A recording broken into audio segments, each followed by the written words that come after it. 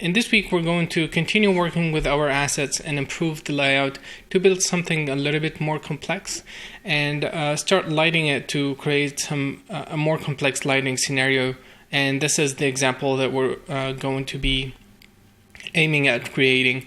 And then once we have the scene and the lighting setup, we're going to look at how we can create atmospheric effects using VDB volumes. And then we're going to learn how to optimize the render and set up all the passes so we can render it as efficient as possible.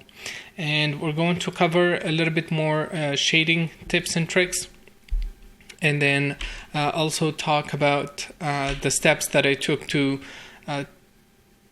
create this environment and how and what and the thought process behind it.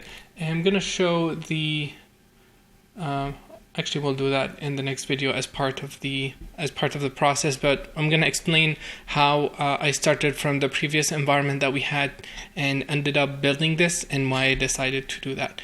And hopefully that will give you guys some ideas on how to approach these kind of subjects. Thank you for watching, and let's get started. In this video, I wanted to talk about the thought process that I went through to create this environment and why I ended up changing it from the way it was last week to this one. And basically what I was trying to do, actually let me show some images first. These are the final image, the final renders from this week. Hopefully you're going to be able to recreate all of this. And then these are raw renders. There is a little bit of color correction, but pretty much it's raw renders. And this is some close-up without any atmospheric effects. And this is an actual raw render with no atmosphere as well. And I wanted to talk about the progress. So this is what we've built last week. I've done some new renders. I can't remember exactly what I did last week in the videos and what I did afterward, but basically I started doing some high-res renders. So these are the exterior renders that we created with this section at the center, and then these are some daylight lighting scenario with this being open. And I also placed a point light here. There is indirect illumination, of course, but I placed a point light here to help to enforce the indirect illumination. You can see there is a lot more interesting indirect bounces, and that's actually a point light in there that I use to help with the bleeding of the colors from this wall. You can see it here as well. You can see it's catching the highlight a lot better, but it feels realistic. So these are some tips that you guys can utilize as well.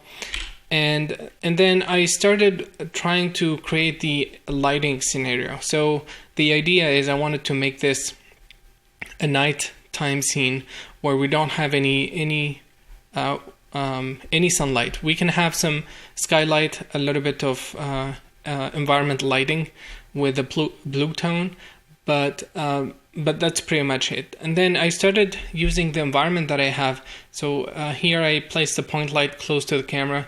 You can see some blue lighting, and then just two point lights, one behind this guy and then one in front. And I quickly realized that I'm not gonna have, it's hard to get an interesting composition out of this layout with it being open.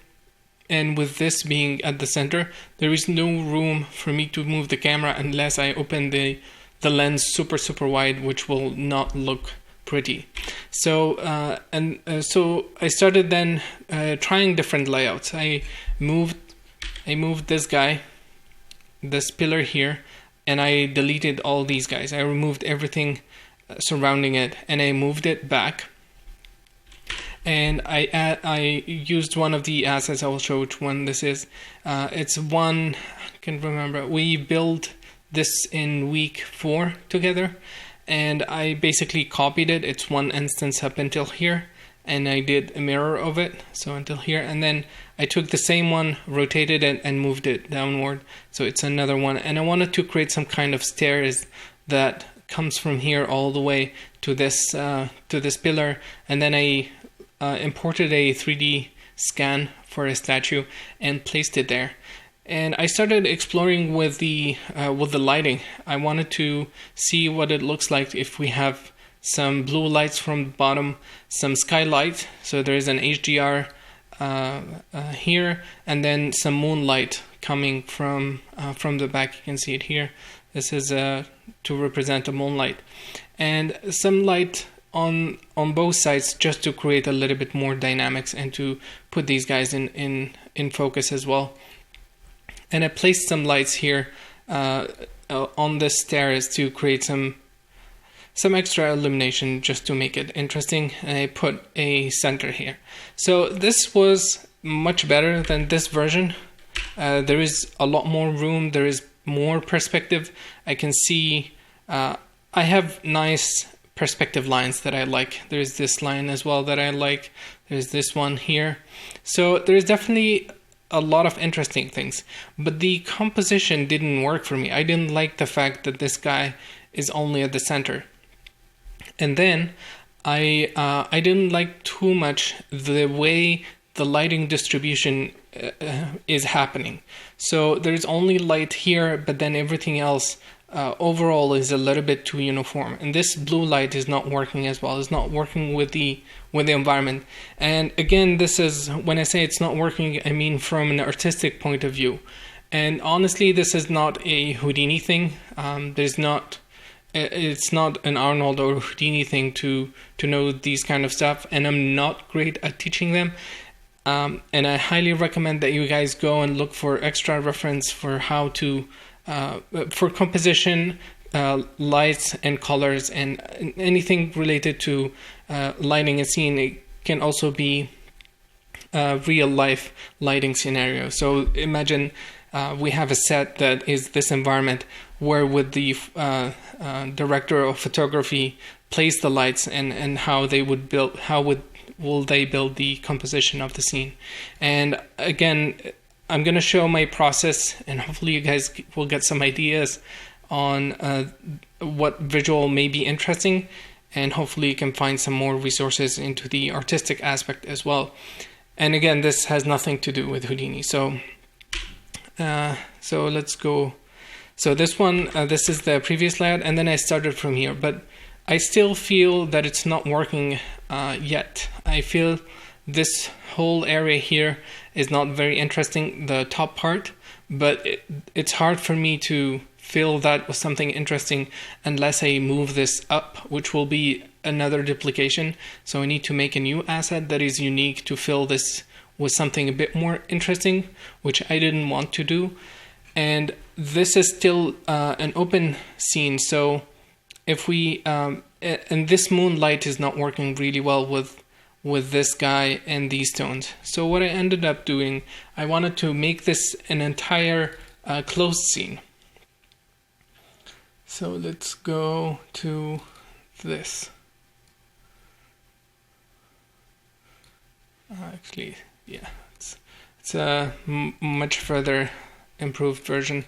So instead of the top being open, I wanted to make it closed cave, so we don't see anything from the sky, except a little bit of holes here. That's fine. It's not crucial. It could be a cave under cave, so we are not certain what the location of this environment is. It's clearly underground, which is great. And then once I added this, which is actually this asset here, the sharp cliff, this same guy, rotated to point downward, same as these guys, and I copied it on a grid with a little bit of deformation. I will show what I did for that. And that gave me coverage for the top, and it's actually very, very interesting. There is a lot of details. Here you can see there's a lot of cool details that we're getting. So I like that. And then the other main thing for me was the composition. So this guy being only, imagine that we don't have these two, which is a little bit tricky. But let me go back to the previous one.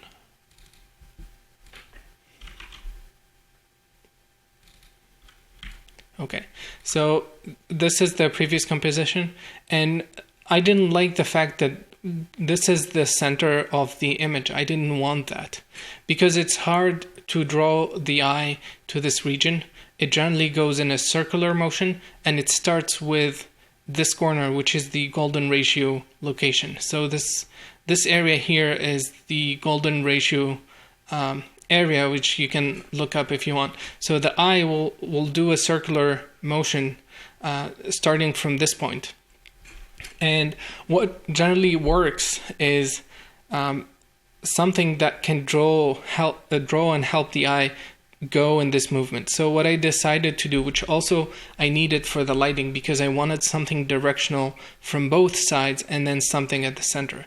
And I wanted to do a triangular composition, which is a very known set of rules that basically we have 3 points, and they're the 3 centers, and that will create a triangle.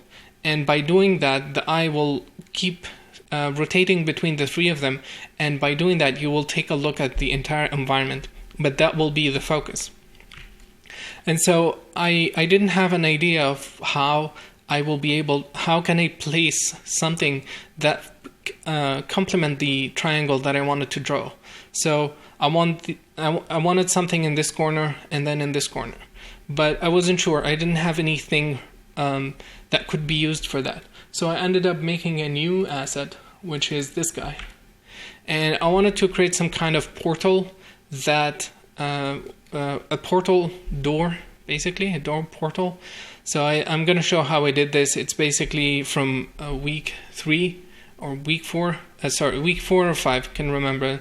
It's the asset with the bricks, and I will show that in a minute. So I wanted to create this guy and then place them here and use them as the lighting source. And the main thing I wanted from them is not the portal, I wanted the lighting. So if there is any other idea that I could implement, it could be, for example, fire burning in some with a different tone that is not some kind of fire magic happening here, or could be a statue, or it could be simply a hole on the ground that has a different lighting coming from it. Anything to place here to complement the composition. And this is the layout I wanted to go with. I tried various different things. Probably we could find a way to position this whole section here, something like this. This would also work, but I didn't want that. I wanted to show the entire environment, and I wanted it to be symmetrical. So this is the composition I decided to go, and these guys is something that I had to put in to create the lighting that I needed. And then once I added that, I basically started adding layouts to beauty light everything. So for example, you can see there is an orange light here catching highlights. Okay, I will show this. I'll show the light AUVs for all of the passes, and then we're gonna go and create them. So I wanted to create beauty. I wanted to beauty light this center. So I made a spotlight shining from here, and actually we don't see the source of light. And this is something that it's a little bit tricky when we think about it, but the eye doesn't care too much about where the light is coming from. And in sets, when you are watching movies, there is a very high chance that you will not know where the light is coming from. And in a lot of shots where you see the character with a flashlight, for example, and then you see a different shot where he's aiming the flashlight, that flashlight illumination is not coming from the flashlight. There is another guy trying to track the flashlight movement with another light to create more illumination. And the brain doesn't really care where the light is coming from. As long as it's believable, we're not gonna go and invest what's happening there. And I have 2 lights here, beauty lighting this guy, and you can see when we look at the image, we don't question why we have this light, but it looks nice. And this is what a director of photography will do to the set. They will place the lights in a way that will bring more contrast in the image and put the things that are important to look at in context. So this was my main focus, and I still like to improve it a little bit. And you can see there's I have another light as well, beauty lighting this, and it's actually the light here, and it's hitting this section, and I like that. I liked it a lot because there's a huge contrast between this and this, even though it doesn't really make sense for the light to be there. I think it's great to have these kind of break up, and it was actually trying to create more of them, but I ran out of time, so I stopped there.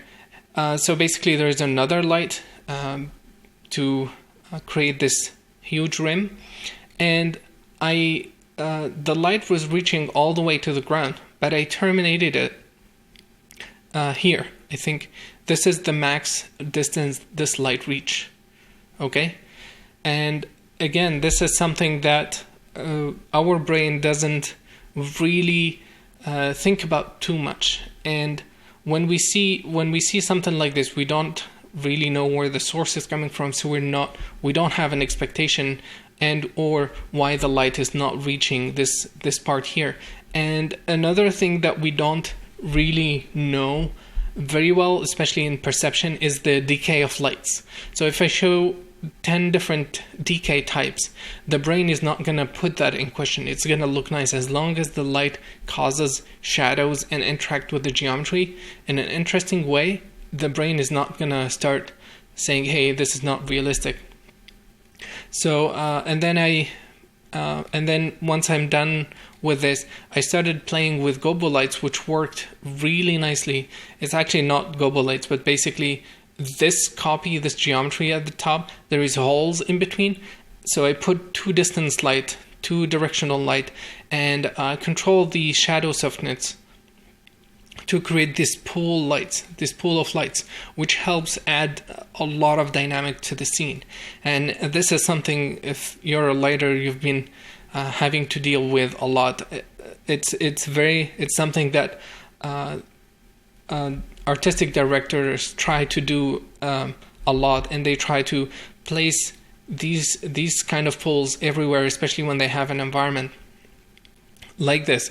And so I didn't spend too much time because I'm the director, and I just placed a light, and whatever happened here is I was happy with that. I just rotated the light to create a little bit of separation, and then I added another one to create a different set of lights. I think this one is one of them, but there is two. No, sorry, it's here. Yeah, so there is two sections. You can see the bright one, and you can see the blue one. There is two lights, and they are shifted. They're not casting the same lights from the top. And let's see. And then I added a light here to create more, to cast a little bit of shadows, to create to cast some illumination here, and then on the back as well to put this in basically to be the center. And I want to work on this a little bit more. I feel like the edge of this area needs to be separated a lot more. So what I'd like to do, if I have time, I mean, this is the kind of improvement that I'd like to do. I want to separate all this edge here with a very sharp light. I wanted to create a very strong rim light to separate this block and this from the background. And right now it's working, and I think with the atmosphere and all, it's gonna work. It's gonna look much better. Let me find the image. So with the Atmo, it definitely helps, and we can still use the comp in there. And you can see now there is more separation. We can make it a little bit more obvious, and that helps as well. But I still would like to add a little bit more lights in there to separate it. And what else? And then the bottom part, let me go back to the raw image. And then the bottom part, I wanted to create some lava-like lights to fake basically something burning underneath in this cave. So I added this a quad light from the bottom. And then these two are area lights emitting from left and right. You can see they're actually not reaching all the way here. I have another light, I believe. No, it's actually these guys. So these guys are causing this illumination, which works really nicely. You can see this super nice edge here, and this as well. And this kind of bringing these shapes and make them pop helps with showing that you have a rocky environment. For example, here, look at this shape breaking up. This is what tells the brain that this is rocks. And remember, we have one texture applied to the entire environment. All these guys are done using one single texture, except this and this. These are the two unique assets. And then everything else, including the ground, is using the same texture. And we're still getting a lot of these interesting details. And the light is only helping to show what the environment is made of.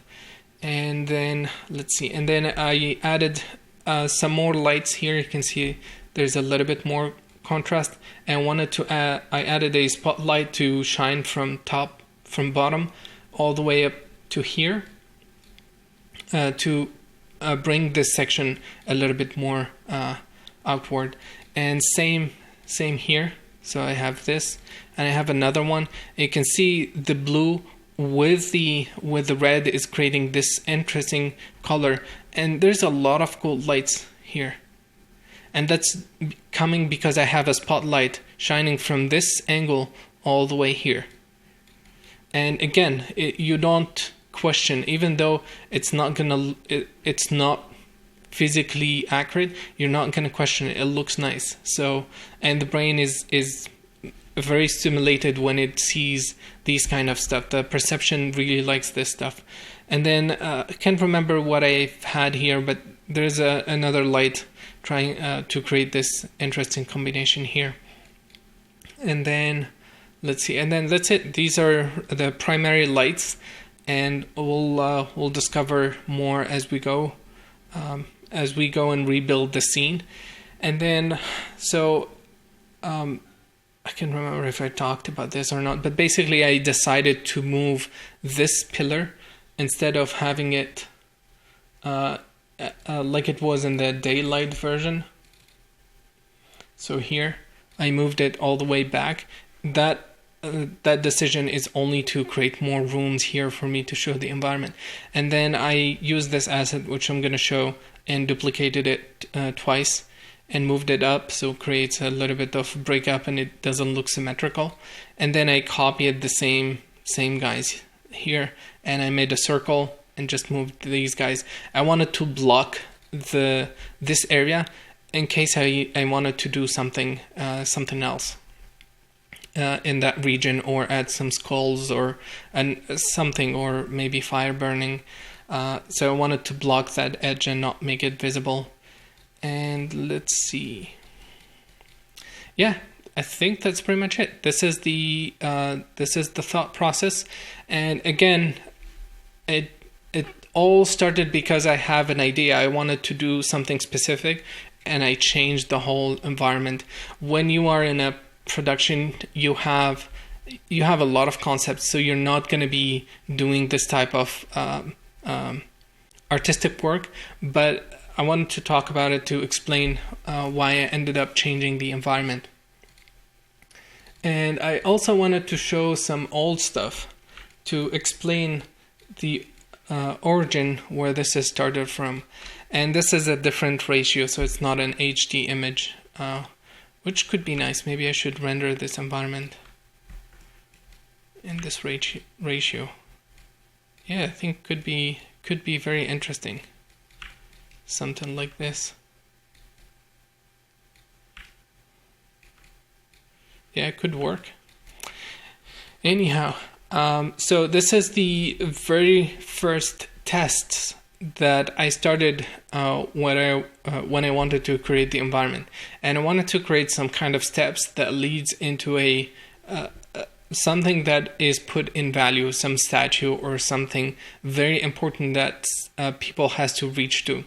And so I started creating the scene with the stairs and placed this rock here and then this skull, which is not very visible, and then surrounded it by some rocks. The ground is actually the same, it's the same asset, and then I added some pillars surrounding it, some arches, and I started exploring. So this is another version with the same idea. This is another version with a blue light, and basically trying various different combinations. And all that progress you can see, so this is the first version, and I also have another one on the website. So let me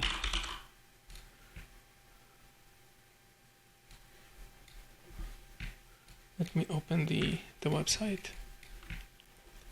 So I have more tests, and all this is the iteration process to find the environment that I want to create, and all this is basically iteration and artistic exploration that I've been doing. So let me see. So yeah, this is the first version that I did, which is similar to what we've built, and it's not the same as the first one I started with, and it's not the same one. It's very similar to what we've done in the workshop. This is another version. I was playing with the layout as well. It's another version. This is another one, and these are some of the alt concepts. And then from that, I always wanted to do a night as well. And then from that, we did the exterior version, which is this one, the new one, and then this, and then this is the final environment. So what I'm trying to say is this is the iteration process, and there is no shortcuts to this. Unless you have a specific design and you've done all the iterations on 2D, trying to figure out how it's going to work, you have to do this work. It's really hard to create these kind of environments from scratch and make them look really nice. There's a lot of iterations, and the more you do, the better you become at creating these kind of composition and utilizing light to put your subject in focus and things like that. And I think that's pretty much it. I'm going to start showing the layouts. I'm going to start showing some shading tips and tricks, and then how I built this guy, and then we're going to start lighting the scene. Before I show the shading tips, I wanted to show how I created this portal light. This portal door here, or just this door frame. And the way I've done it is I took this asset, which we've built in, again, week 4 and 5. I believe I showed it in week 4, and then week 5 we rebuilded it from scratch. So this is actually, I think I can find no, I don't have it. Yeah, so this is the door with bricks, and I simply took the same scene, disconnected that geometry, and used this new one. So it was like this, and I made a new geometry. So how I did this, let's take a look. I started off with a curve, and then I made the profile, which is this guy. This is the profile, and I wanted to extrude that. I wanted to extrude that along that path to create this geometry. So I used a sweep tool that will take the input geometry here and then sweep it along this curve. And I had to rotate it to get this alignment, basically. And this is the profile I have. Then I converted that into a poly, and I clipped it to flatten this part, and then I used a and then moved it to the center, so this is at 0, 0, and then I did a mirror to create this. Then I poly filled these guys to fix all the holes and made sure that this is merged, so there is no opening here. And then I took this curve, the original one, it has a lot of points, and then I resampled it a few times, added a jitter to disturb the points, and then I merged that with the original points, so it will fracture, it will Voronoi based on these points, and then with random extra points. So this is the result. Let me show with just the curve. You get some perfect splitting, and then with this you get some random breaking, and both of them you get a combination of both. And then I selected some pieces by hand, assembled the geo, selected some pieces by hand and removed them. And then let's see what happened after that. And then I subdivided the geo, added some noise to break up everything, pretty much the edges and all. And then added some more, I believe, edge displacement. So this is the original. Let me turn off colors.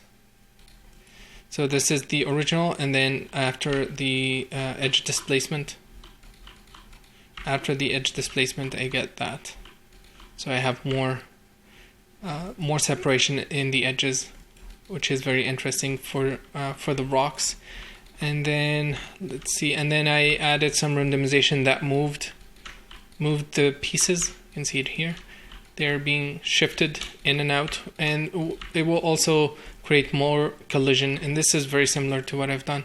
And then all that went through a VDB. Let me low res this guy.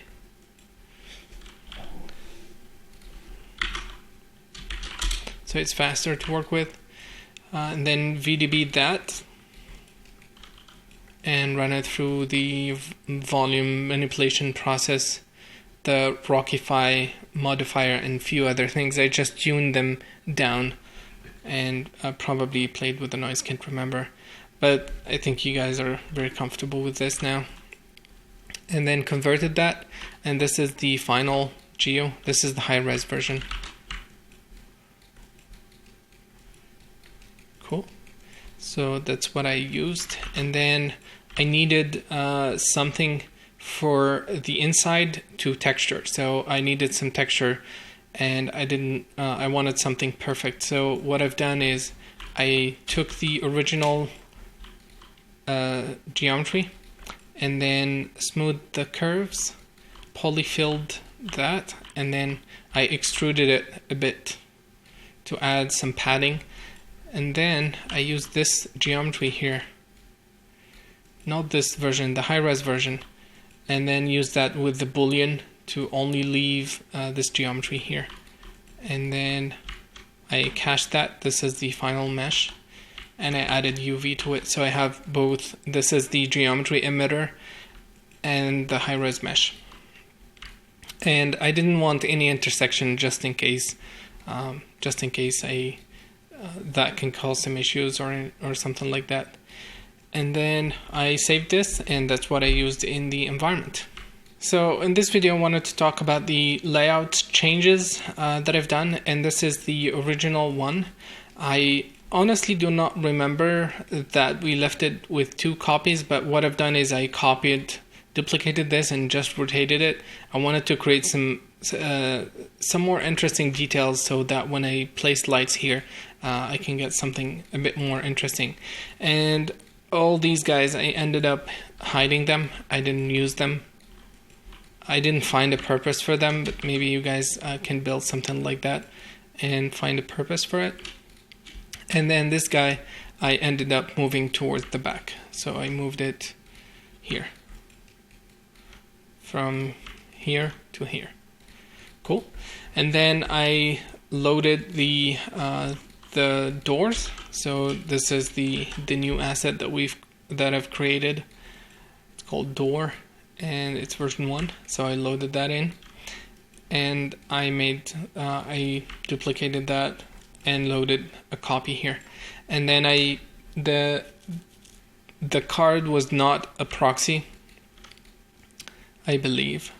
Yes, so the card was not a proxy because I didn't want to make a new asset just for that, but I should probably export a variant with just this and call this, instead of base, call it emitter or something like that just contains that geometry.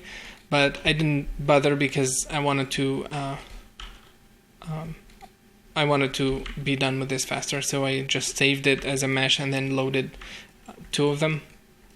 And by just parenting them here, see, by default they're at 0, 0, and then if you parent it to the original input, it will snap automatically. So I have perfect matching here. And then we'll talk about the shader for that and when we get to it. And then what else? And then I added this. So let me show you this guy. This is something we've built in week 4 or 5. I can't remember. It has this shape here, and I simply placed it so that it fits there nicely. And then I duplicated it, rotated it, and moved it up just to break this line. I didn't want something symmetrical. And then I copied this guy and moved it down to fill this gap here. And yeah, I didn't worry too much because it was blocked by the other guys as well. And then this is a copy of this, and I simply used a smaller emitter. Let me hide this. So it's just a circle, and I deleted some points because I don't need them there, and I scaled reduced the scale, and probably should kill them here, but yeah, it's fine. So this is the main layout changes, and then the other change that we did is the rooftop. So this guy. So this is again using the same asset as these guys, and let's dive inside. And it's a circle like everything else, and then I divided the circle to add more points to it. It's trying to duplicate so I subdivided this grid a lot, but I'm not so sure why it's slow.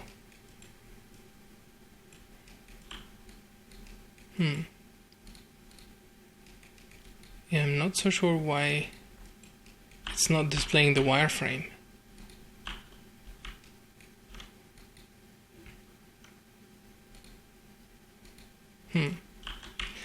Anyhow, I selected a point and then soft transformed that to create this shape. I moved it up and then played with the soft transform to create this. I didn't want the top to be flat and uniform, and then scattered some points, added a little bit of randomization, and then all the other usual settings that we did.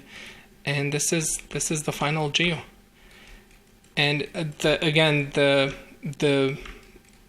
bulge at the center is just to create more rooms. I didn't want it to be flat, and it was intersecting with everything else, and I didn't want that. So I created the bulge, and then I placed the camera where I wanted it to be. So this is my composition, and let me show the statue. So this is the statue, and I will show where I got that from. And let me zoom in. So this geometry came in as high res, and the mesh was not super clean. So I did a polyfill to. I'll show in a second. Still loading. So this is the original mesh.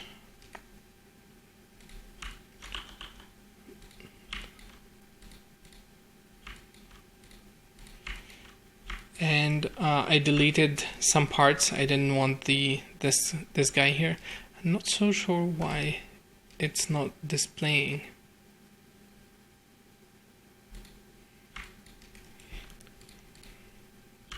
Yeah, no idea. So I deleted some parts here, and then I polyfilled that these gaps, and then I did a VDB from polygon, and then VDB convert, and this is the final geo here.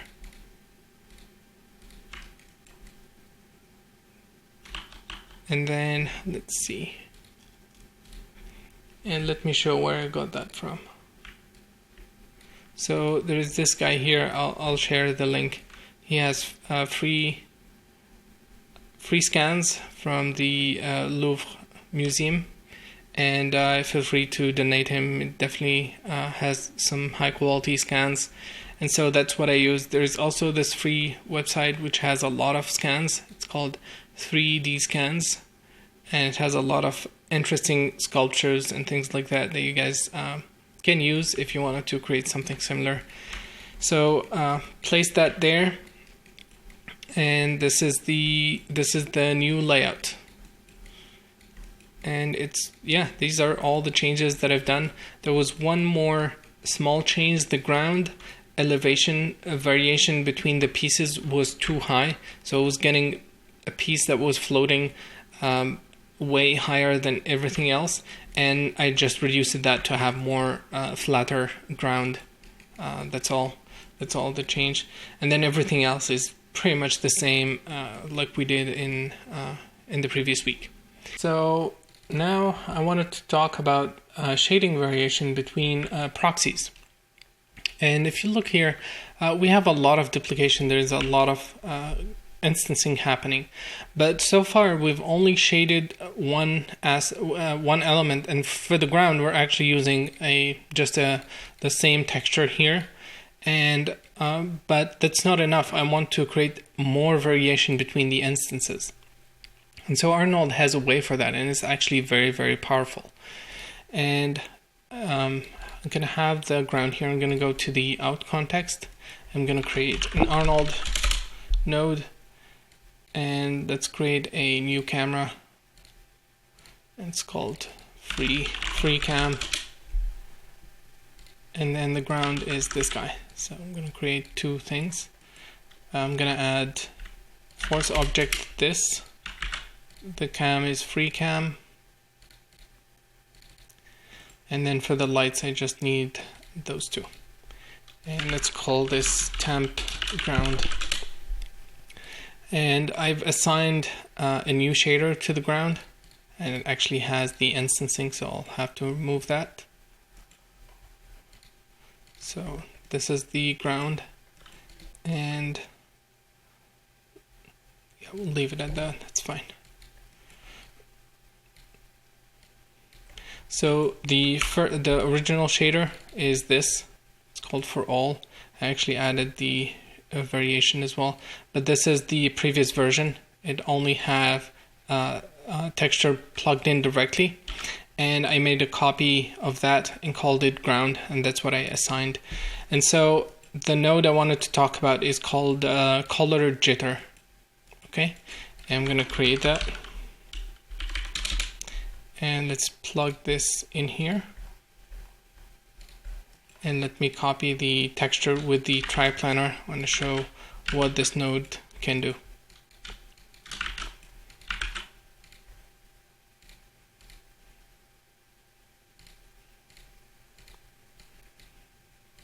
Let's connect the input, and let's remove these two guys and forget everything else. This is what we need to focus on for now. And I'm going to go to the render view. Let's call this, let's see which one we are going to use. Temp ground, okay. Actually, we can drag this here, and it will start rendering directly. Come on. Generally works. Maybe I need to start the interactive APR first.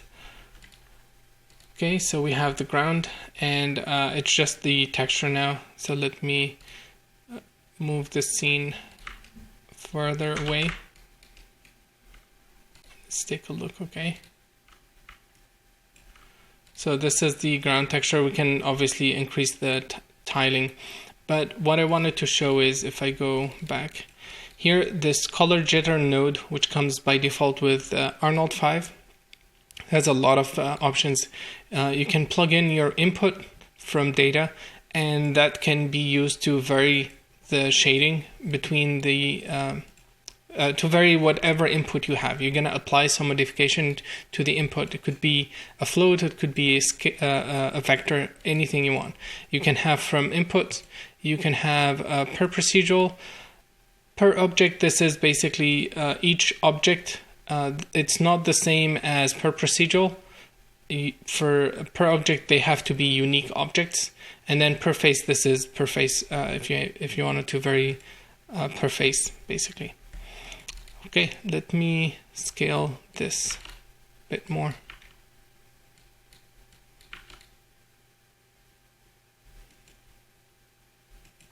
Cool.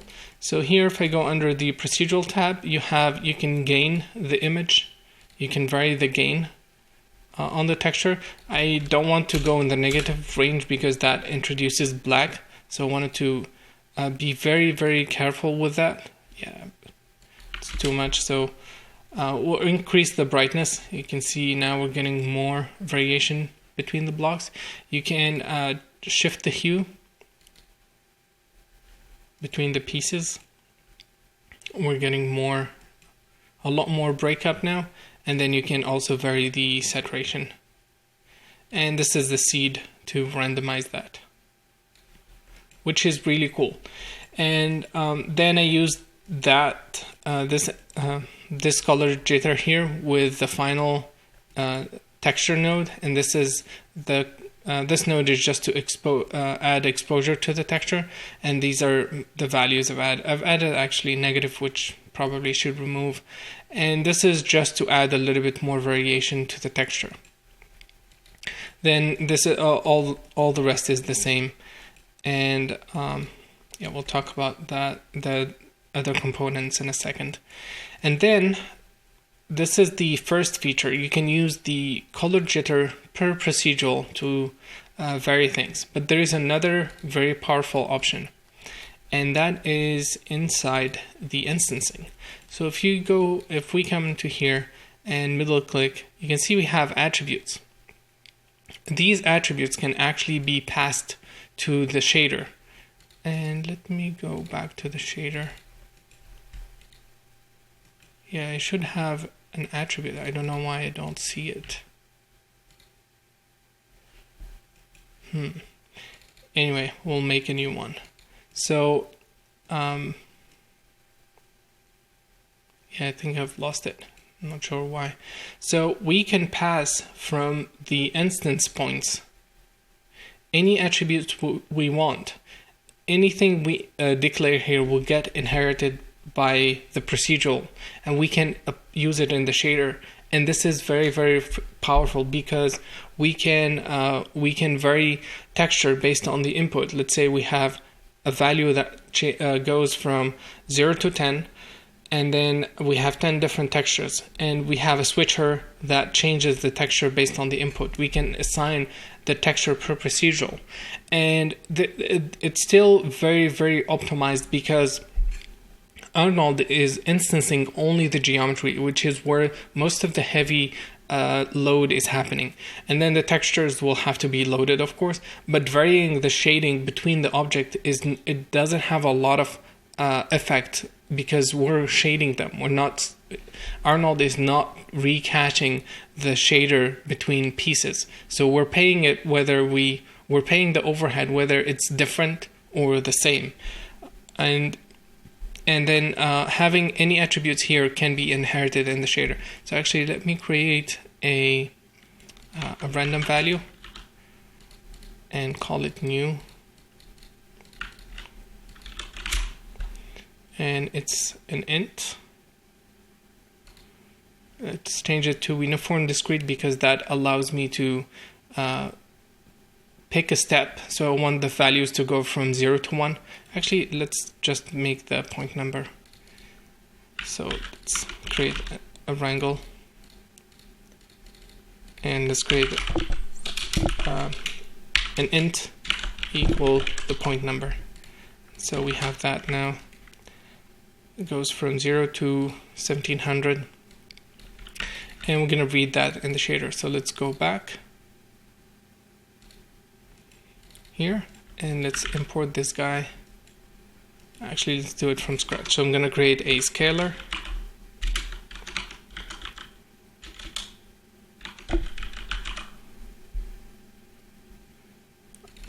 User data float. And I'm going to create new, import the new, and then create a random. And I'm going to convert that float into int. And connect that there. And let's take a look.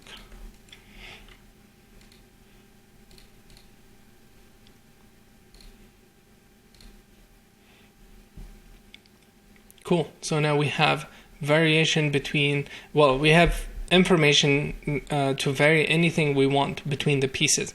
And again, this is very powerful. And I wish, actually, I'm gonna do some more renders. What would be really nice is to add roughness variation. So here I don't have it. It was uniform, but you can see I increased the reflection because I wanted to capture a lot of specs from this. You can see these highlights. They're very, very satisfying for the brain to look at. They're very interesting, and it's probably the first thing that the brain looks for is the highlight. And I had to increase the intensity of the specular to capture all of this, and I wanted the floor to be reflective. And actually, you can see it here. It's very reflective, and I wanted that because that adds a lot of depth to the environment. Even though it's not realistic, it's really nice to look at. So that's what I'm after. And what I wanted to change is actually the intensity and roughness. So some pieces will have rougher and sharper reflection compared to this one, which is uniform. So let's go back. We have that information which we can use, but we can also use the procedural. And this is the shader. And let me show the texture that I'm using here.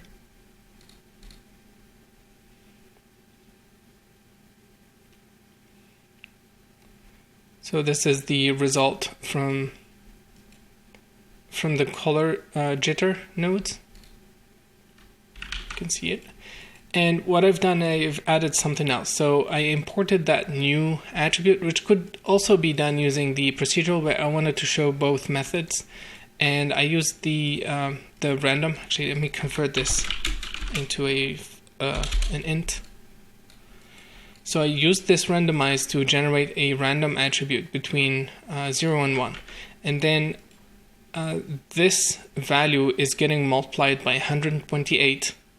And it's the same between X, Y, and Z. And that is going into the rotate of this. So let me connect this.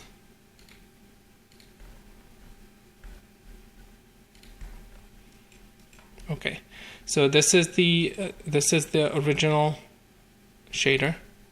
And I'm going to remove all these guys. So what's happening is interesting. Okay, so what's happening? This is the original result from the triplanar, but we also have these two guys. We have a rotate and an offset. And we can generate a random value between each piece that we can use for the rotation. And this is what the first randomize is for.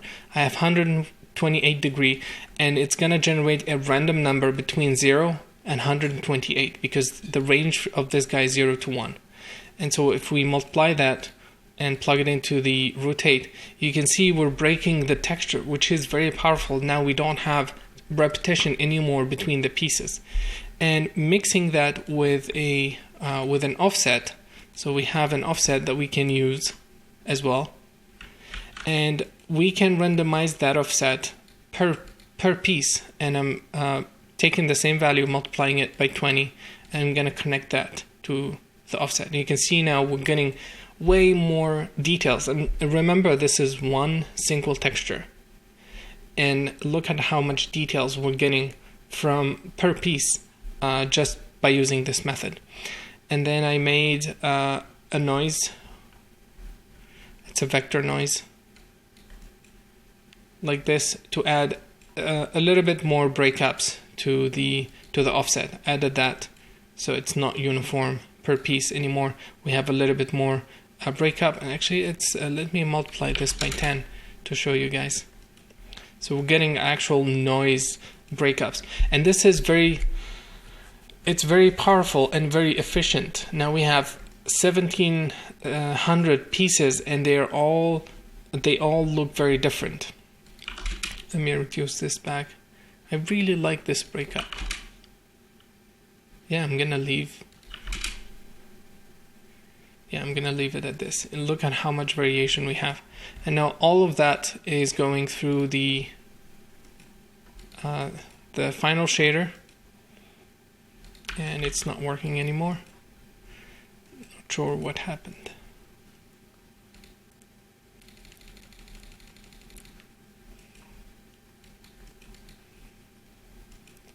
Let's take a look at this guy. So the texture looks good.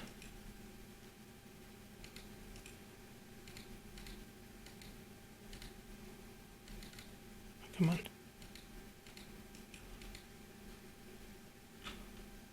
Yeah, I think the lights are off. What?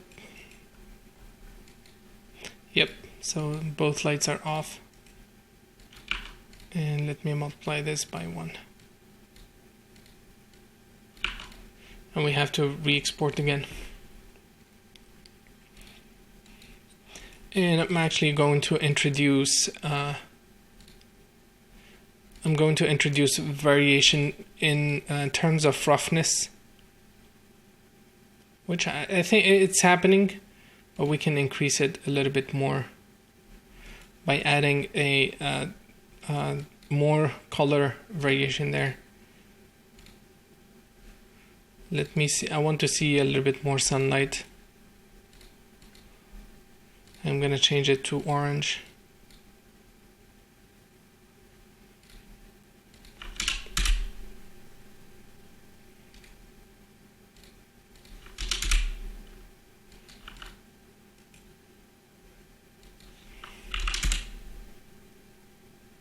Okay, now we're seeing it a lot more. Let's try 20. And this guy is good. Let's reduce it to 1. Okay.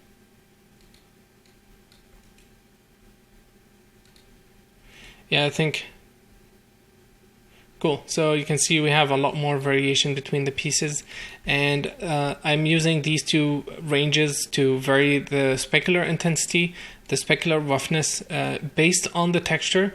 It's not based on the pieces, but again, the texture is also it varies between the pieces as well. So I'm not gonna change that. And then I have a little bit of bump, which is what we have already. We had already before. So this is the same setup that I used for everything else. The for all, which is basically the shader assigned to everything else, have the same thing. I'm not so sure if I have the new attribute. I don't think I do, but it's not a big deal. I mean, we can fix that. So you can see we're getting a lot of details now, and each piece has a lot more variation than before. In this video, I wanted to talk about a feature in Houdini that's going to help us work more efficiently with our scenes and not have to worry about picking specific objects and remember their names. And this feature is called bundles. And what bundles does, it can create groups that contains multiple objects, and then in the render settings we can just refer those objects instead of having to explicitly specify the objects that we want. And so what I'd like to do is I'm gonna show you how we can create bundles and then go through the scene and create the bundles that we want. So if we let's objects. If we create a new tab, the UI for this is called bundle list, and by default it's empty.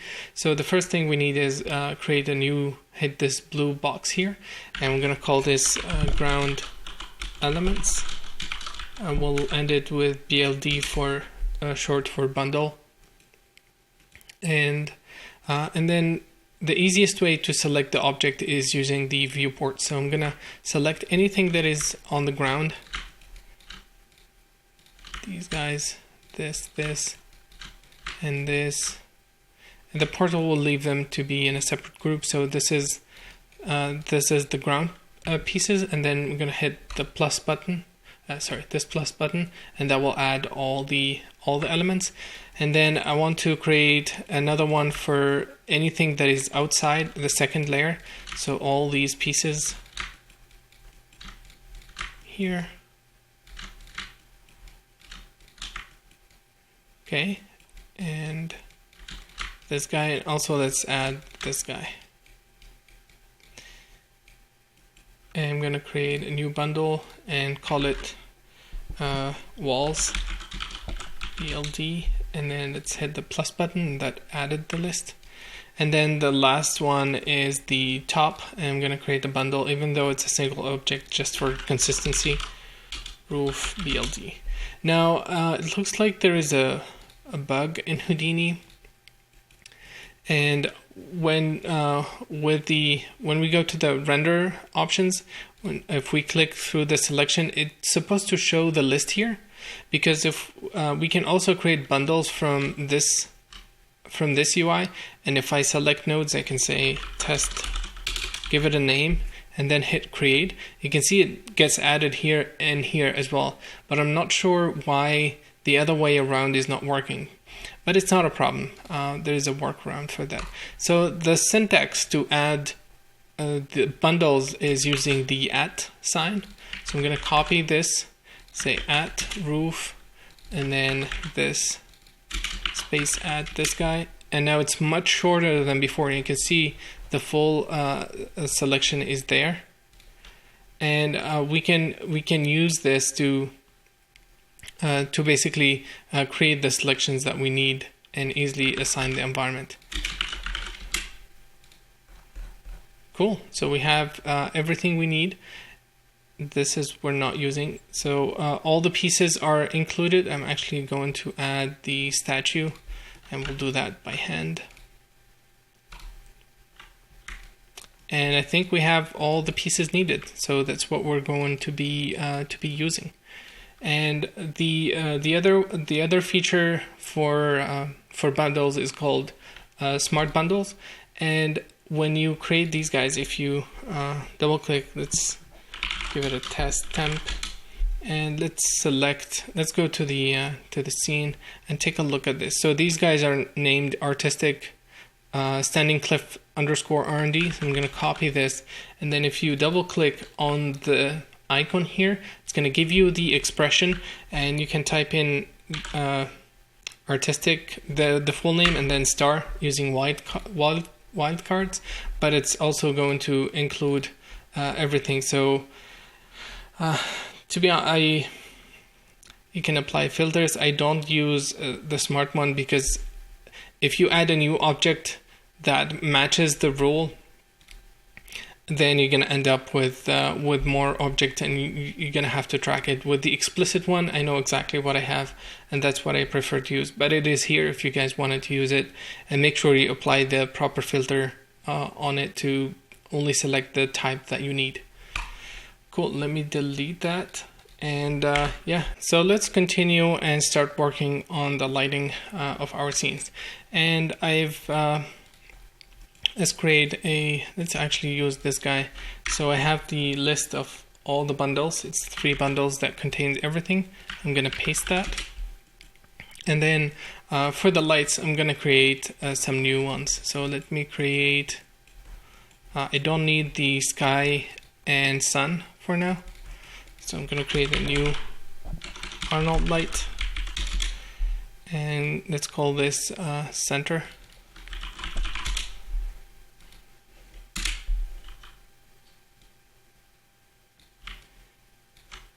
And let's give it a different color.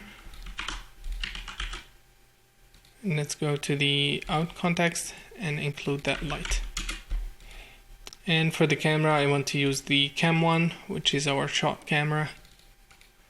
And let's go to the render view and hit render.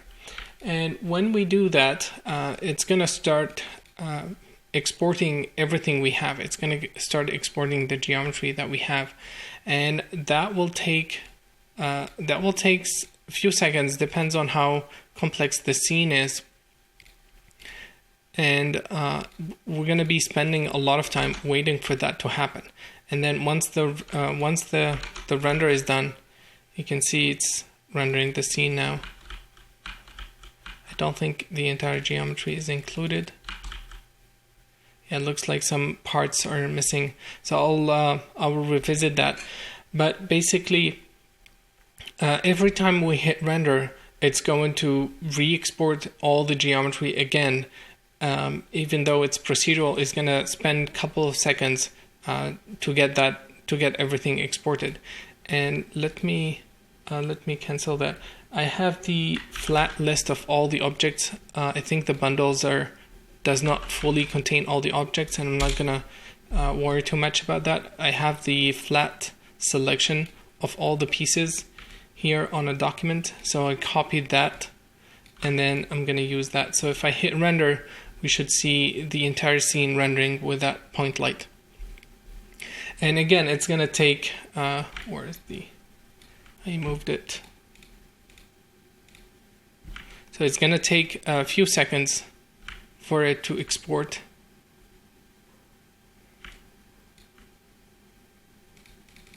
Yeah, so everything is included. You can see it's taking a few seconds. And I wanted to talk about an idea that helps with this. So, where do we start? I don't have the portals, and that's fine. So the way it works, we've started with the assets, the original assets. We've added the look to them, and then we exported an S file containing everything. Okay. This S file is very light because, well, sorry, it's not very light. It contains the geo. So inside there is geo. The final points, they're not being read from anywhere offline. They're in the S file itself. And then the geo plus the look, so the shading and everything. Okay. Then we imported many of them, including other assets, into the final scene. So we have different procedurals loading the different assets, different procedural loading as files that contains everything we have. And the idea is we want to create what we call a deferred loading, where we export the entire scene and then it only loads the data as it needs it. This is very similar to Katana. This is basically the whole idea behind Katana, is to defer loading of data. But because we're in a ray traced environment, there is a 99% chance that you will end up loading everything in the scene. And with ray tracing, most of the time the rays will hit the objects, unless they are far away from the camera, which should not be in the scene in the first place. Those objects will probably be ejected from memory. But in this case, everything will be loaded in memory, and I know this for sure because we're going to have GI bouncing all around in this entire scene, so everything will be hit. There is no way to defer that or eject it from memory because we're not going to use it anymore. Everything is going to be there. Even the stuff that is behind or outside is still contributing to the image. Let's say you have a building that is 10 kilometers away, but you have a sunlight casting shadows. That building will still cast shadows, so it will be in memory all the time. And with ray tracing, there's very little deferred loading and ejecting from memory. So we're not going to be running into that. And Arnold is great with heavy geometry. It can chew on huge data of polygons without any issues. And at this point, our scene is done. Our scene is ready. And I don't want to be paying the overhead of exporting all this every time. So what we can do is we can take all the, sorry, I'm going to take the correct string and paste it here. Let me copy this. And what we can do is we can take these guys, we can take our entire scene, excluding the lights, which is what we're going to be changing, and export all of that as an as file. Pardon me. So I'm gonna remove this, and this is the full list of all the objects that we need. Let me verify that I have the roof. It's there. Okay, let's do a render just to verify. So the idea is we're going to export all this into an as file. And by doing that, we're going to be nesting proxies, nesting procedurals. And this is a very efficient way of working. And as long as we don't need to change anything on that data, we don't have to re-export it again and again and again and again. We can just focus on adding the lights and tweaking our lights. And so this guy is rendering the scene perfectly fine. So what I'm going to do is I'm going to call this export as temp. I don't want lights. I don't have to change it here, but it's fine. So I'm going to go under the archive, and I'm going to call this cache full scene cache.s. And I don't need options. I don't need color management. I don't need camera. I don't need lights. I need shader. I need shapes and shader. Don't need overrides. I don't need this. I don't need this. Do not ever take on expand procedural. If you do this, the scene file will be huge and will take a lot of time to export, and as well as to load later. Do not do this because it's going to go and expand every single procedural, and that will be super, super heavy. And it's the incorrect way if you don't expand procedurals at this level. So I'm going to hit render. And I'll show you what the file looks like.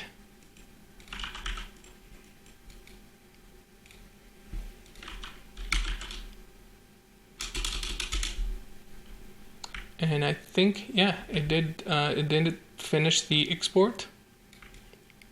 And this is the file we just created. It took maybe a few seconds for it to export. And now we have the entire scene cached. Well, what the hell? What are we going to do with this? Well, if we go back and let's create an Arnold procedural and call this full scene new, because I have an old one. I don't have any of those inputs, so I'm going to explicitly specify the file. And let's go to the $hip cache full scene cache. And now let's go back. And in this temp ground, let's call it temp entire scene. And I'm only going to include this with the light. Let's find that and hit render. And if I'm lucky, I can find that log, that shell with the log. Okay, so now it's starting, and it should see it load in the scene instantly. And this is a huge scene. And it's taking only 2 gigabytes of memory.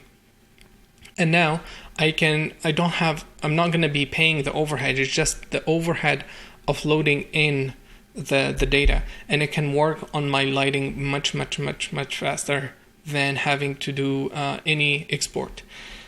And this is where the Indie versus Houdini limitation comes in. Now, I understand why side effects and solid angle put the restriction, but the as workflow is huge improvement to the whole process. Imagine if we didn't have this feature.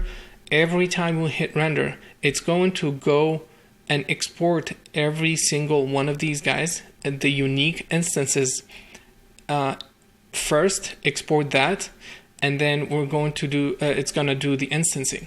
And unfortunately, if you don't have access to the S file, you're not going to be able to work as efficient as like we're doing right now. It's going to have a lot of limitation for you.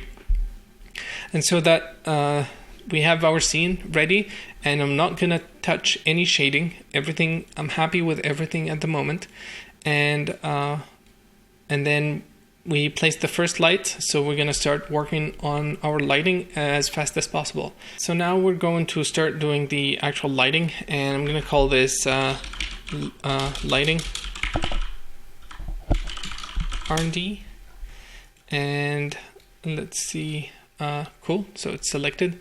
And then what I'm going to do is I'm going to type in star in the candidate lights, because the only I don't have explicit light. I only have these guys, which I'm going to delete. I don't need.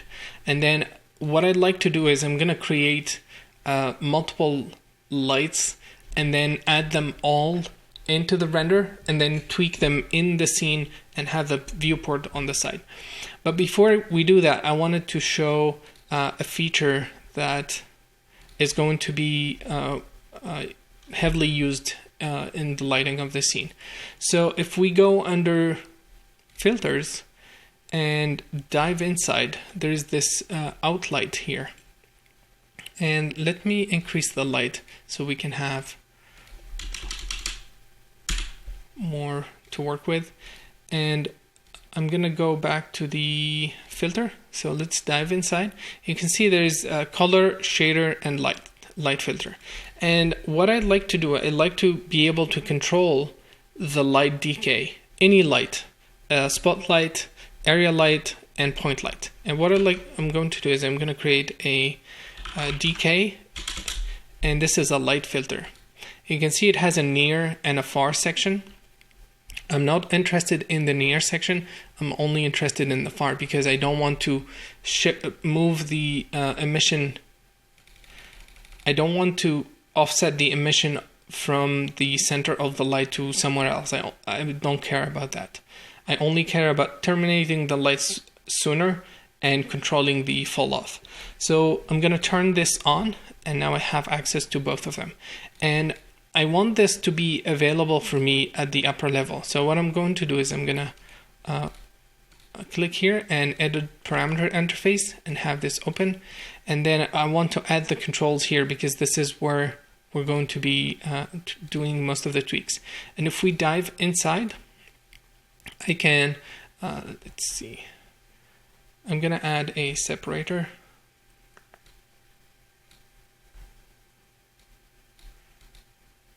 Okay. And then I'm going to drag this, drag it here, and I'm going to drag this. I'm going to drag this. And let's move this guy up and hit apply. Now look at these values, they are relative. These expressions are relative, and this is what we need. Now if we copy this guy, we're going to still have those options exposed, and it will be a relative light shader. It will be a relative light filter unique to this object, and this is precisely what we need. We need to have that option in every single light. So we're gonna have it like that, and we'll need to change the default obviously, and we can turn it off if we decided to. So what I'm going to do, I'm going to go to the scene view, and the first thing I want is a light behind this guy. So that's the main point to light this area.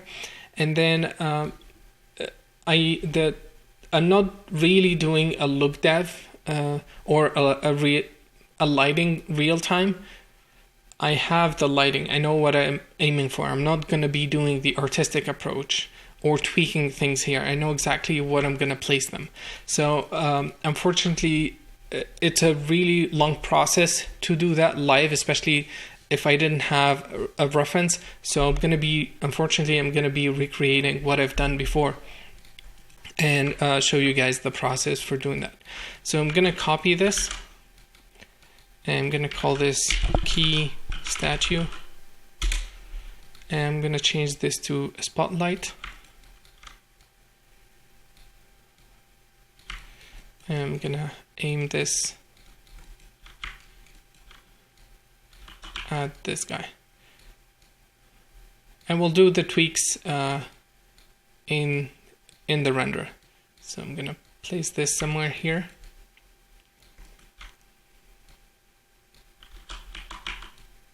Okay, I'm gonna copy this guy. It's another key as well, so I'll keep the same name.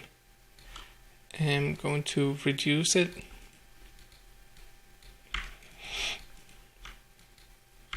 And let's see. So another thing that I'm gonna do ahead of time is Arnold has light AUVs by default, and we can specify what AUV we want this light to be on. So I'm gonna call this center, and let me write down a list of all of them.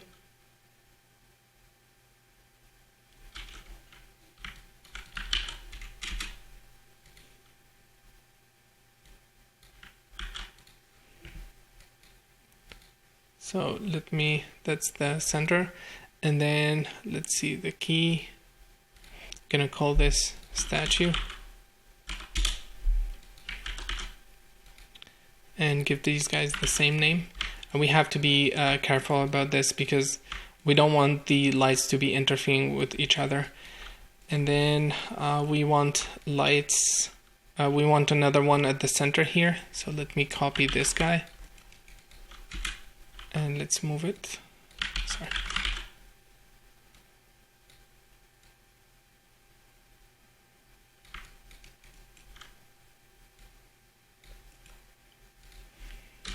I'm going to call this center front.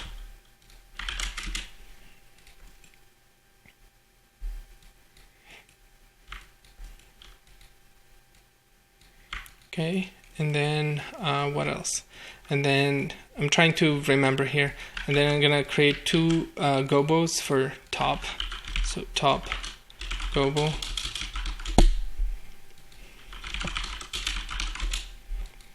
And I'm going to change them to distant light.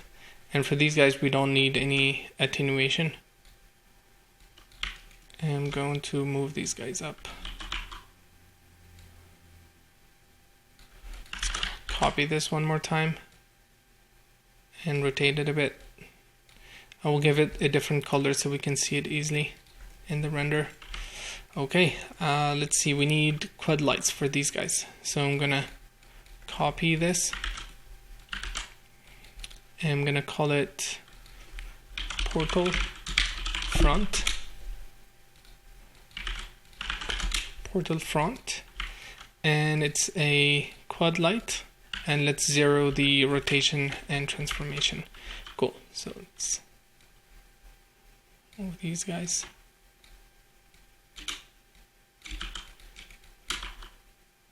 And I will show the shader when we get there. Let's increase it to 1.22. I think just one. Yeah, that's fine. And let's make another copy.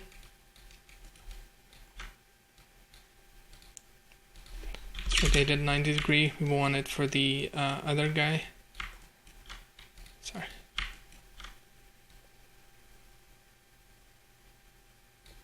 And then I want a copy of these two guys. And this is for the other side. I want also illumination from the back of the portals. We'll call this portal back. Portal back. And let's give them give the AUV correct name.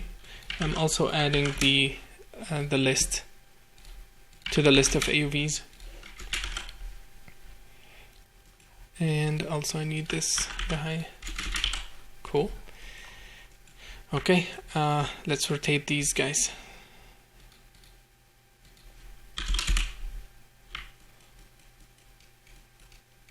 Cool. So I want them. I want each one to be facing on. I want them to be facing opposite, so we cover the full angle. And then this guy, it's going to be -90.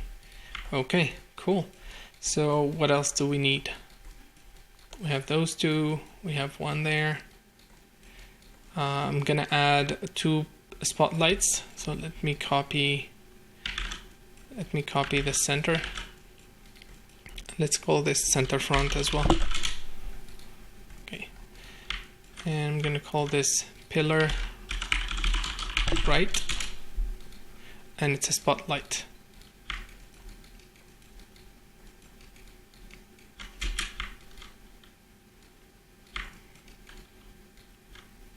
I'm going to use the snapping feature to place, get the light closer to where I need it to be, and then turn it off. And I want it to be facing this way. I'm going to copy it and move the copy to the other direction. And if you click on the handle, I think you don't have to click. If you just right click on the handle, you can change it to world coordinate, and you can move it much easier instead of local. So that.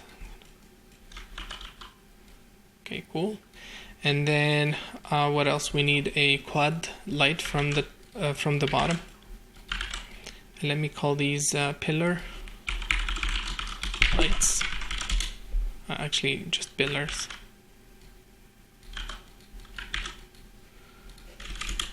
They are lights. What else could they be? And we'll call this lava light. Call this lava. And let's change it to quad light and zero out the transformation. And let's move it down. And we need to rotate it 90 degrees so it's facing from upward. And let's scale it. Okay. Cool. And let's scale it down. I don't need it to be too big. Okay, and then we're gonna tweak everything. Let's give this a different color as well. And then I want 2 area lights from these angles to add illumination, interesting illumination next to the camera. So I'm gonna copy actually these guys, and I'm gonna use area lights. Did I copy it?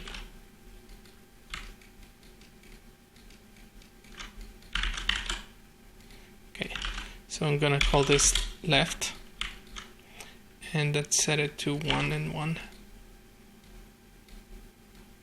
I want it to be facing this way. Actually going to make it smaller.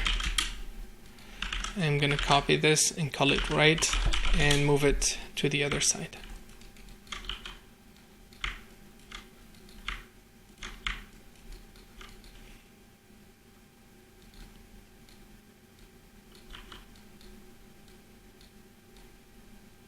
Okay, I think this is pretty much it. I remember I have another light in here as a spotlight, but I'm not so sure. Let me double check something super quick.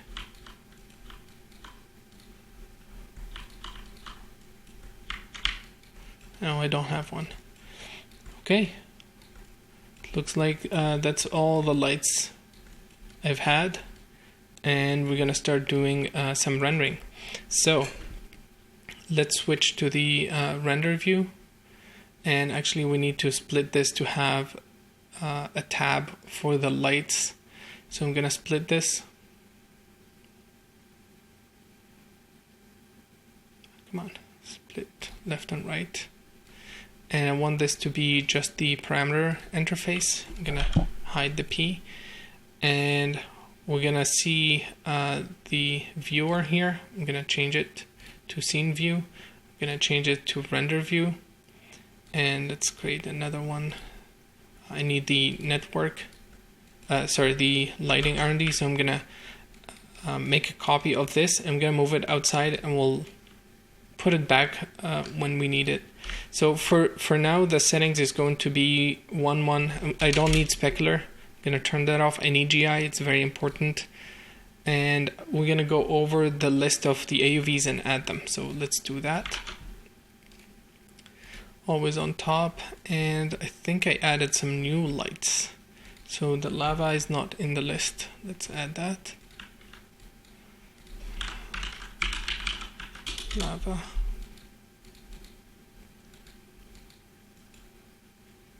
Sorry, what's happening? Why is the selection not changing? It says center front, but it's not. Yeah, it looks like this. Oh, this spinned by accident. Okay. So. Okay, center, front. Center, it's fine. Let's call this lava, that's cool. Pillars. And then those left and right lights that we just did.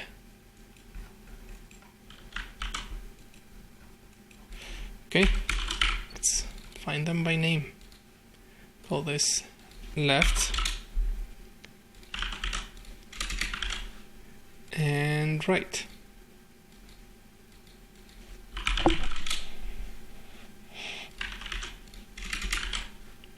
Okay, I think I have the full list. So all I have to do is I'm going to use the new syntax in Arnold 5, so RGBA center.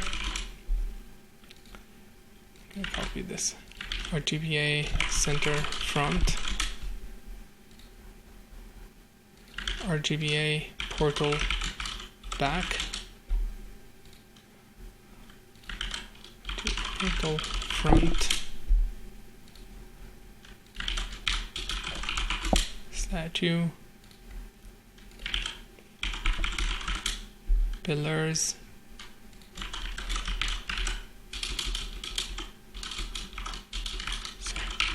Left and right, and I have those the gobos. I don't see them, so top gobo.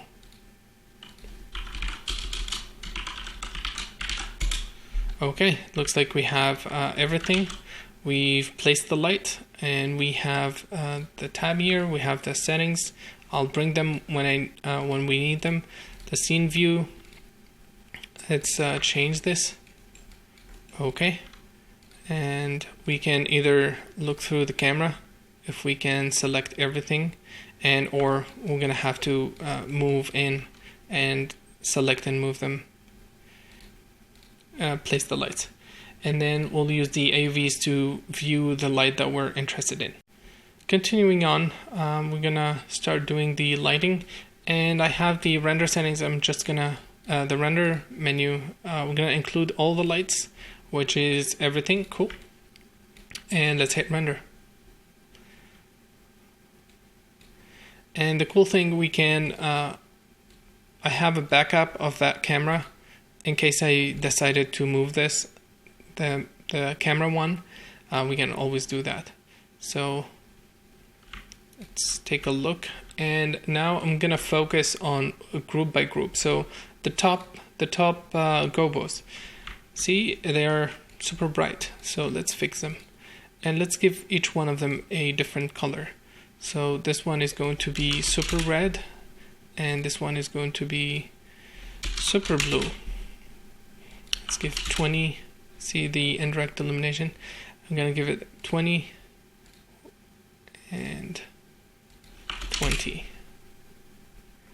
Okay, better. And I actually like the pull locations. The red looks cool. The blue, I think it's probably hitting the area, that area too much. So let's move it.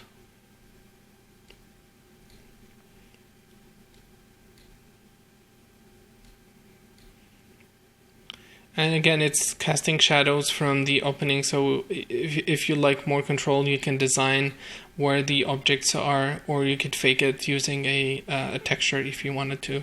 So let's give these guys real colors. And I'm gonna go with a blue one here. I think it's still too much, so let's set it to 10. And for this guy, let's give it similar color but with different tone. Maybe a bit desaturated. And let's give it 10 as well.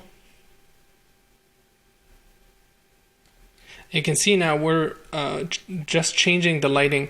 And remember that bug where it was exporting it was hiding the instances? Actually, that is a very tricky bug for them to fix. They haven't fixed it yet.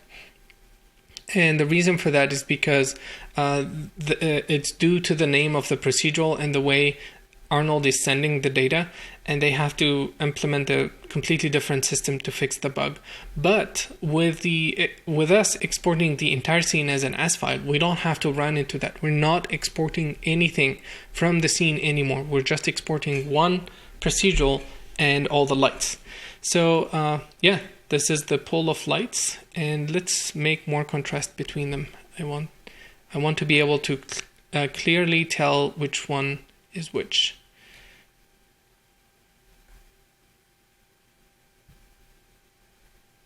Okay, let's see. Yeah, the colors are very similar, but I like the overlap, and we're gonna do something that will make it more interesting. So let's be more aggressive with this guy. Something like that. And what I'd like to do is I'm gonna use the softness, so this will soften the shadows a lot. And you know what? Let me turn off GI because it's adding to the slowness, and see how blurry now those lights are, the one we're controlling. And I think they're still overlapping too much. Yeah, that's better. Okay, let's select this guy and maybe 2. I want to give them different blurriness as well to create more interesting pools. And they are also hitting this environment. And to be honest, I'm gonna copy the previous values that I have because I got interesting fogs and I spent a lot of time finding the correct angle. But I will do that after we pause. Though there's a lot of options, I think capturing the details from the cliffs is very important as well. Okay, cool. So let's continue. What else do we have next? Take a look at the list. So the center, let's take a look at the center. All right.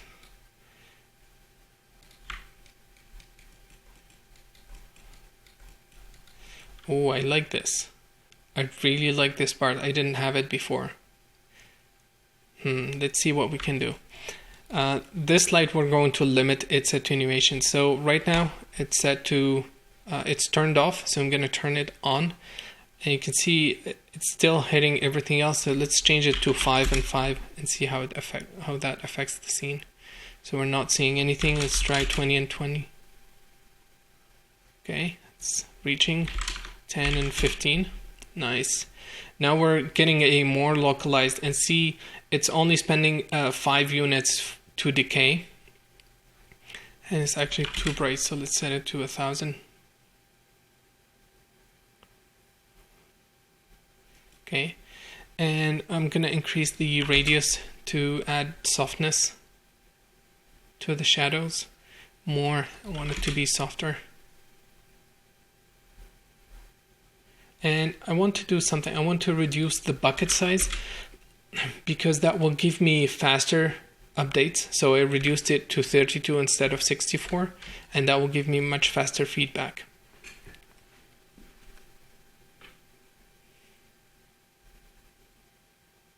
Cool. So I think we're good there. Yeah, I'm gonna soften the decay a little bit more. So I'm gonna reduce this to 6. And yeah, have it maybe 8 and 20.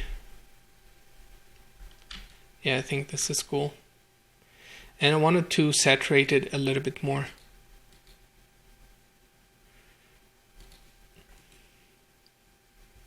Cool. So let's take a look. What's next? The center front. Yeah, let's go back. Let's go from bottom to top. So center front, it's reaching out. You can see it's reaching out too much here. So let's select this guy and let's set it to 10 and 20. Let's reduce it to 2000. It's still too much. See, it's hitting this wall. I don't want that. I want it to end much sooner than that. So 5 and 10. Yeah, this is the last point I wanted to hit. So let's try 600. Still bright. And let's soften it. So I'm gonna give it a radius of. Oh, this is very nice. Yeah, this highlight is very interesting. Okay, I think it's cool, but it's too bright in the center. I'm not gonna change it. I'm gonna give it a warmer color to get rid of some of the white, so it doesn't explode this much. And we can still tweak once we look at the whole image later, obviously. I think it's too bright, so let's try 100.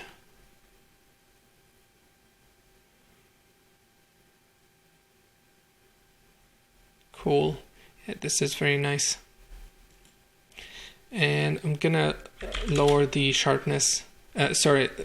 Reduce the softness. Pardon me.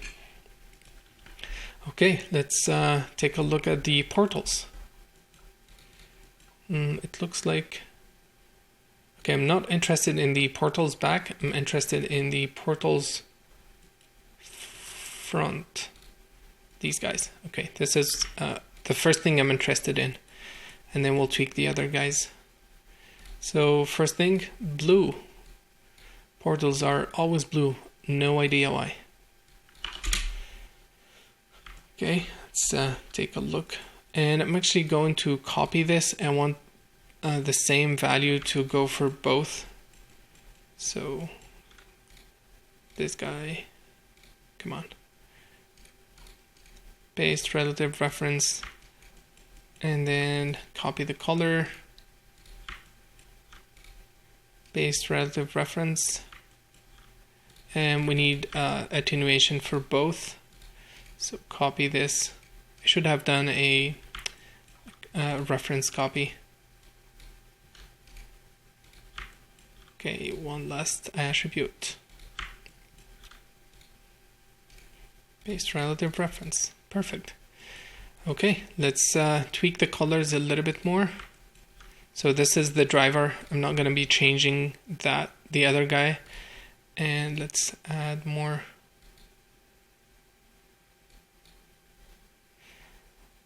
And remember, our environment is very warm. There is a lot of red colors in the texture, plus the light. So whatever we see here does not necessarily mean that that's what we're going to get. And remember, we're rendering 200 million points interactively now. And yeah, you can see why I prefer to use Arnold, because I can do this.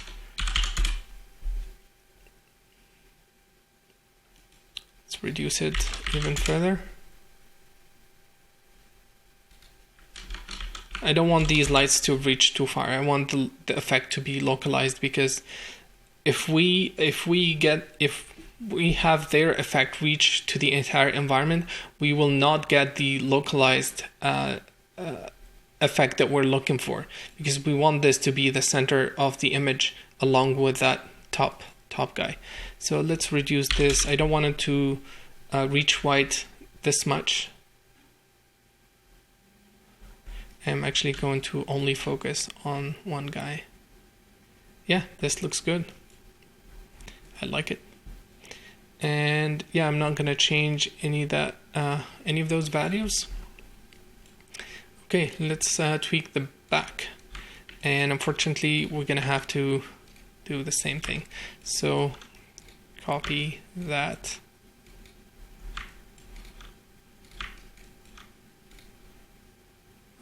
Paste relative reference. Select this. Paste relative reference. I have shortcut for that. I'm gonna need attenuation, so that's first. Okay, let me pause. I'm not gonna pause, it's fine. Sometimes it takes a few seconds for it to start back, and I'm not gonna wait for that. So let's select this guy and let's reduce it. I don't want it to be as intense as much as the front one. Oh, this is very nice. I really like it hitting that area. I think it's very interesting. And we can control the spreadness of this light. This is limiting how it's basically adding a barn door to the lights. So maybe we can make it a bit more localized so it doesn't hit this rock this much. Something like that. We can soften the edges as well to blurry that line. And this roundness is for the corners. We should actually do this as well. So let me do this on the other light as well. So 0.5. And then let's tweak the attenuation. Oh, we need to copy all these values now. Okay, so let's do this. Let's tier a tab pan copy. I'm gonna pin this guy, and those are linked. And let's select this, always on top, and let's do this. Just drag relative reference, and I should have done obviously a copy reference, which I've seen some issues with it in Arnold, but I'm not gonna worry too much about that. We're done. Okay, so the last thing I want to tweak is the attenuation, but I really like the fact that it's hitting this much. So what I'm going to do is I'm gonna try and soften that. How much is the value for the front? Okay, I want it to be less intense than the front. So let's see, 20. Yep, so this is cool. And let's see how much. Yeah, 5 and 10, it's fine. We'll see them both together, and then we'll tweak based on that. Actually, I don't like how sharp the fall off is, so I'm going to set it to 5 as well here. Yeah, this is much nicer. Fall off, and I think it's still reaching out too much, but we can go back. We're gonna have to tweak everything once we see it all together. Okay, so these guys, and I think this is perfect. This rim light is great, so I'm gonna desaturate the color here, and let's give it some softness. And let's have it reach less, so 10 and 20 less. Let's have it 5 and 10. I want it to end just here, and let me set this guy to be 0 for now, just so we can focus on this light individually. Okay, maybe a little bit more, 8 and 20. No, I think 12, 15. Let's increase 15 and 20, 18, 16. Okay. Let's try 2000. I'm going to give this light a hint of blue.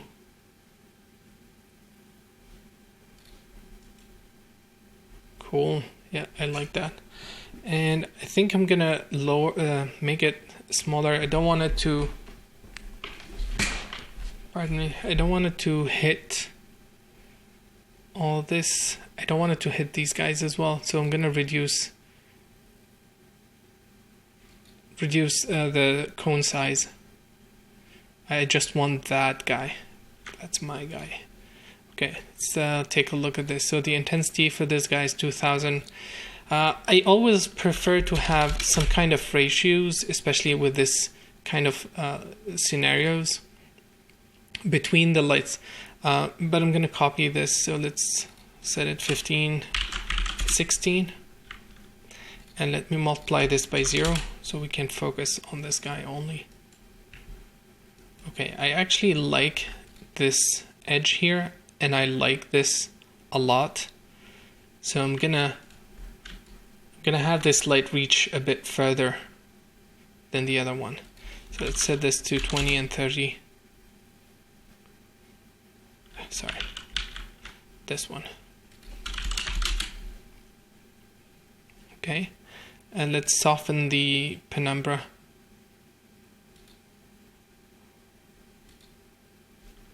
But it's not hitting the guy anymore. So let's try.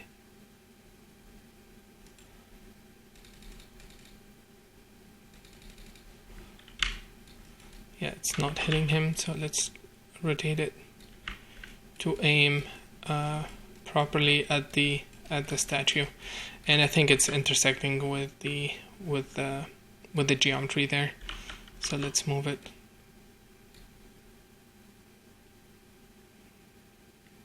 Cool. Yeah.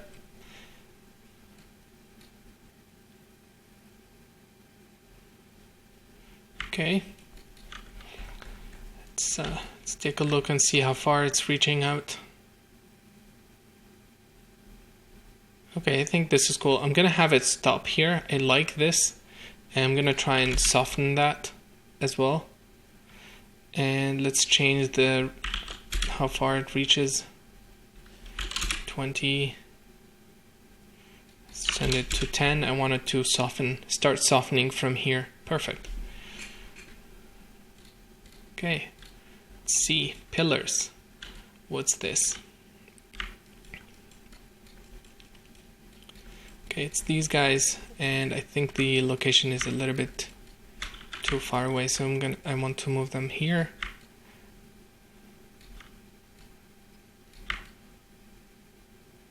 Something like that.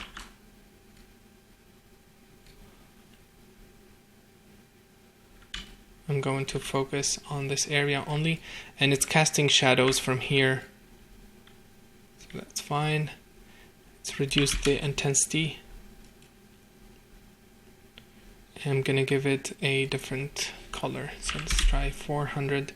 I actually like the red here, but we'll tweak it later. And I like how sharp it is. So let's just reduce the intensity a bit and leave it at that. Okay. Let's see the other guy there. And let's take a look. So here I have two lights, so 2 pillars, and I want to capture both of them. And remember, we have the portal here, so there's a lot of lighting coming from this area. And let's soften the penumbras and reduce this to 400. Cool. And I want to soften that even further.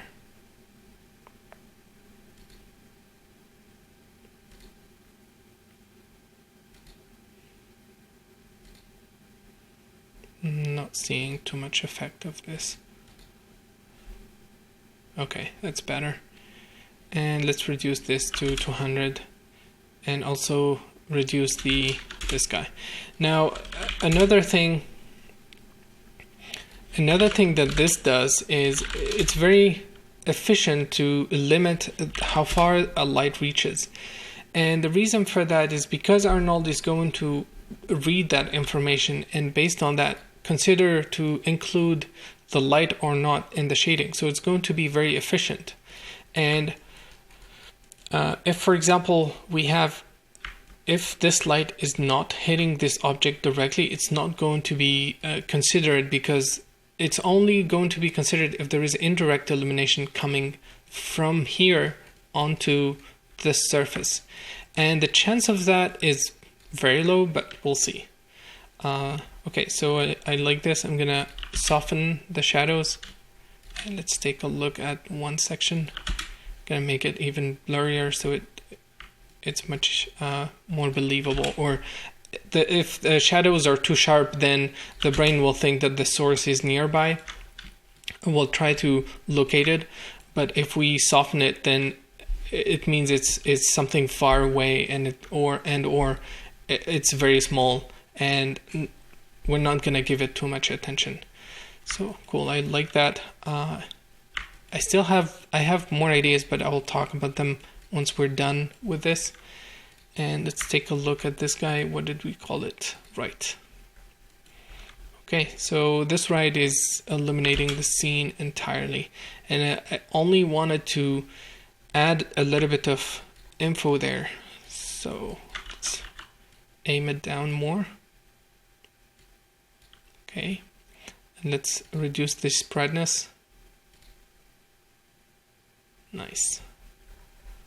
This is actually very nice. There's definitely so much stuff that we can do with this scene. And let's reduce this to 200. And let me reduce the reach. I don't want it to hit these guys. So let's work on that.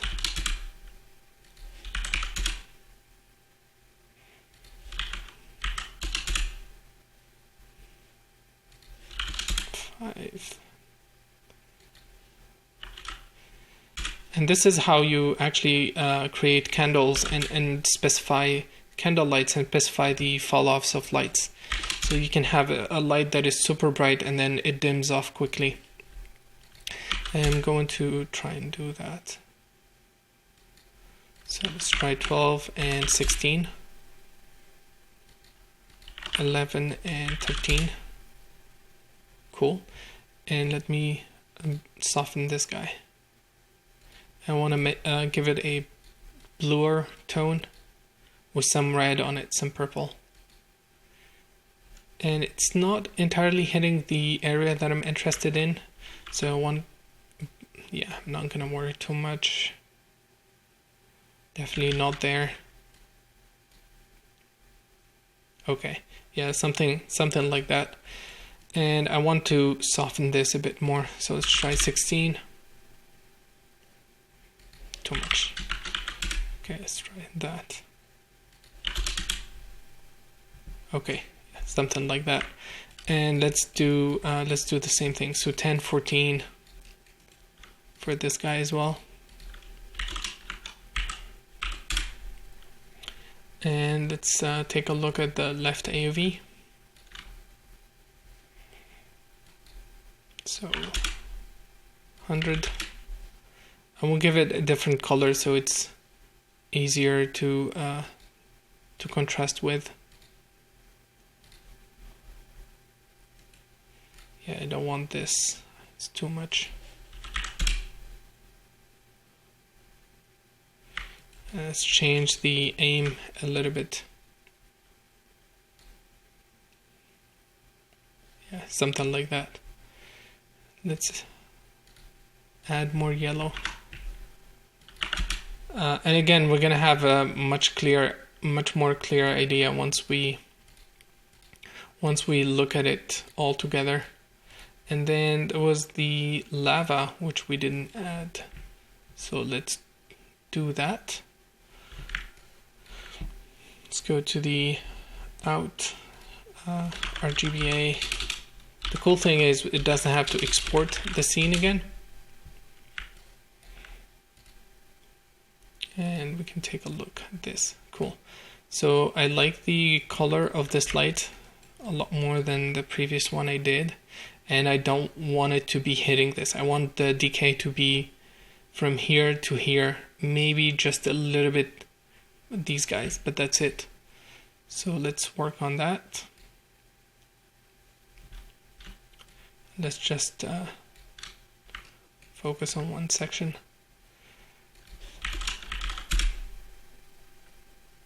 Done. Yeah, 10 and 15 looks good. The light is too strong though. Okay, I think we're done with all these guys, and let's take a look at what we have so far. I think it's working really well.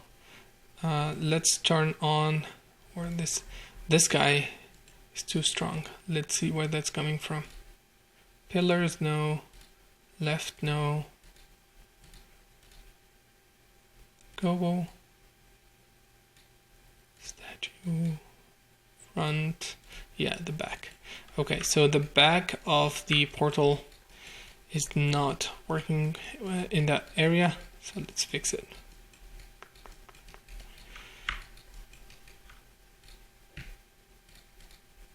So it's because see how it is here. Yeah, here it's still too strong as well.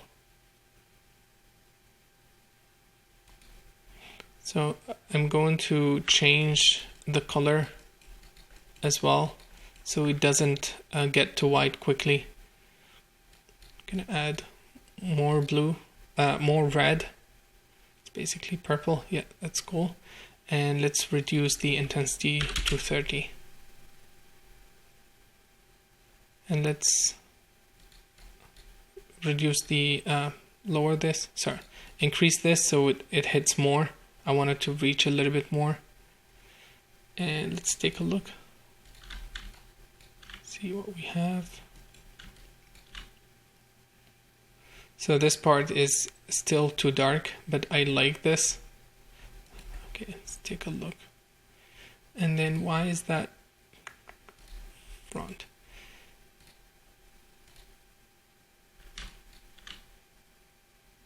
Yeah, there is another light hitting these guys.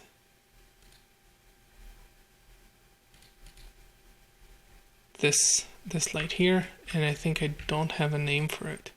Pillars. I do. Okay, so this one is too strong, and what I like to do is I want to have it hit that area a little bit more. So let's shift that.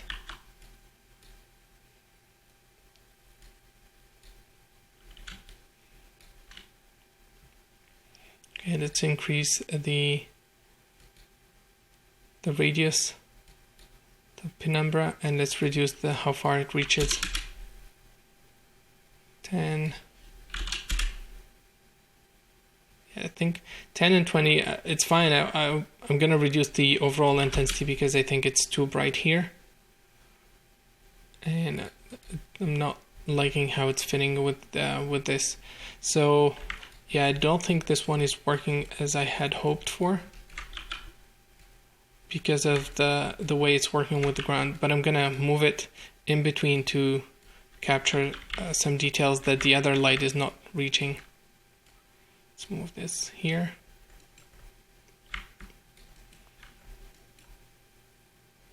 Okay, let's add a tiny bit more blue.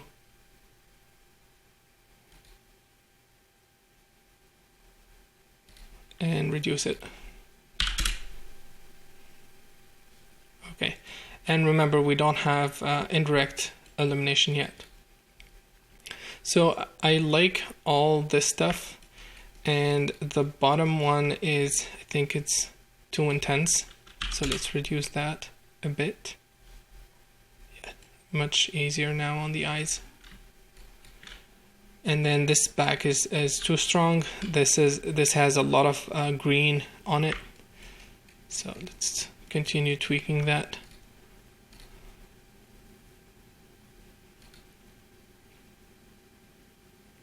And it's fine to have the same color between these two guys as long as we have nice separation. I think that's cool. Let's try 40.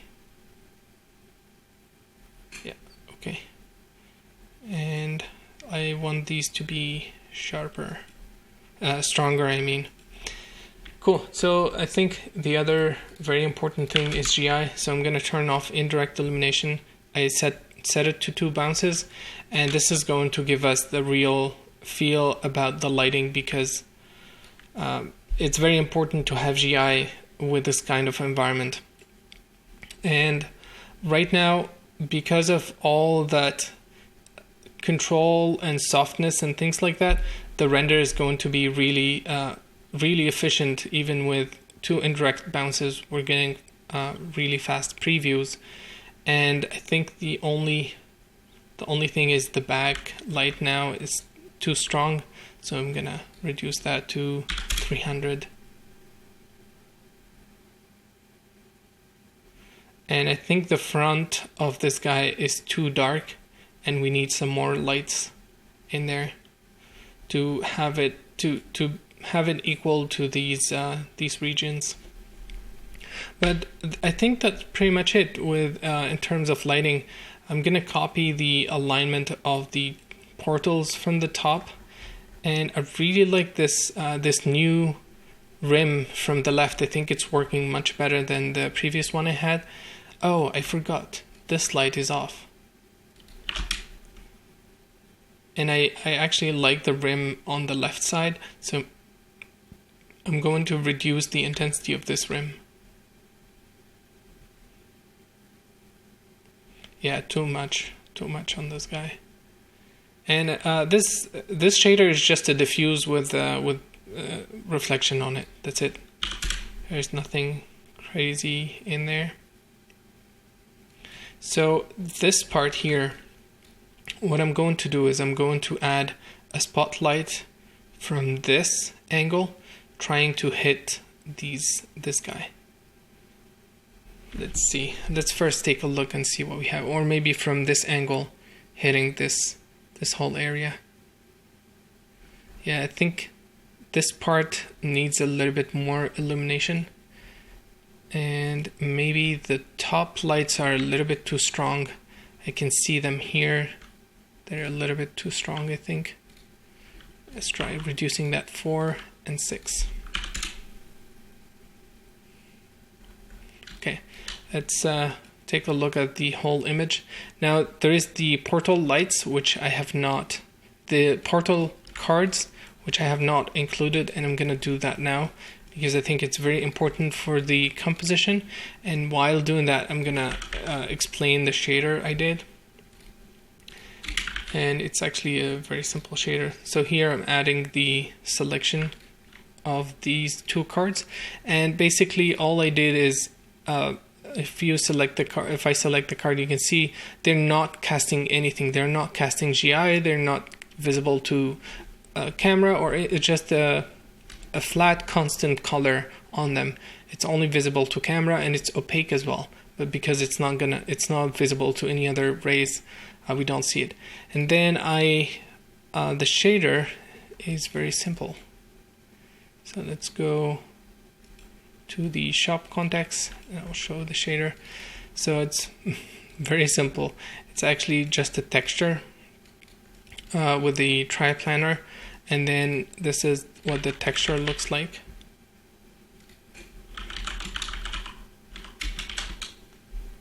I downloaded this image from the web.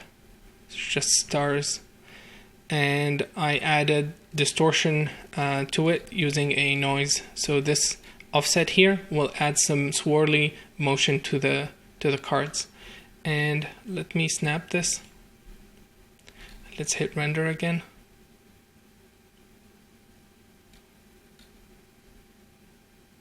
I think the intensity of these guys is too much, but let's see them with the portals added. And this is again just a texture. And let me turn off GI here so it's faster. Cool. So that's the texture, and let me show the effect of this noise. So that's the texture that I just showed, and because of the triplanar, it will just work. And then with the noise, we can start distorting it. You see, it's adding a little bit more swirl to it, and we can make this stronger. just to add something. Instead of having those stars, let's try 100. That's too much. Let's try 10. It's too much. 5. I think 5 is good. So, and this is not, it's not visible for reflection. Actually, let's try and add it for reflection rays. I think it makes sense. So that would be specular reflection rays, and let's try both. And this requires a re-render because the shape level changes does not work with the interactive. So I think maybe we'll get some reflection in there now. Maybe, I'm not sure. Yeah, we'll check that later. And let me do the same options. So these two guys, yeah, it's a reference, and the way to create reference is right-clicking, action, create reference copy, and that will make a copy. And you can right-click and break the link to override any attributes. So I think the only thing I'd like to change now is the intensity of these portals. I think it's too strong at the moment. So let's select this guy, the other guy, set to 100, and I'd like to desaturate it a little bit.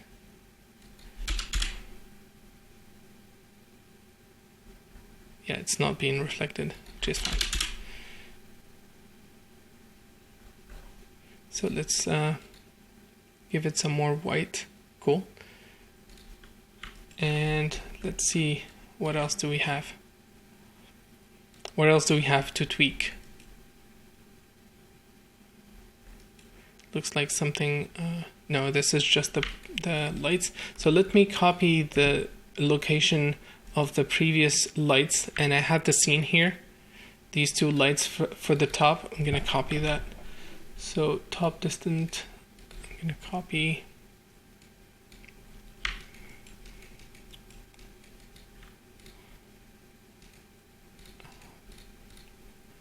Paste copied values.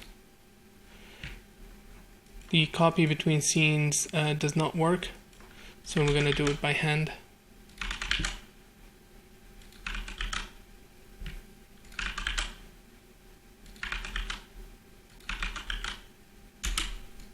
Okay, and the other light.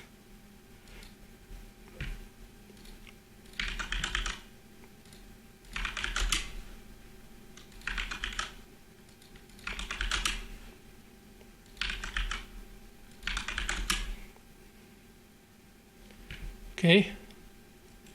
I like the other. No, this is cool. I'm gonna tweak the lights again to be more visible. Okay, cool. And see how fast it is, and it's super clean. This is no GI with just 3 samples, and this is a huge improvement in Arnold 5. Before you needed a lot more sample to get this cleanness. I'm gonna change the color a bit, and for this I'm gonna increase it as well. I'm gonna desaturate it a bit. Pardon me.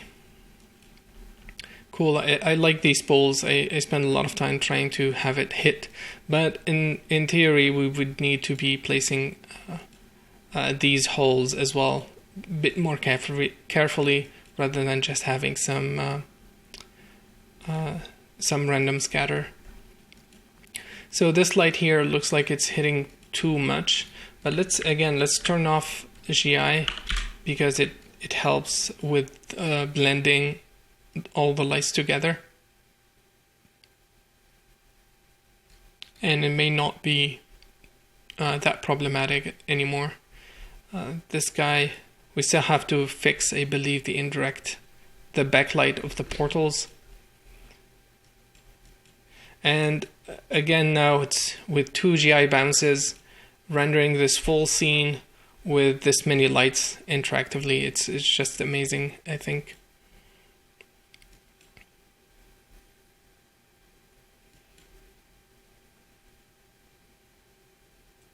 cool. I think I'm super happy with the lighting, especially that we just did this in 40 minutes. I mean, yeah, it took some time, but I think it's working really nicely.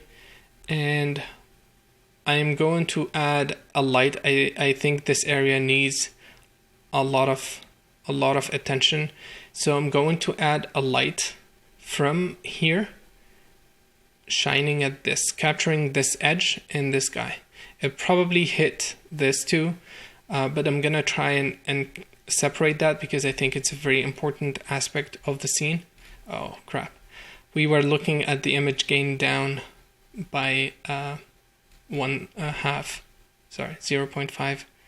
So this is the actual brightness of everything, and this guy looks cool now. I think there is a lot of information.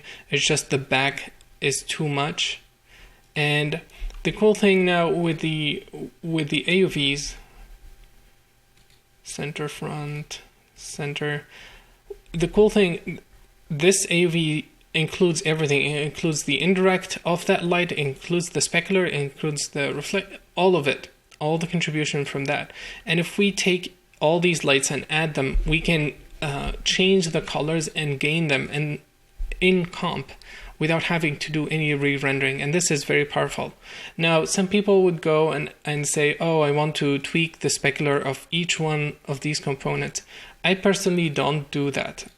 If you're gonna go start breaking each component of these layers into separate AUVs per light, then the first thing you're breaking the physically based nature of the render, and it's something that should be done in the render.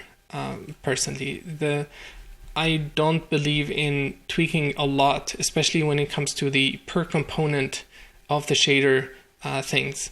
I prefer only to tweak things like this, which is physically correct, because if we change the intensity of all this is what all the contribution from this light. So again, we have all this information. I'm going to, let's see what I'm going to do. I feel like the overall illumination of the scene is not putting this guy in focus, nor these two, especially with this and all. But I think with a little bit of compositing, just adding a gradient here and adding another gradient to brighten this area a little bit would definitely get all the problems fixed. I love this pool of light. I think it's really cool. And this is the only part I'm not happy with, but I'm not going to worry too much about that. I'm going to change the settings and render a high-res version of this. So now we're going to, the render is done. We're going to take a look at a few things. It took 3 minutes and 36 seconds for this entire scene.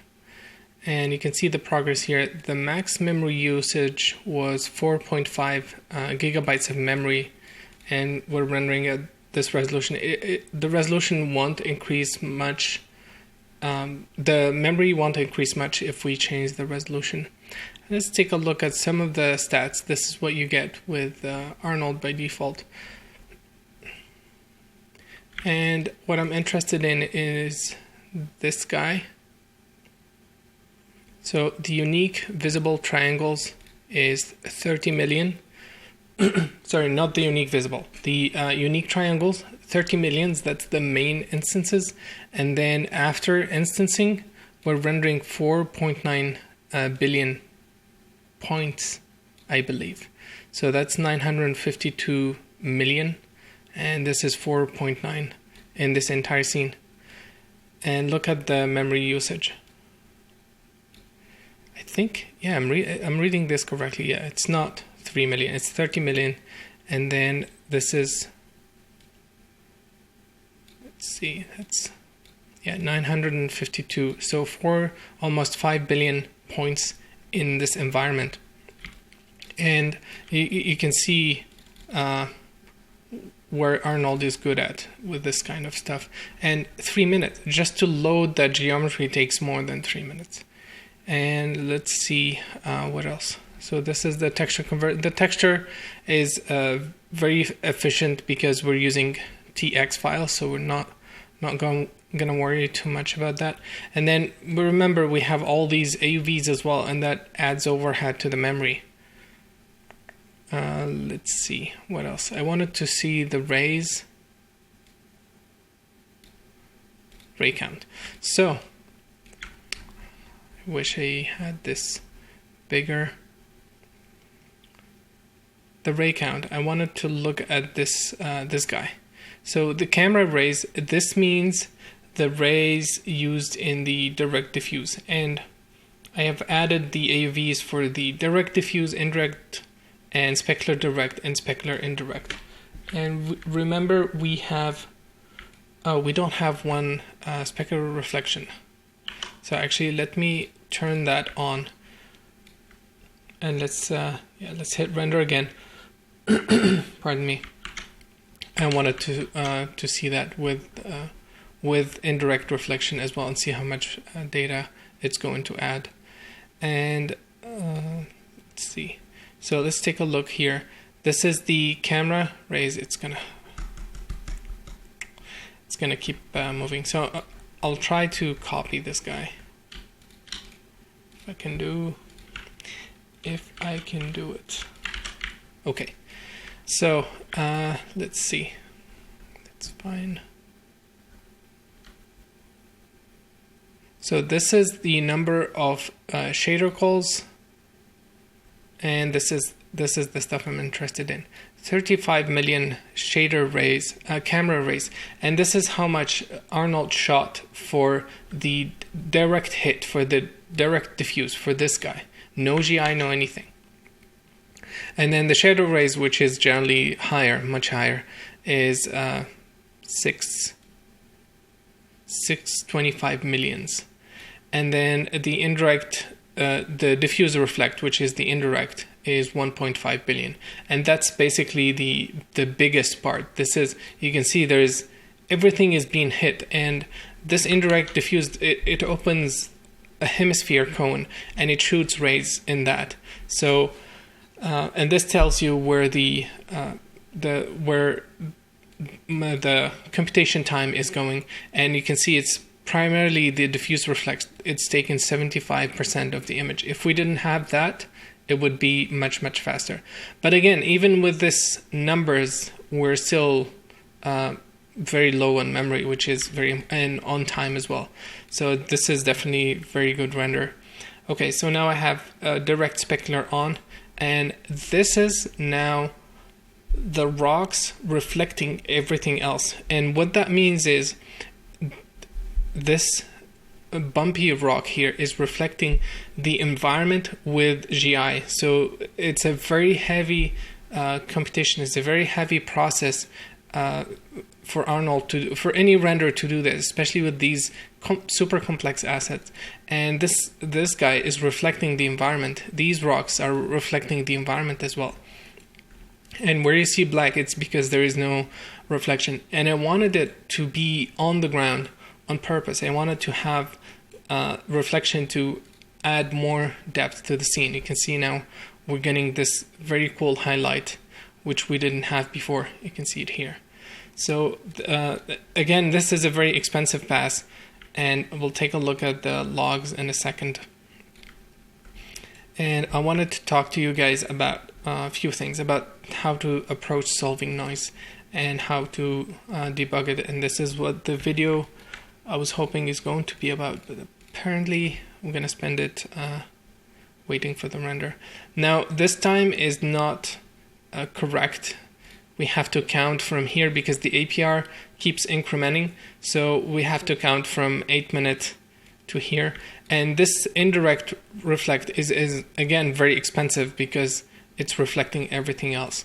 So let's see what else I want to talk about. So we have 2 GI bounces, 1 reflection, and then I increased this sample to 6. This is the only thing I changed. And now what I want to show you guys is how to break it down and see where the noise is coming from. Now, obviously, we have noise here. There's a clear noise. We have a lot of noise here. This area is very clean. Surprising. This area has a lot of noise as well. this area is very clean, and then it starts getting more noise on these sides. This is very noisy. We have to clean that up. Even if it's noisy on the back, if the close-up details is noisy, the brain is going to think that everything is noisy and it's going to use that as a reference. So we don't want that. And let's take a look. And this is the final scene. I think I like it as it is. Probably this is too bright, but again, we can still tweak few things in comp. I mean, we can do anything in comp, but I don't want to miss the image too much. I really like all these light pulls. I think they're adding a lot of interesting patterns to the image, and we're going to add fogs as well. Now, the reason I was looking at the image like this, probably because I'm going to go with this version with it gained down 50%, because I want to add fog. And the brighter the environment, the harder it's going to get the fog to look correct or to be visible at all.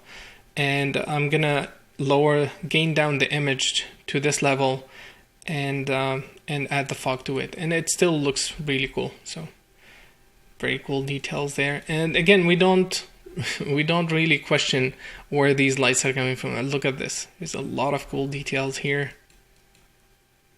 This is working as well. It's much better than before. I still have this part, which I'm not going to worry too much about.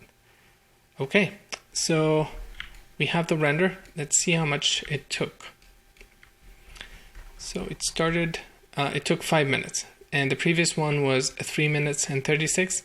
But again, this is a very expensive process to add. So the diffuse reflect is now 2.6.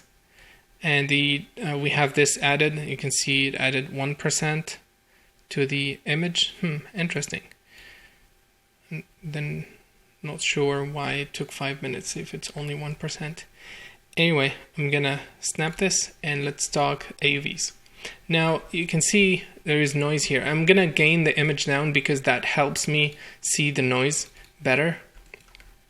In certain areas, for example here, it's not very visible. If I gain it down, I can see how much noise there is in the saturated areas. So I'm gonna look at the image at this level, and we have a copy. Okay, cool.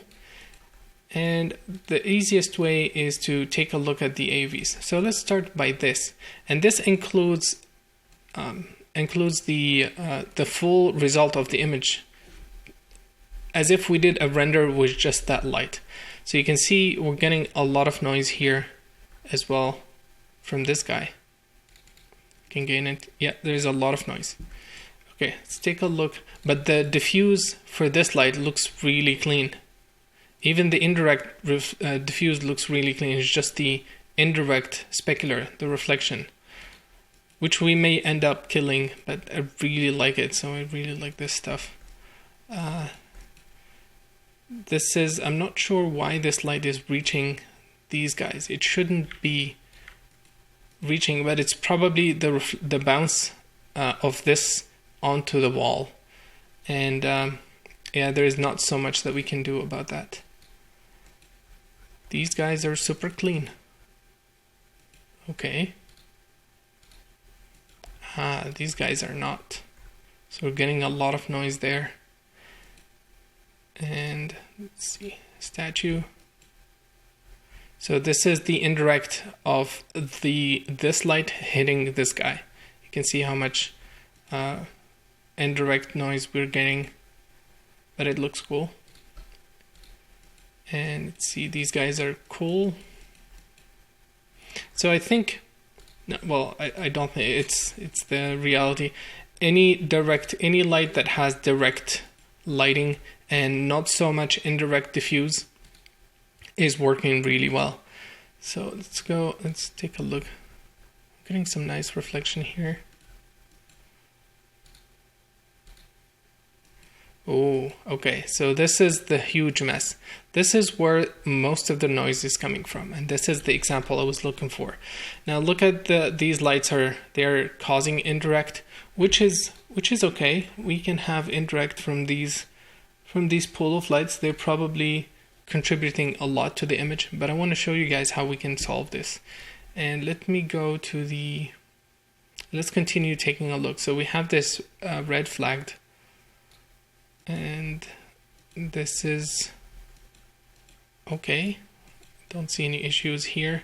There's a little bit of noise, but it's nothing major. And then this is a very good indicative of where the noise could come from. Now, why I said that? Because if you have a noisy direct, the indirect is going to be shot from these edges. So let's say this surface here is going to try and see if it gets hit by these lights. So it's going to open the cone and shoot some rays. It's going to shoot a lot of rays. And some of them will hit here, and some of them will hit here, and some of them will hit here. And because this image is noisy, this edge here, the shadow is noisy, it's going to be exponential. So the point that picks up these guys is going to be really, really noisy. And if the direct diffuse of the image is noisy, there is no way you're going to get a clean render by increasing the indirect diffuse settings. You need to get a clean direct diffuse to start with. Same goes with the direct specular. You can see we're getting some noise here. This is super clean, so I'm not gonna worry too much. This is okay, but this is noisy, so we want to fix that. We need to get as clean as possible direct hit, and then the indirect will automatically improve, and then we can solve that later as well. So what I'd like to do, we've already snapped this, and I'm gonna shift here, and I'm gonna turn off the indirect because it's not gonna, I want to solve one problem at a time. Okay, so I'm gonna turn that off, and what I'm going to do is under these lights, each one of them, each light in Arnold has separate setting. It's called samples. And you have two of them, one for volumes and one for surface. I'm going to increase both of them to 3 because later we'll use these guys in volumes. And this sample here is only going to affect this light. It's not going to affect the render settings. And let's toggle between the two. Ooh, it's changing. It's improving a lot. See here? Day and night. So let me link these two guys together because they're pretty much in the same condition. It's paste relative reference. And remember this lighting gobo thing, that it's using a super heavy geometry. It's going through this entire mass here, and it needs to generate a clean noise, which is a very hard problem to solve. Most of the other renders, people will end up using an actual gobo light to solve this problem. So let's see. Yeah, I'm not seeing. Let's try and solve one at a time. So I hid that light. So it's this guy. So see, because of the angle, 3 samples works really nicely with this. You can see now we're not getting as much noise as before, but we can increase it a little bit more. We can go to 4 and 4, and that should improve the overall image. And then we can also weigh in. I will talk about that later. Okay, I think this light is good. So let's multiply it by 0 so we don't get any contribution from that. Let's take a look at this.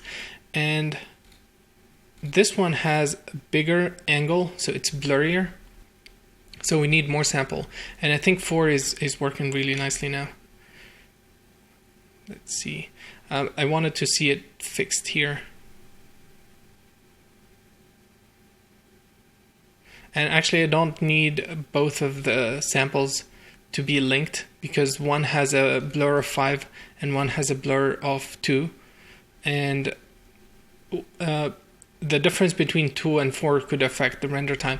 Not drastically, but it can affect it. So we want it to be as efficient as possible.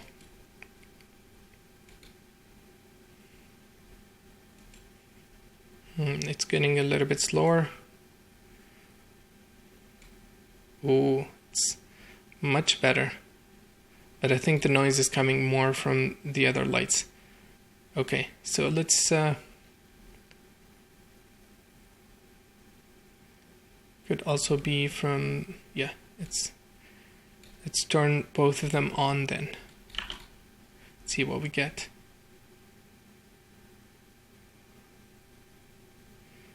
If we fix the noise here, then we're good.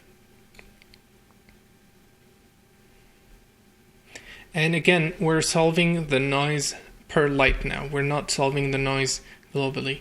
And I think most of the noise is coming from the second light. You can see here it's much cleaner now. But once we added that, the second light is not changing at all here. And now this is where we need to ask ourselves, is it worth, let me stamp this, is it worth for us to get this illumination, not this is good, from these lights or not? Is the indirect illumination very important from these lights or not? Well, let's take a look. Let's turn off the indirect illumination for both of them. Okay? By reducing the indirect by setting the indirect to 0, and see if we're losing a lot of details.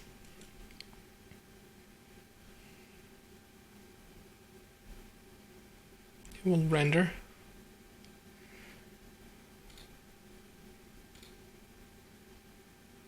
So we lost all this information here, but whether it's worth it to increase the settings to solve that or not, it's not something. I definitely like the glow here, but it's something we have to decide ourselves. Now let's take a look. If we're getting this nice glow here, then I'm happy with this result. If we're losing a lot of that visual, then I think it's very important to add that back. And again, we have, if we look at the full image, see the contribution of this is not a lot. It's not here. This is the render with the GI on and off. It's not too much, but I think it's cool. So let's take a look at the ground and see how much it improved between the first and the second. And we'll turn on GI for these two lights and see how much information, because the additive result from all these lights may not make that information very visible. So it's adding here, but this is much cleaner, see? Though I think the visual information is very important, so I'm not going to sacrifice that. Now let's go back to the indirect, diffuse indirect, and try to find which one is the culprit. Let me set this to 1 and 1. And what I'm going to do is I'm going to select all the lights and set them to 3. I know this may not make a lot of sense, but it's an easy problem to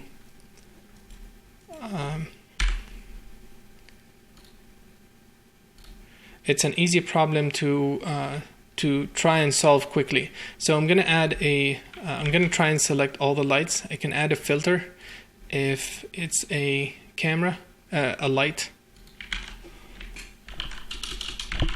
It's an Arnold light. These are all the lights. I'm going to select them all, and I'm going to set this to 3 and 3. And I don't want to increase the render settings, and I've overwritten these two guys to go back to 3. Okay, and let's hit render again. And remember the interactive tests we were doing, we're not just computing those lights. it's everything. And again, I think the indirect illumination from that global light is very important for the visual of the image, so we're going to leave it. We have to leave it. And we're talking about 5 minutes render here, even if we increase it to 15, which I know I can easily solve the noise problem by changing one slider, but I wanted to show you guys how to properly debug these kind of problems. So this will improve the overall quality of all the lights. And let's compare this. There is a little bit of change, but again, Arnold is very efficient when it comes to this, so it will know where to place the lights or not. And let me go over the AUVs again. So I think the lava needs, which we have done. So this is the noisiest guys. This is cool. This is good. Yeah, this guy. And I think the indirect illumination from this guy is not important. So statue, I'm gonna turn off the illumination from those guys, because I'm not seeing, especially with it being next to that spotlight, I'm not seeing the value of it contributing to the indirect other than causing noise, to be honest. So I'm gonna set this to 0 for both of them, and that should make it much cleaner. Boom. And that's all. I just need the highlights for this guy, that's all. Okay, so let's see. And these, for example, these lights are visible to us directly, and they're not hitting anything else. We only need their decay to end here. So I don't see any value for having them contributing to the indirect. They're just causing noise here, and we're going to be looking at the image like this. So they're just increasing the noise level overall. And I'm going to select both of them. I'm going to select both of them and turn off the GI contribution, and we'll take a look at the backlights and see as well how much they contribute. Okay. Again, same thing. I don't see a value of this light contributing to this. I think at the end it's going to be just the major lights, which makes sense. And Arnold is honestly very efficient about this, but I just want to show you guys how to get to the bottom of noise and how to efficiently make use of this engine without sacrificing the image quality, of course. So I'm going to turn off indirect for both of these guys. And I'm going to turn off specular as well. I don't need indirect reflection for these guys. They're going to still, I'm going to leave it at 1, sorry. Indirect to specular is probably the same as indirect, so we'll leave that. Let's take a look here. Okay, cool, much cleaner. So let's see this guy. And remember, I'm going to be using the image at this level. And the truth is, I always like to render brighter images, because that is easier to later. If you wanted to grade it down or gain it down, it's easy. And if you wanted to brighten that up, you have the information already. It's better than rendering dim image and brighten them up. I always prefer to render at least 1.5 stop brighter and treat it in comp so I have more information.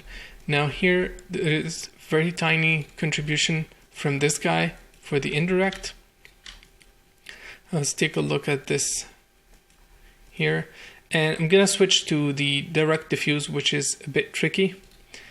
So direct, and where is it? Center front. yeah, I think the indirect is very important for this light, but we're going to talk about another tip that should help reduce the noise as well. Okay, let's see this guy. This guy is cool. Yeah, I think this light is really good. And here, as it gets here, other lights is going to contribute to this image, and hopefully the noise will be much cleaner. So let's see where we're at. Let's take a look now and try to render this and compare it with the original one, other than turning off the specular. And remember, we increased the samples for all the lights to 3.3, which is a very reasonable number. And we're going to have to do that for volumes anyway. And 3 is not something dramatic, and the render time has not gone up or changed drastically.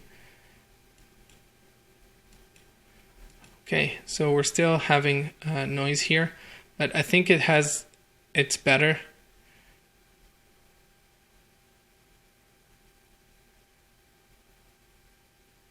Looks like we lost some contribution. Let me verify that these lights are causing GI, because I think it's very important to have those corners. And I will show why as well. We want the lights to be as clean as possible by themselves. Well, I can tell you now. The reason is because if I wanted to create a new light rig, a new lighting scenario that, say, takes this and the back center, this guy, and then maybe the portals, I can easily do that. I can isolate the AUVs and just use that, and I can easily I can easily create the light rig. And even if I use this information, I'm not going to have any noise problems. Okay, so I think the noise has gone better, but we still have to go to the render settings and do a few things. Now, this is a very heavy, indirect heavy scene, and this AA sample here works really well when you have a lot of motion blur and you want to solve all the noise for the motion blur.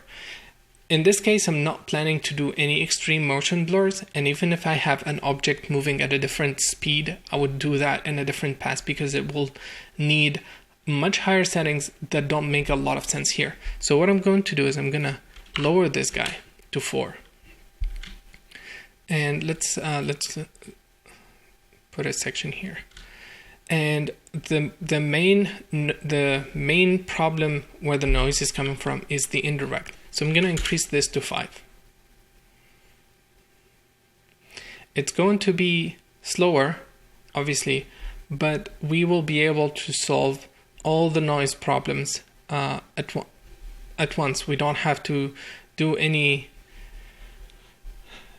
extra time to solve individual light problems. And I believe we can tweak the light samples a little bit down, like set them to 2 instead of 3, but the render time is not going to change much. And honestly, to get a clean noise from this heavy scenes, we need that kind of we need a lot of diffuse samples to fix all the problems, to fix all the noise problems. And look at this now. It's much cleaner. And again, we're not going to be looking at it like this. We're probably going to be looking at it at this level. And now it's much cleaner. And let's take a look at the diffuse indirect. It's definitely a lot cleaner than before. And I think it's going to be totally fine to use this image, especially if we look at it like this.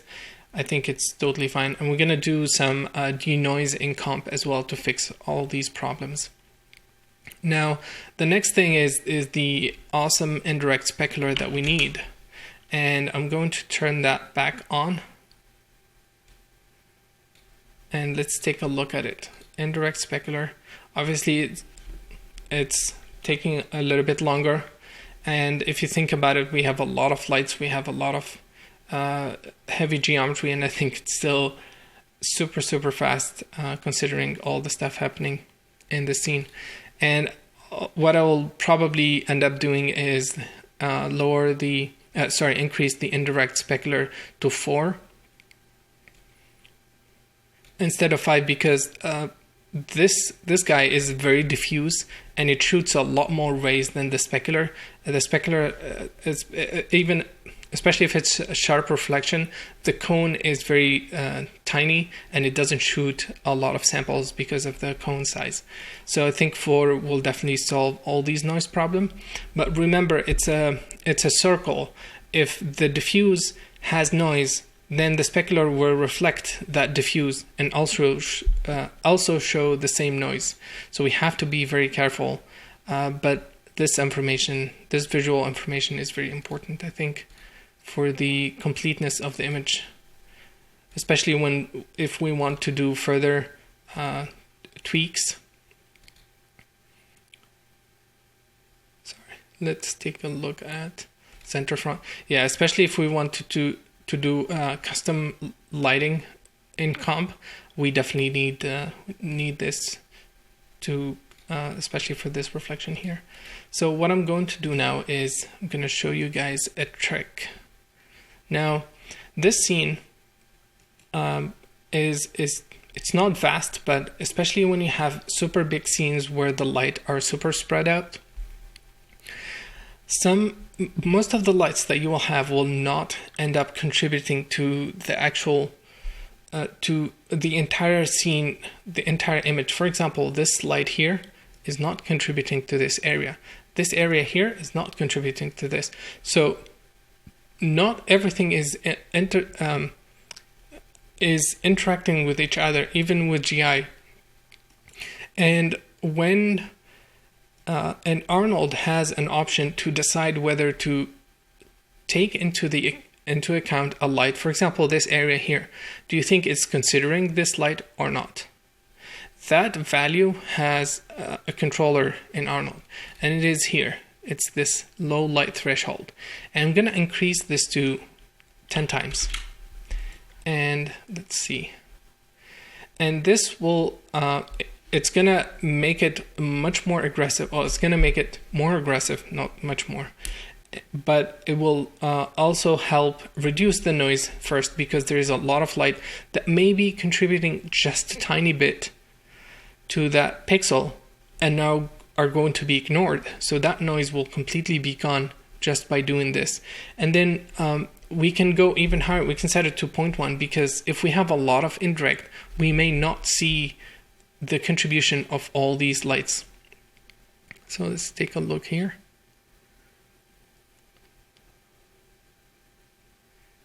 This is the previous result. This is the new result. And now I think it's much cleaner. I don't have an exact result for this guy, but I'm gonna do a capture here and increase this to 0.1. So it's 100 times bigger. And this will be very aggressive. So if you have a fast moving camera, if you have a fast moving camera, you may see some flickering, because based on the angle, based on the specular, and based on the reflection and what's hitting the lights, you may see some flickering and lights pop in and pop up. Depends on how fast you travel in the scene and how things are moving. So you have to be very careful with this. I personally never use 0.1. So you can see, for example, we lost some illumination. It may be good. It may help reduce the noise, but again, it can cause some flicker. And I'm not seeing noise change, which is what I'm primarily concerned about. So I'm just seeing illumination loss there, which I'm not happy with. So we have everything now. We have indirect illumination, we have reflection, we have 2 bounces of GI. I'm going to set this back to 0.1, and I'm going to cancel this, and let me increase this to 4. And actually, just to be safe, I'm gonna increase this to 5 just to pad it a little bit more. We have 2 bounces, and we have everything we need. I'm going to add a depth pass. I'm going to add a normal pass. I'm going to add a position pass. Let's see for this depth, we'll add that. And I'm going to turn on both clamps. This can be problematic, especially if the light is above 10, then its indirect illumination will be super high as well. And it may not be a problem for the indirect to be clamped in certain cases, but in certain scenarios this can be problematic, especially with the way we're using the light and everything. And we'll talk about that. I mean, we're not going to run into problems, but when you render things like fire or pyro, you will have to tweak that value a little bit more. Now, this is the result, and this is how we're going to be looking at the image. We're going to do a little bit more denoise in comp that I have some tricks to show. And then, I think that's pretty much it. I'm going to render, and we'll have some settings to look at in the next video. So now the render is done, and I have it somewhere. No, I don't have it. Okay, let me open the file quickly. I saved it to disk, so I should have it.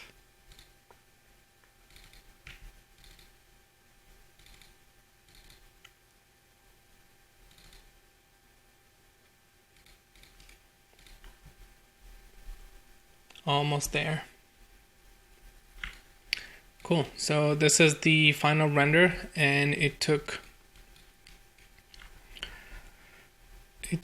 11 minutes for this to finish with the new settings, and you can see we have a much cleaner render overall. There's a little bit of noise here, but I think it's not problematic, especially if we add more refined textures like this guy here. I think it's going to be totally fine. Also, the bump is contributing to this a lot, so that adds to the noise level. It could be clean, but because of the resolution and the level of details, it looks like noise. This guy has a little bit of noise, but overall, I think it's a very clean image. If we look at the overall ratio of cleanness versus noise, I think it's pretty clean. The things I like to improve is, I think here overall it's really dark and compared to everything else, and I would like to improve that a little bit. We can add a new light here that shines at this section, or we can just add a point light here that helps illuminate this area. It could be blue as well, just to add a hint of blue to this region and this region. And we're going to be looking at this image like this, probably like this, because we want the fog to be visible, so we have to gain it down to make that more clear. And this stuff I really like. I think it's very cool to have these kind of details, and look how much fine details we're getting through the surface. And again, there is one texture. This is the cliff geometry, that sharp, that has the actual details in the geometry. But overall, if you look at all these sections individually, let me hide this.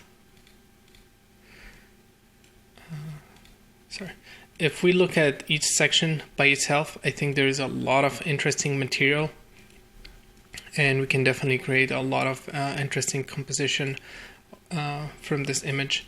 Now, the part that bothers me a lot is this is really dark here. This part is really dark, and I think that rim light is what's going to make the difference. If we put this guy in context and make it much more clear and pronounced by adding lights that hit this and creates a rim light, just this edge here and this edge here. That's it. That's what the image is missing at the moment. And then indirect illumination here, or some kind of illumination, would help with this as well. And I think that's pretty much it. I really like how the pools of light are coming through. I think it's working really nicely. The variation as well. There's a lot of cool details on the ground. As we zoom in, there's a lot of details. We are at 11 minutes right now, and I think this is really impressive. It'll probably take an hour or 15 minutes on an i7, maybe 14 minutes on an i7. Depends on what model you have. The new AMD or the new Intel will probably be done with this in 20 or 25 minutes. And I wanted to take a look at some numbers. Here we're shooting 198 million rays, shadow rays, and again most of the computation is in the indirect diffuse. The indirect reflect is very efficient because of the way the specular is working. It doesn't shoot a wide, an open angle. It's not very rough. It's very sharp, and it's not happening across the scene. So there's not a lot of indirect going on. This we have indirect here, which is great. This pillar also has some reflection, which is cool. Could be accentuated a little bit more. And then I'm pretty happy with the image, and we're gonna do some compositing on it and learn some new tricks in Cops in Houdini. Now for this light, it's sorry, let me check how much lights we have here. Should show up in the settings. Yeah, not here. Yeah, I've lost the, it should be at top, but it got cropped.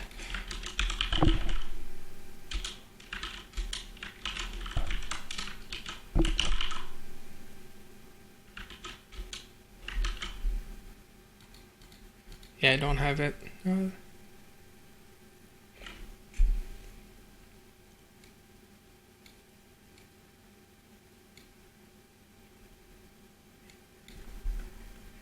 Yeah, we don't have the number of objects. That's fine. And sorry, what was I talking about? So we have a lot.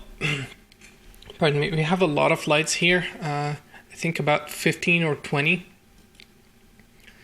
maybe more. I think 20 or more lights, and the render time is only 11 minutes and 35 seconds. You can see the memory usage. It's still reasonably low compared to all the geometry and how much rays we're shooting. And I honestly think this is really fast compared if we think about how much stuff is being put in memory, and the time it takes to load in the scene is super fast. Exclude the 30 seconds here. It only takes about from 30 to 7 for the first buckets to start rendering, which is nothing for this huge scene.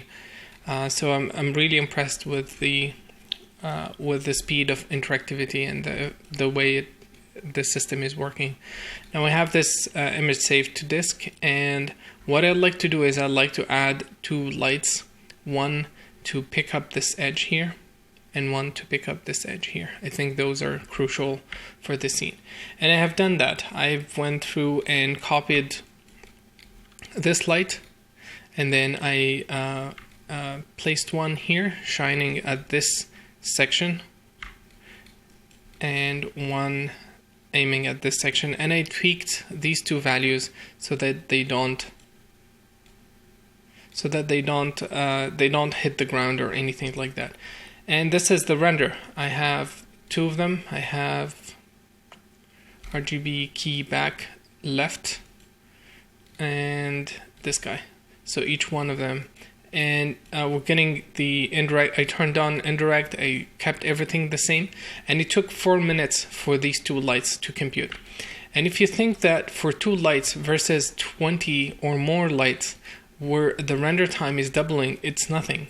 And in properly, if we wanted to do it properly, these two guys should be in the same render, but I didn't want it to wait for 11 minutes, and so I waited only 4 minutes for these guys. But again, if you think about the number of light increments and how much illumination is going in the scene versus just 2 lights for 4 minutes, I think the render is doing a great job at knowing what to do with the rays and everything. So I was very surprised with this, actually. And I wanted to talk about the look dev thing for the rock. Now you can see we're getting more separation, a clear separation in the rocks. We're getting different colors. These lights are almost white. They have a hint of blue on them. But that's pretty much it. And you see we're getting different colors. Now we've shaded these assets under a warm scenario. That's why they're looking much nicer here. They are nice here as well. I mean, this is realistic, but just to keep that in mind, that when you do look dev, you probably want to explore having 2 different light rigs. One desaturated that doesn't have a lot of warm colors, probably a light sunlight like this with just an HDR, and then a warm light or whatever light rig closer to what you're going to be using. Now I don't think I will need the indirect from these guys. I mean, if we're going to use them like this, it's probably fine, but if we want the edges to be super bright, then we may just use the direct diffuse for this. And this is the only thing I need. I want to add that on top here. And we'll see how that looks. I mean, I'm not sure that it will be great, but we'll see how that looks.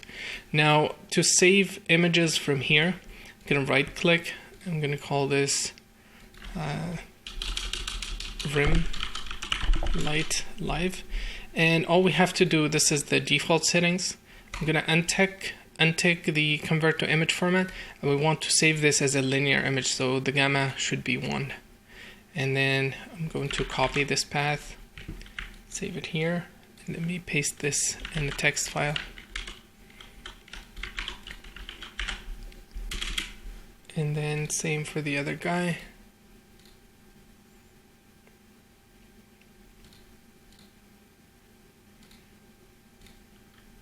I just need the path here. Okay, so we're in a pretty good state. I'm gonna save the file and let's go to the composite. And let's kill this guy, and I just need the network view. And let's switch to the image context. I'm gonna create a new image network, and let's set this to 1 and 1. Let's dive in here. I'm gonna create a file. And we want the first one. Now it's gonna apply the LUT, because this is a linear image, and with the LUT we're gonna get everything back. I generally untick this. I don't want it to tell it, at least in cops, I don't want it to do anything for the image. So I've done that, and let me copy this. The next one I want is the rim light, and all I'm going to do is I'm going to add both of them. So add here, boom. That's exactly what the image was missing. That's the only thing we needed for this. So I still like to pick up more of this, or probably I would like to tweak this part to pick up more, but let me increase the brightness of this 2 times. Yeah, something like that. And I think the overall illumination, indirect illumination, is helping as well. So let's try with just the direct diffuse of this. How do we access the AUVs? We can use a channel copy. I'm going to connect that, and the target is going to be C. And I wanted to copy the direct diffuse. And let's also copy the direct specular, and if there is any.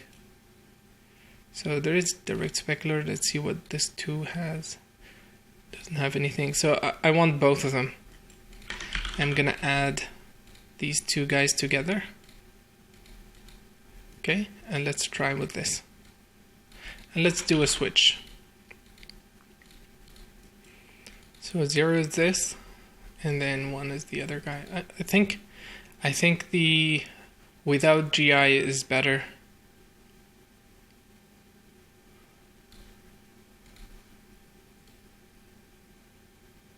Let's put down a bright node and reduce the gamma so we don't have to rely reduce the brightness so we don't have to rely on that.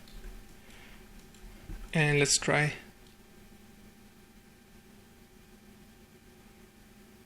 It's too much indirect. It's definitely adding a lot. So what I'm going to do is I prefer this version, and what I'm going to do, I'm going to unfortunately break the physicality because I don't like too much indirect. So what I'm going to do is I'm going to put down a channel copy. Sorry, let me restore the previous ones. Okay, that's cool. So let's copy this, and we need the indirect diffuse. If we can just find it. What's happening? It looks like I didn't add the indirect. So this is fine. So what I'm going to do is, actually this is a good opportunity to show something. So I'm going to take the beauty pass and subtract this from this, and that will give me the indirect diffuse. Let's use a layer node. So this, and let's take a look. Subtract. Okay, so this is the indirect. You can see this is the original, and this is subtract. So just GI. I'm gonna add a bright node here. I'm gonna add an add node, and then these two guys, and my new GI. Okay, so let's tweak it down now. Something like that. And let's use this guy. Cool. So definitely this is much nicer. And let me try and tweak this a bit more. So I'm gonna add a bright node. I don't want it to be super saturated. I'm gonna add a gamma node. I'm gonna lift the gamma to see if I can get some details.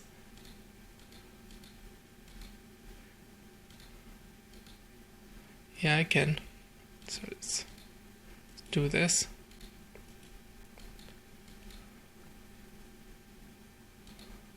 Okay. Definitely much nicer. So let's go back to the first one,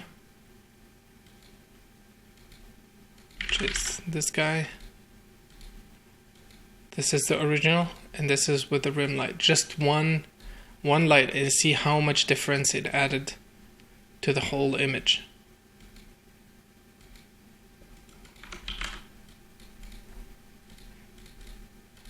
I'm gonna add a switch and toggle. So this is the original, and this is with that rim light. Now let's try and add a color correct. And with the color correct, we're gonna use this multiplier here. So I'm gonna plug it in here. And let's take a look.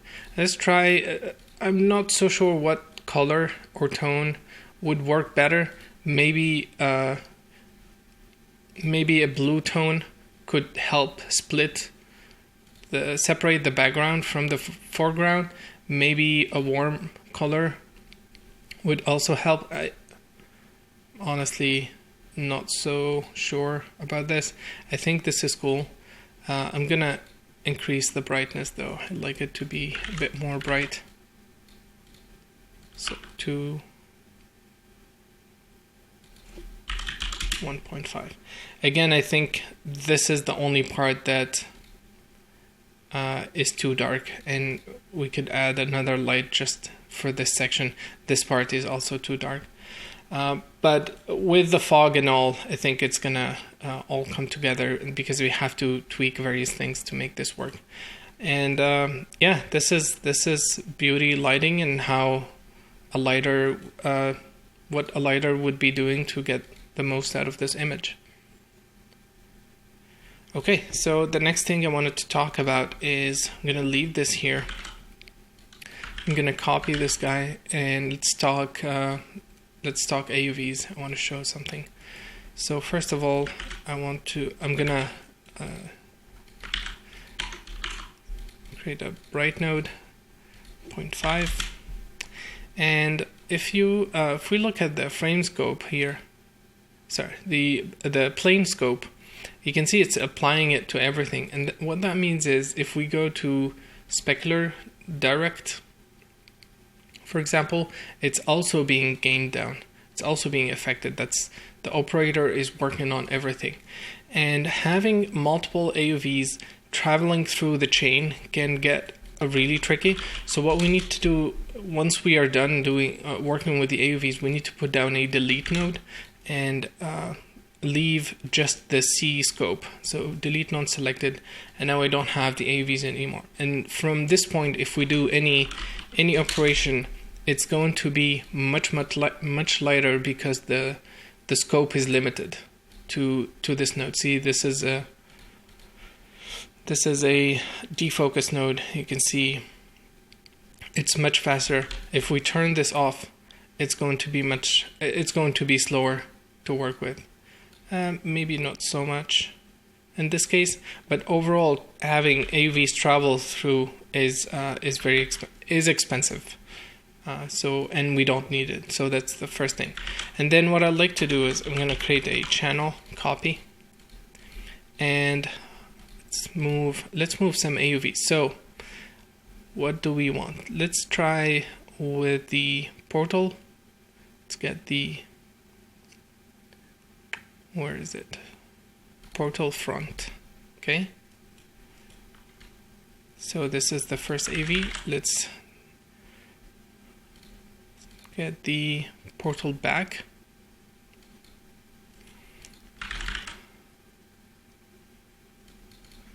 And let's get the center. Okay. And let's get the statue.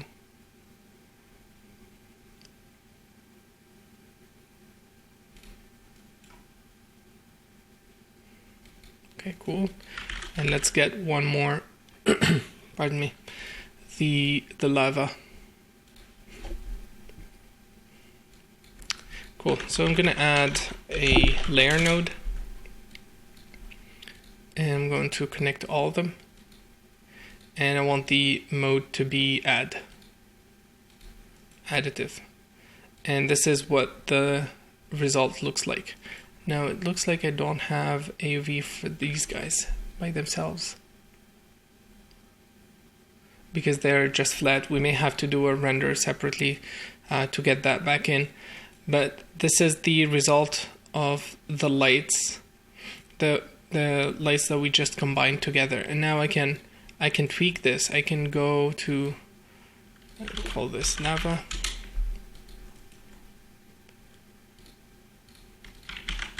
Statue. Center. Portal back. Portal front.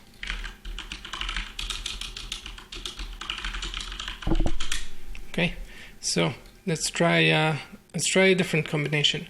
So I'm going to change the bottom light here. Let's use an HSV. This is very useful to shift the hues. And you can see I'm just shifting the hue here, and I can see the result directly. Actually, this is really interesting. I really like this tone here, with the bottom being blue. I think it works really nicely with the top. Okay, let's try let's try increasing the portal lights. So let's put down a bright node.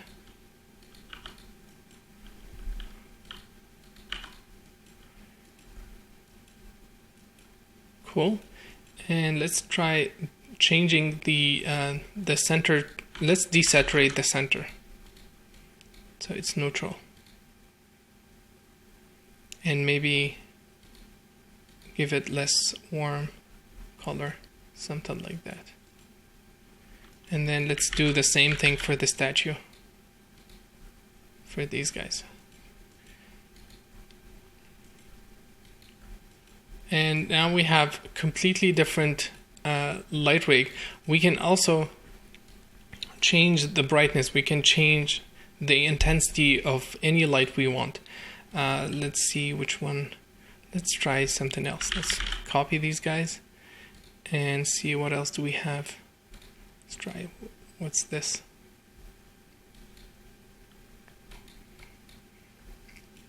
Okay, we'll keep that. Call this right. Let's call this left.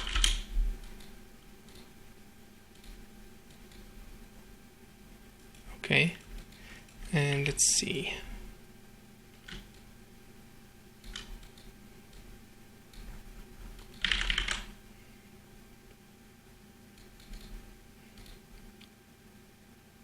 Pillar. Oh yeah, the gobos. Let's definitely bring those in.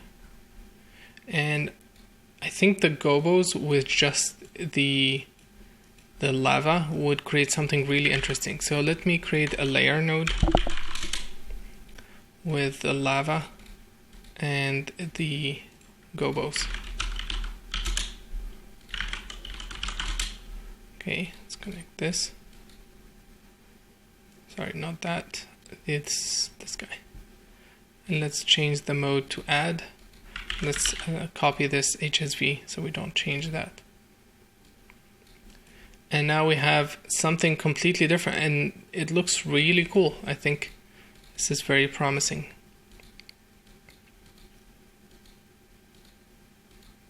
Yeah, I think the expectation from this light is that it should reach more, but because we terminated it, I think it's only it's limited to that range only. We can gamma the image down.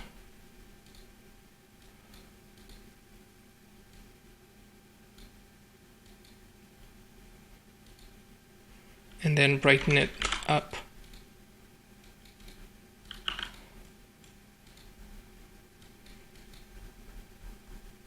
To create more, to make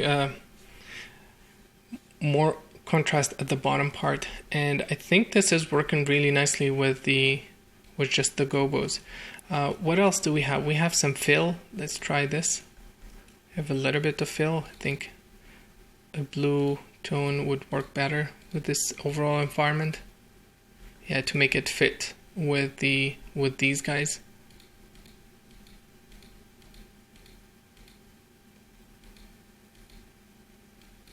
Okay, let's leave it at that. And then this guy, let's try. Let's add the left light,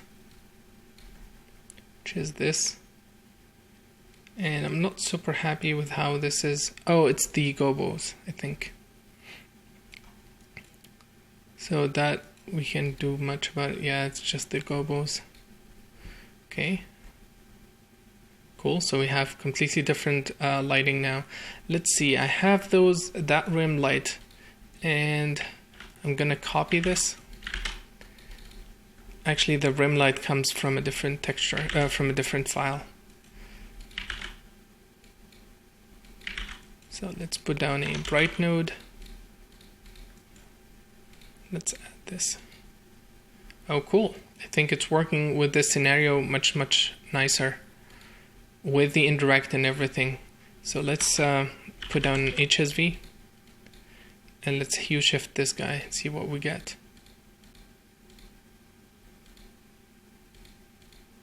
Let's try something warm. Okay, let's add a color correction. We need to multiply it. color correct.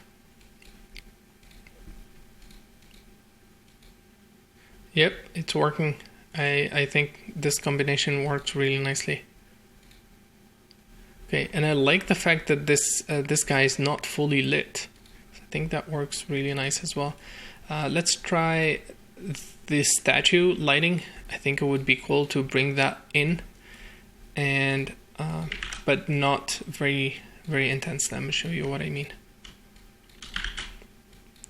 So I'm gonna connect that. I really like this, but let's try disable this.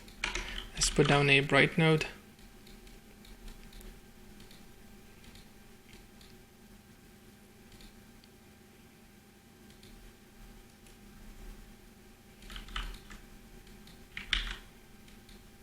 Let's add a color correct node.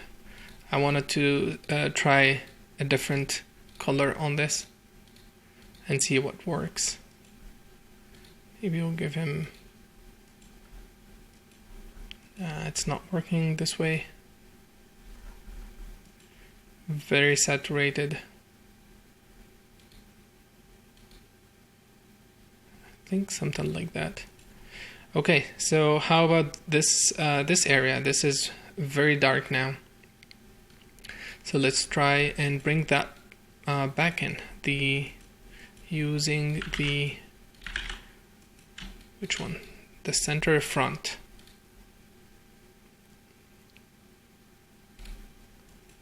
Okay, and let's copy these two nodes, disable them, and let's see how that looks. Let's also plug in an HSV node and see what we get. Now, it's too strong for this, especially that there is no indirect illumination coming from this. If we were in this environment, we would see a lot more indirect coming from this guy. So it's definitely not fitting in with the environment. But we can make it work. Let's try different tones and see if rotating the hues can get us some interesting colors. I think the blue works nicely with this mood. Maybe even something like this.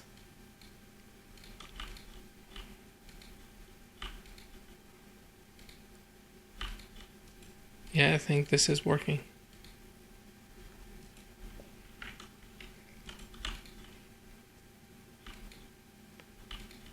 This works too.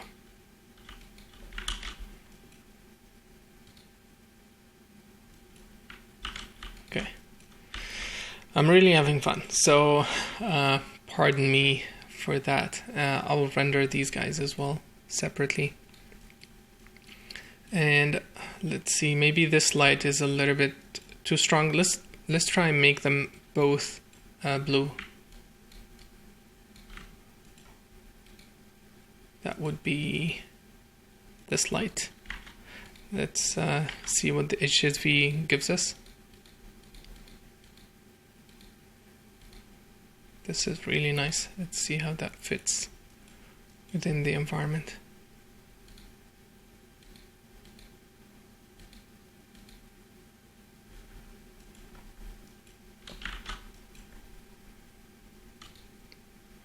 Yeah, I think it's working this way. Now I'd like to increase this guy, the gobos. I want to make them much stronger.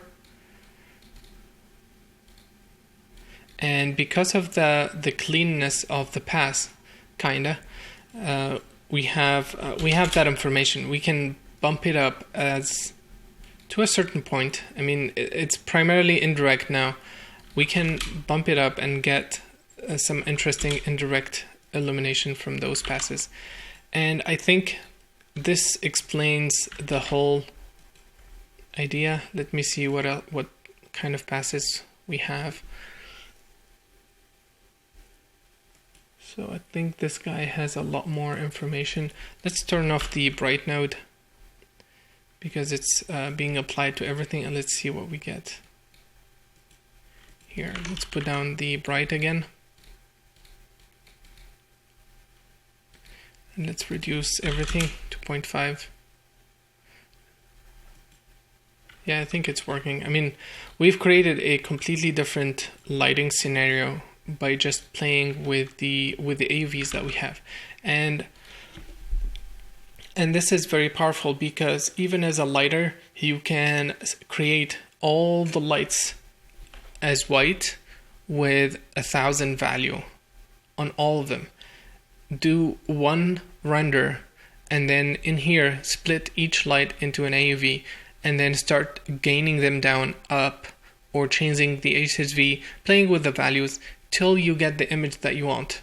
And you can also show that to whomever you're working with for artistic approval. And then if they like that image, you take these exact changes and then apply them back. Let's say if I gained down the image, this for example, I gained it down by 2. The gamma is a little bit tricky. I wouldn't use that only in the final state. But for example, hue shift, you can compute the original color and apply the same values to it. Again, you can apply the brightness really easily onto the scene. And this is one quick version, and then this is another version. And we're not using that backlight, which could work, but we can also make a completely different scenario. We don't have to have it in there. But let me copy it and see if we can get something out of it in this scene. Yeah, I think the super bright section is not working with this environment.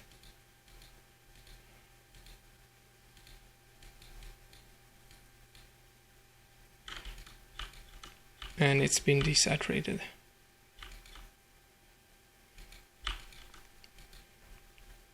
It could work. I think can lead to something here as well.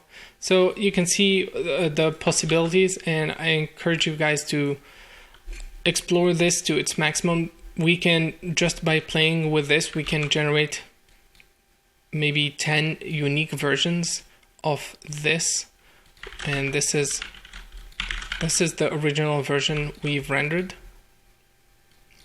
Let me switch back.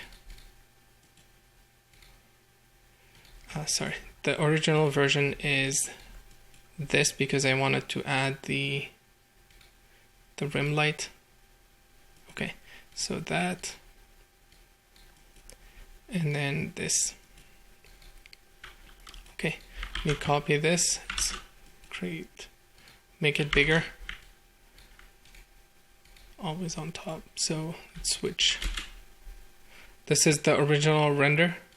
This is the new version. This is original. And this is, original, new. And you can see the possibilities are endless with this, and we didn't do any re-rendering. So definitely encourage you guys to explore this. In the next video, we're going to create some volumetric passes and do a little bit more compositing on them. So I'm gonna do a quick intro to volumes in Arnold, and I'm gonna briefly go over the workflow. I'm gonna create a sphere, and let's create a grid. Let's move the sphere up.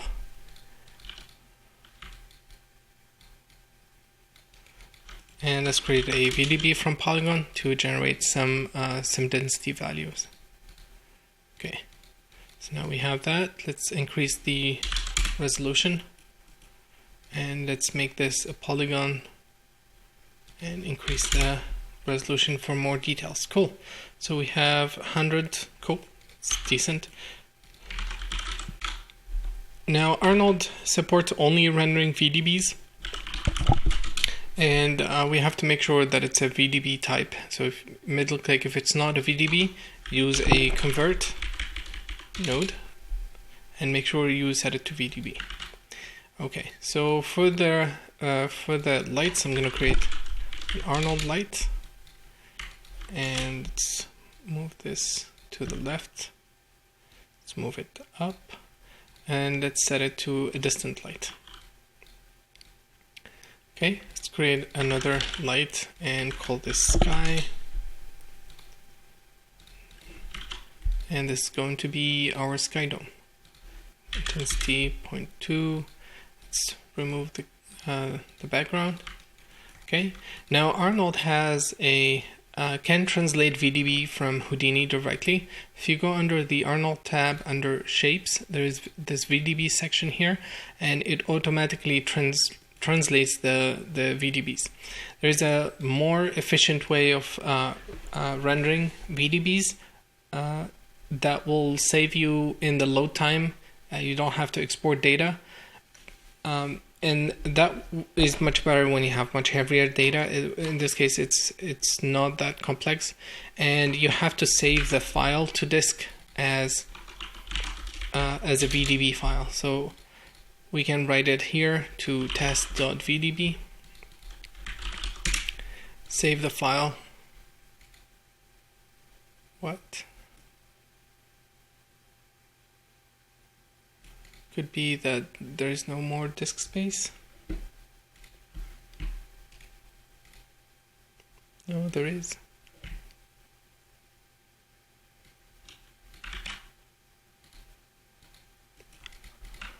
Sorry, the file is not saved.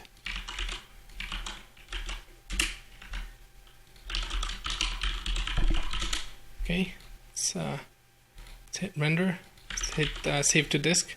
Now that's saved, we can use, instead of having it live, we can use an Arnold volume node, and we can read in the VDB using this node. But we're not going to do this. We're going to stick to using a live data. So let's go to the shader and create an Arnold network. We need something for the ground.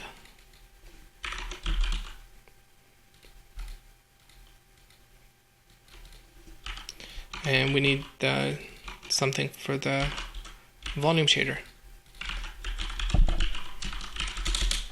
And the volume, there is a new shader called standard volume. And this is what I recommend using. We need to connect this to the volume slot. Now let me drag this guy onto the sphere, this guy onto the ground. And let's go to the render settings. And let's do a render. Now let me change the resolution to something smaller. And let's take a look at the some of the settings. We're not going to be diving too much into this, to be honest. The usage is very minimal, and we're not going to be rendering volume from this from outside. We're going to be inside the volume, so it's a little bit different than this case. This increases the density. And then the scatter colors control the light that bounces off of the volume. And we can increase this to make it brighter. This is a hack. Going above one is a hack. But the other workflow to make it brighter, it's actually clamping. The other workflow to make it brighter is to increase the lights. Those are the two only options. And in the light, which is probably something that we're going to be doing, there is another setting for volume. There's a separate setting, and we cannot change it anymore. We used to be able to change this. It's fine. We'll have to create something that we need to change the light intensity to show the volume, because the way the lights interact with the volume is different than how it interacts with the surface. So it's always, most of the time I end up tweaking the lights to deal with the volume specifically. So let's set this back to 10, 10, 10. I think, yeah, this is the max. And then this controls the transparency of the volume. Basically, it's different than lower intensity density.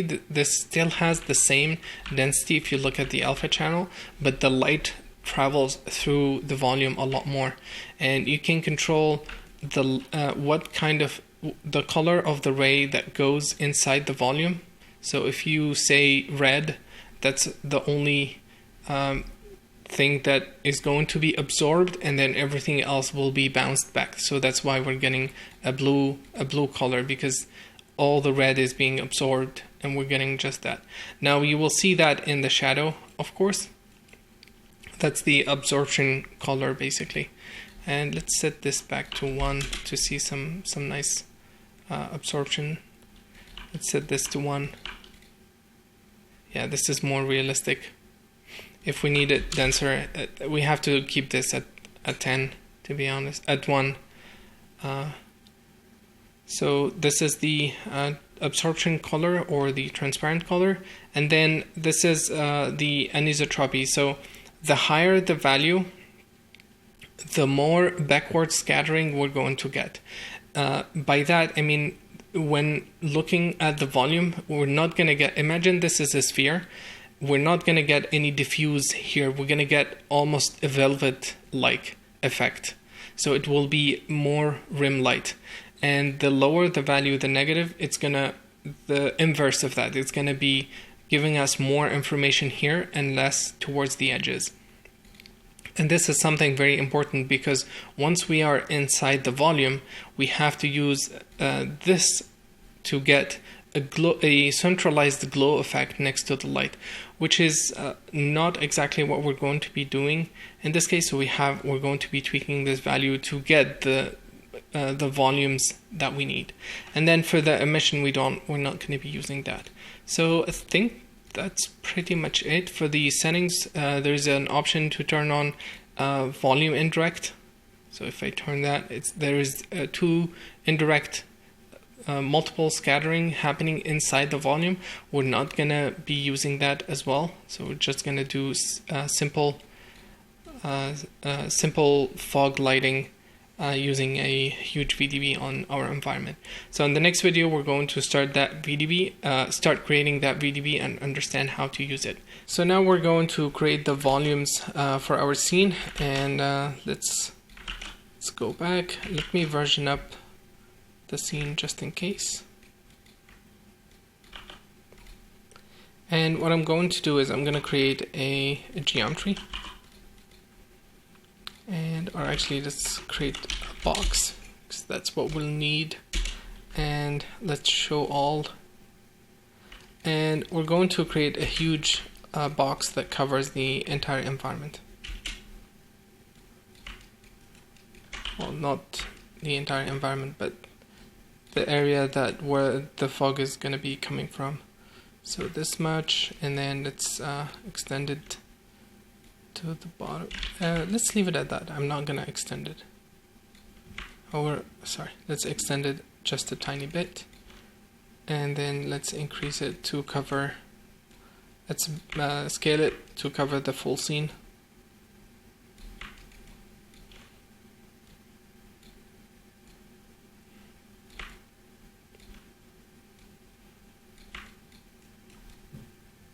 Okay, something like that.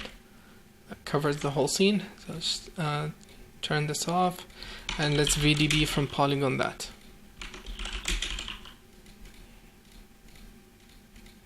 And let's try to get some details. So how much? It's a little bit high, so I'm going to increase this to 1.5. Okay, and I'm going to call this volume fog. And rendering volume is very different than rendering the rest of the environment, and the render settings are very unique as well. So let's see, let's call this VDB shader. And the most efficient way is to do 2 separate renders, one for the main scene and one for the entire environment. And especially if we physically include volume in the scene, it's going to absorb light, and the surface is not going to be receiving as much light as it used to be without the fog, without the VDB. So we have to be very careful about that. I'm going to create an Arnold node, call this VDB rendering, And the force object, I'm gonna include the volume fog. And then for the lights, let's include just the gobos. Those are the primary lights I'm interested in. So top gobo 1, top gobo 2, and let's see. And just to be safe, I'm gonna make a copy of those two and call them VDB. I'll explain why in a minute. So let's add these two guys. In case we wanted to change the light intensity, we can do that without affecting the other. And then in the next video, we'll learn how to use takes in Houdini. In the next or in one of the upcoming videos. So let's see. The other part we need is this. We need the environment, full scene, and we need that to be a matte. We're going to use the full environment as a matte. Okay, and let's go to the render view. Let's change it to VDB rendering, and I'm gonna lower the resolution to 960 by 540. This is good. I'm gonna turn off AGI, turn off specular. I don't need any of that, and let's hit render.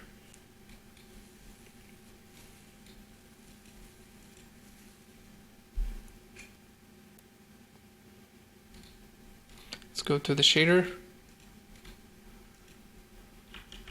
Okay, it looks like we have something, and let's lower the density. Lower it really low to see if we're getting something. And I don't think we are.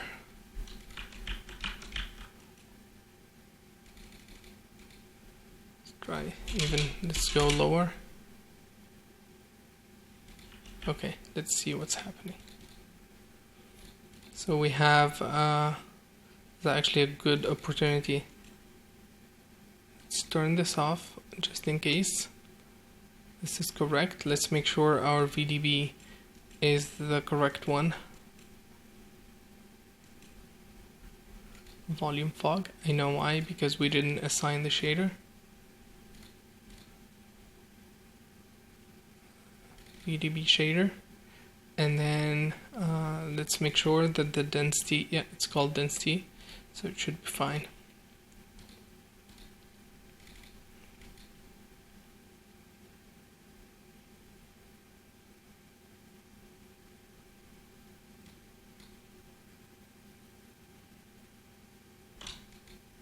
Okay, so it's definitely better than before. Let's gain this up, see if we have any information. Well, we have nothing. Let's set this to 1. Okay, we have something now. This is to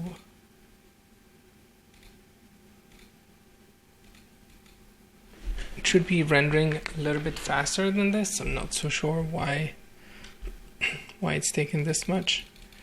And at the moment I'm not seeing anything, so I'm gonna lower the intensity, even lower the density, and there we go. So now we have the light was not traveling through at all, so we needed to find the correct density. I'm gonna lower this and gain the image to show the fog. Now this is the thing I was talking about. We have to change the light value to basically fit to work with the volume, because it behaves differently. And you can see now we're getting the fogs and everything is working, and I forget to add the matte there, so let me do that. The matte for the nebula door, and I hope that will work. Cool. So the next thing that we're going to do is I'm going to increase the light intensity for these two just to get going, and then we'll learn how to use sets and how to quickly override values and render this correctly. So for now I'm going to gain this down, and let's go back to the object context, And let's increase the exposure to 10 on both of them, see what we get. Okay, this is too much. So let's try 4 and 4. This is low. Let's try 6. 6. And we can increase it a little bit more and then tweak it in comp. It's better to have more information than less. Okay. So now we're good. Everything is working as expected. Let me reduce the bucket size to 32 so we can get faster feedback. Let me reduce this to 3. We don't need this. Set it to 0. And the next thing that we want to do is we want to add a little bit more variation to this. So right now it's very uniform, and I want to add variation to that. So what I'm going to do, I'm going to process the volume. And I have already done some of that work, and it's something we learned how to do. So let me copy one of the volume, this guy. So what I've done, I've created a volume, and let me go and show what I've done. So I've created a volume, and it has a noise. Sorry. Okay, so this is the volume, and there is a noise that to break the edges. And then that same noise, I'm using one float from it to vary the density. So I'm shifting the sample position as well as affecting the density value, so it's not uniform across the board. And then I have this vector to float that takes the position, and I'm creating a ramp from top to bottom using the height of the voxels. So this creates a linear value. I can show you this. It will show a mask if it works. The density is really high, so that's why we're not seeing it here. I'm going to use a visualizer to lower the density. You can see now it's getting softer towards the edge, and there is this ramp here that I can use to control that. I'm not going to spend too much time because we've done a lot of volume processing, and I'm pretty sure you guys know what this is about. This is the same copy, just different frequency to add finer details. And I kept adding different levels of noise. This is another one to break it even further, and this is the final result. And I'm going to switch to using this because it's very similar to what I've done, and it's just different values, different noise levels to create something a little bit more. Actually, I don't like the last one. Yeah, I think this is better, so we'll keep this. And yeah, I think it's pretty much all we've done.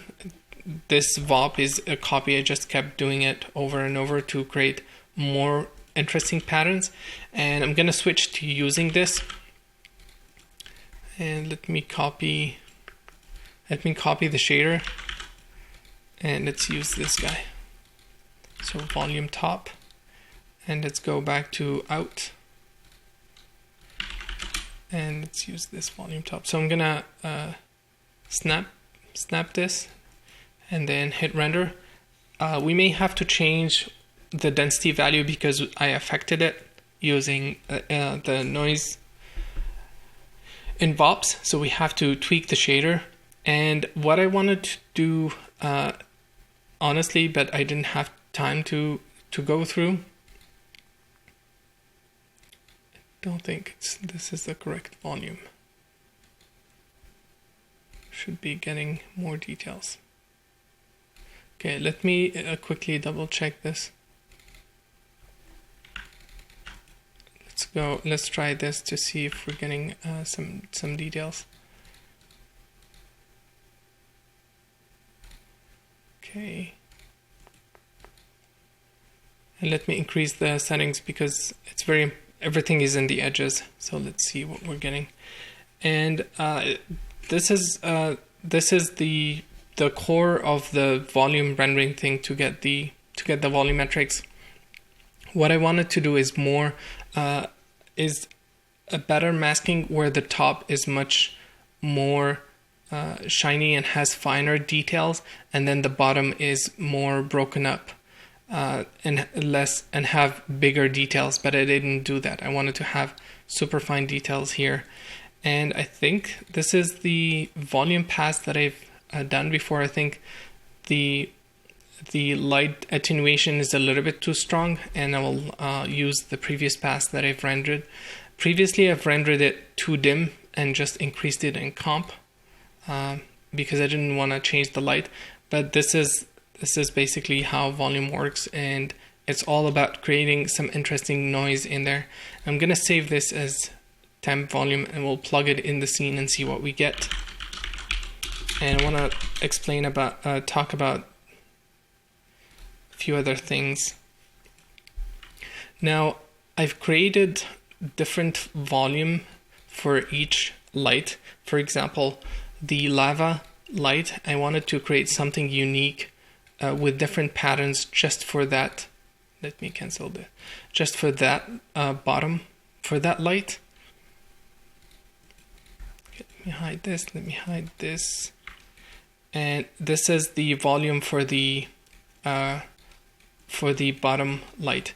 And the reason I wanted to the separation, because I can change the shader, I can change the noise, I can control anything I want. And then I added another one for this guy. I made a specific noise for this, which is basically a copy, just played with the noise a little bit so it's not too uniform. And I added a gradient, so it's fading. Here it's 0, and then, or it's very low here, and then it gets denser towards as it gets further from the camera. And this is just to make it so that it's only in this region. I could have done the same effect by localizing, making a sphere volume or something like that, but I didn't have time to go through all of this. And I think that's pretty much it. I've rendered the passes. Let me find them. And they're actually dim. And in the next video, I want to talk about the takes and hopefully start compositing this, and think we're good. So this is the bottom light, the fog. It's very similar to the top one. I just copied it and flipped it and used this light only to render that pass. And then this is the top light. You can see it's I used, the lighting is also different, so that's why we're getting these guys. I believe the softness of the light is very different in the previous scene as well as the location, but it's very similar. If I increase the intensity, it's very similar to what I've done. And then let's see,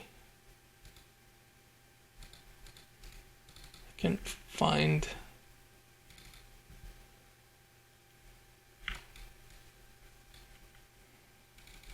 so we saw this, and then I rendered a pass with everything. Sorry, I rendered a pass with everything on it, which included all the lights. And this is the same as the top. I just wanted to separate the two renders individually. And then, yeah, I can't find the background one. That's fine. We're gonna live without that. And the cool thing with the lights is that you have access to all the AUVs as well, based on the light name. So this one is the first light, top one, top two, and this is the second light. And we get the same AUVs as if we're using surfaces. And let me open this one.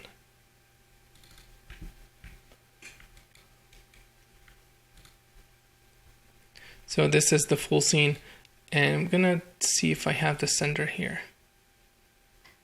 No, the center is not included. It's in a separate pass that I don't have at the moment, so I'm gonna probably re-render that. And then I have individual AUVs for for each light separately. So this one, the left, and then the right, which we inherit automatically by using the same render pass and the same AV names and the same lights. And I think that's pretty much it. The only other thing that I changed was the anisotropy of the surface. So here it's set to 0.27 just to capture more light from the back of the light. And this is useful when you have a volume and you don't see the light source. You can increase this value to try and get more lights from that source towards the camera, and that's the main usage for it. This video I wanted to talk about takes in Houdini, and it's actually very, very simple. So here under the main tab you can create take. So I'm gonna hit the new take button, and we have one called take now. And let me create the takes list. So there's this UI that manages all the takes, and we can create them from here as well using the add take. So I'm going to call this fog pass, and I'm going to delete these two lights. I don't need them, and we need the exposure to be 8. So we're going to use the original one, and if you right click on any value, and you can let's see, we need to change this. Sorry, we need to change it to auto take so that whenever we change a value, it automatically creates an override. I'm gonna set this to 8. I'm gonna set this to 8 as well. You can see under this take there's these two overrides. Cool. So I'm gonna turn this off. I don't need any more passes. I'm gonna go back to main, and under the out there is this render with take now. If I switch this to, instead of main, to fog pass and load the original lights, it will switch to this pass, make the overrides, and then render the VDB using that light. And you can make these overrides on anything you want. You can, let me wait for the render.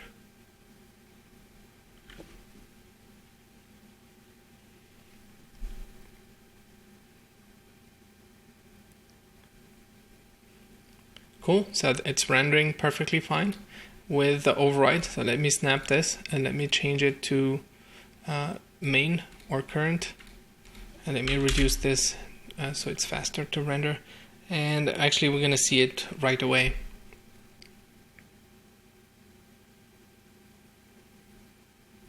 And so if we wanted to switch anything we want, let's say you have an object and you wanted to switch the shader to use a different shader for that pass, you can do that. Now you see it's much darker because it's using the default value. So let's go back to the object context, and I'm not gonna spend too much time on this. Let's say we have these nebulae, for example, and we can right click on any value, say include in take without having that option on. So right click, include in take, and then we can specify a different shader, let's say ocean shader.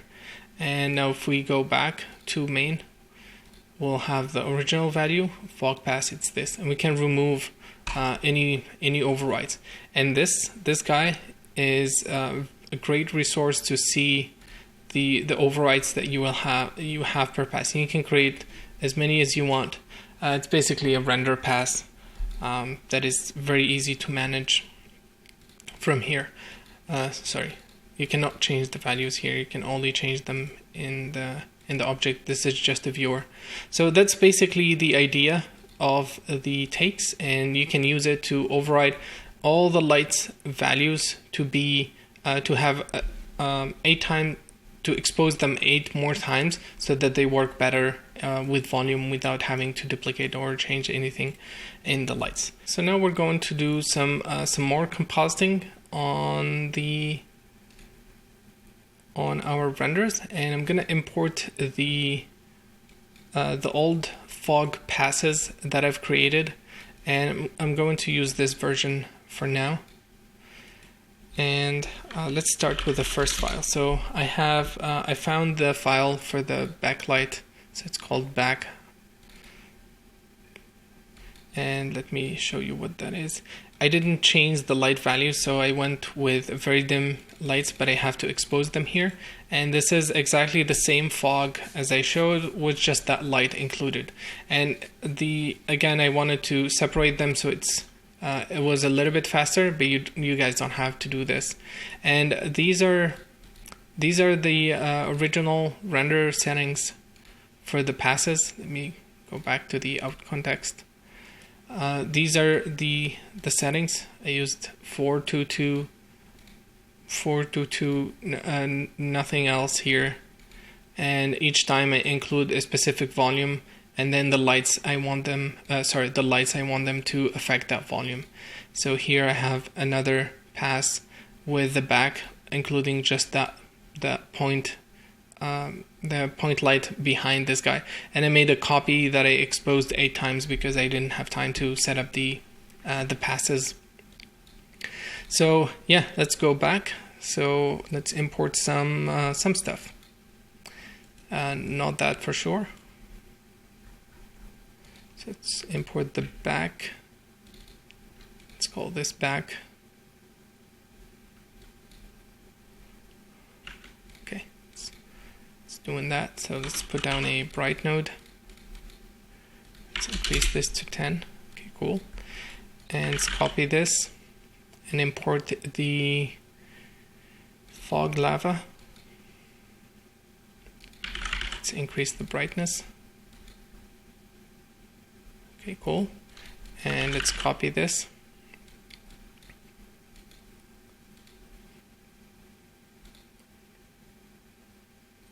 Which one?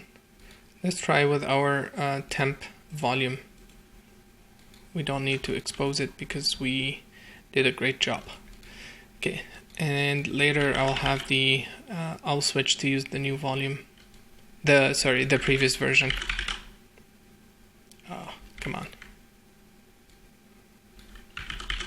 Let's do this. I'm gonna copy the file and I'm gonna copy the file, pause, and come back.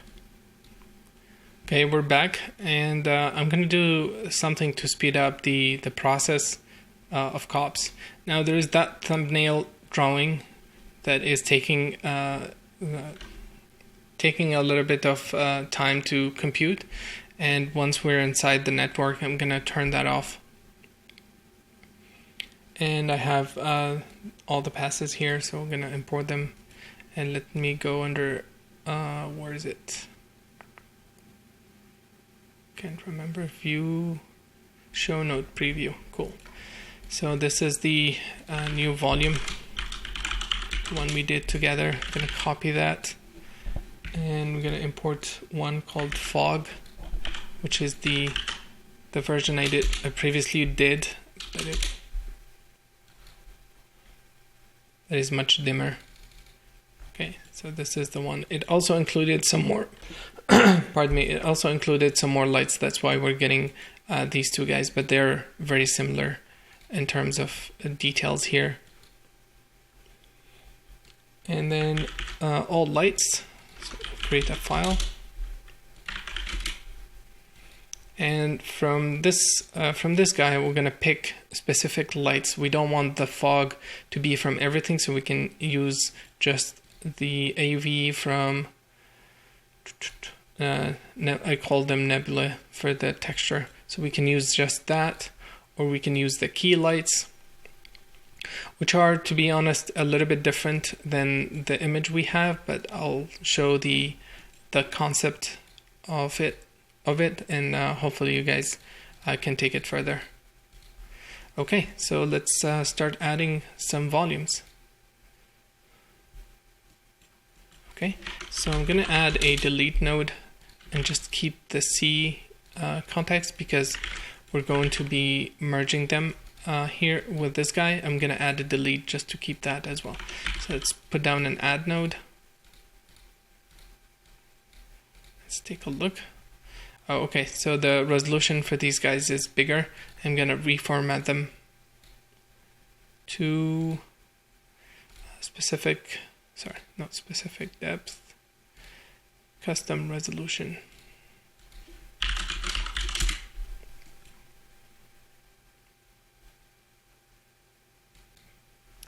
Cool. And you can see now, because it's really bright over there, it's hard to see the volume. So we can increase the volume, but it will be much better to get more interesting visual with a dimmer environment. So I'm gonna reduce it a little bit more, which is, no, hold on a second. Yeah, we have 0.5 here, and I think, let me go, I think the backlight is a little bit too strong in this case. Pardon me. But we'll go with 0.8. Something like that. I think it's better to just separate all the AVs and reduce the intensity of that light by itself. So let's increase it more. Let's try 100. Yeah, this may work. If we go much more intense in there, I think could fit with the environment a lot better. Okay, let's see, what else do we have? We have the lava. Pardon me.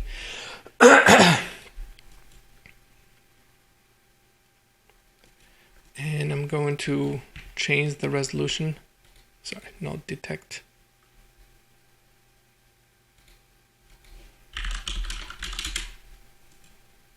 I'm going to copy this.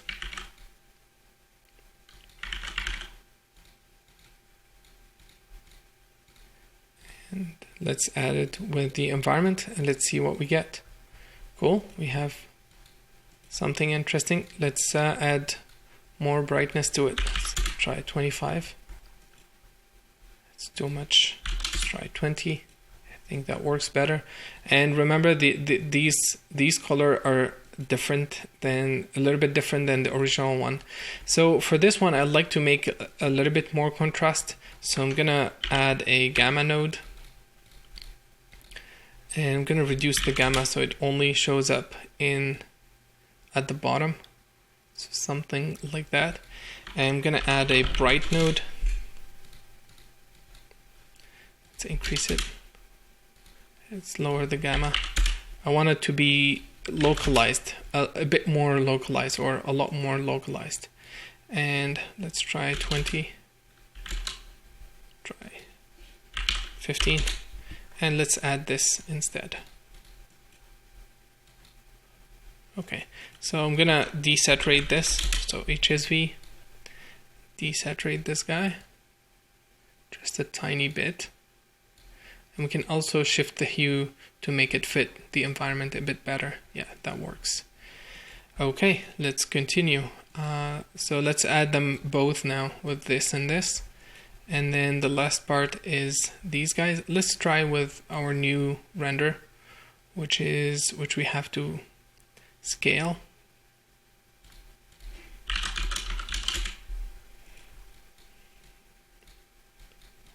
And let's take a look. So add this, this. Nice. I think, yeah, these guys are the main core for this effect. Everything else is just complements the image. And this is the new version. I'm gonna use the old one because it's rendered at higher resolution, and it has more details as well. So I'm gonna increase that, and let's scale it down.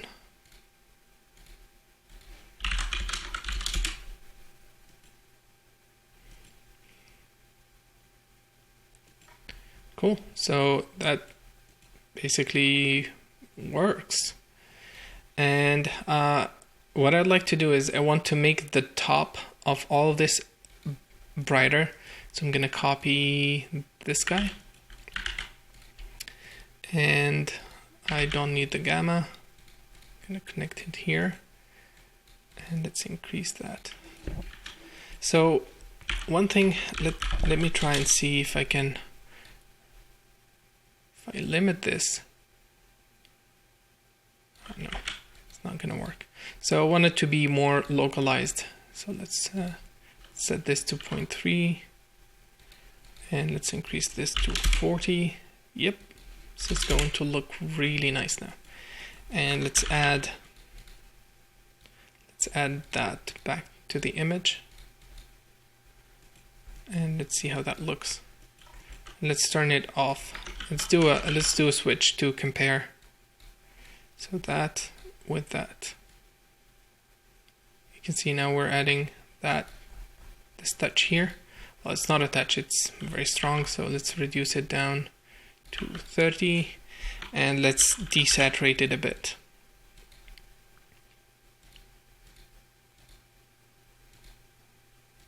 Okay, that works. And then I wanted to make another version as well, so I'm gonna copy this.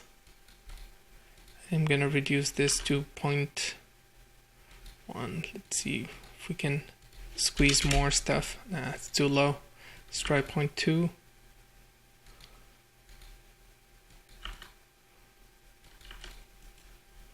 Something like that. And that point is not gonna help us a lot here.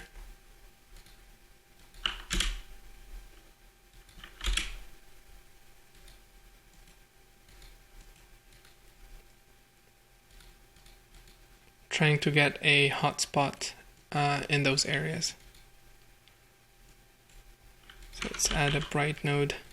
Fortunately, we're gonna have to increase it. Sorry, not a switch. We need an add. That's why. Okay, yeah, that's the effect. I wanted to get more core here and desaturate it to give it more volume, basically. Okay, let's add all of this together. Cool. I think the back is, I'm not liking the back, so I'm gonna set it to 20. I still don't like how strong it is, and I'm not gonna, the way to fix it is I have to split all the lights and then put them back on the same way, which is not hard. You just split the AVs, but it's time consuming, and I'm not gonna do that at the moment. And I want to try something really quick, so I'm gonna switch between this version and the other one, this guy, and see what we get. Cool. So I think this one is working much nicer with this with the fog and all. It's definitely very interesting. But let's continue with this nevertheless. This guy has I have more lights here. I have this light and I have this light, which are also in a different path. So what I'd like to do, I'm gonna put down a channel copy. And I want to take a look at those. So I believe they're called left. Sorry, I'm going to copy them to C, and I believe they're called left and right. Yes, that guy.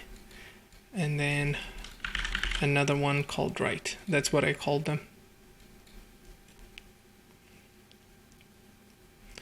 And I want to increase that. I really like that glow next to the, close to the camera. Ooh, too much. Okay, let's brighten this up.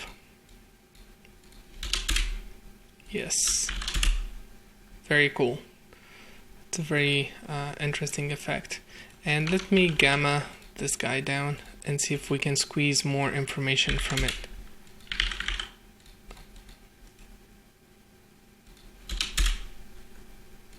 Too much. Let's reduce this to 0.9, 0.8, 0.5, too much.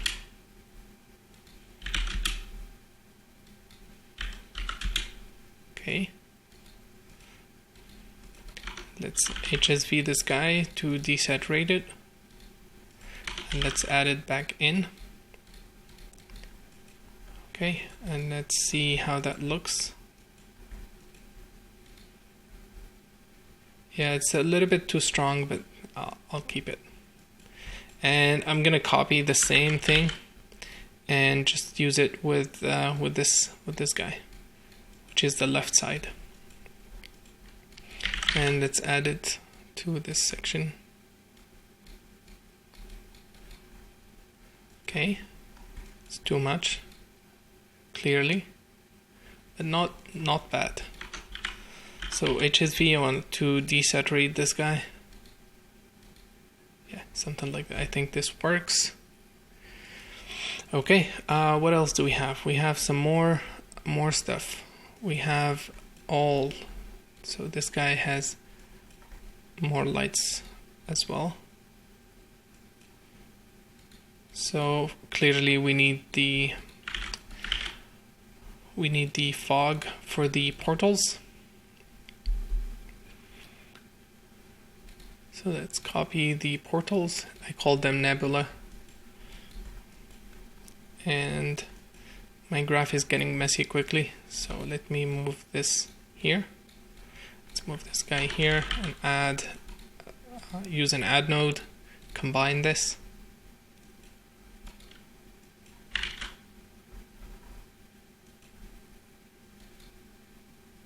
And let's reformat it.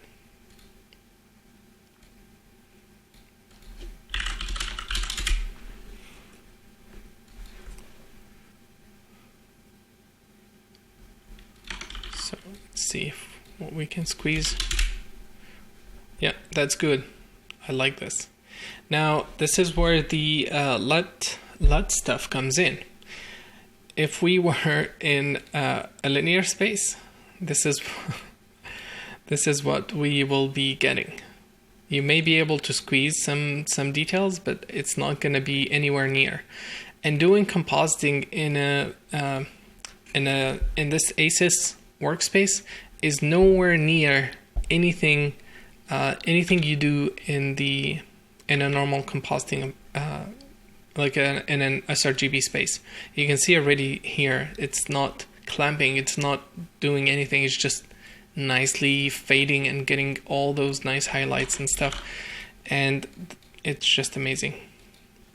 So this is another version that we could use as well. Okay, let's continue and let's not go crazy with these guys. So something like that, and I want to add more glow here. So same trick, I'll grade them down and brighten them up.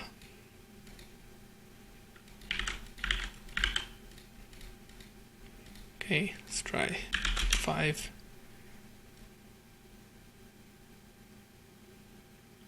Let's add, let's use a layer. I want to add a couple of these guys. So here, here, and I'm going to merge this. And the operation is add. Okay, let's see.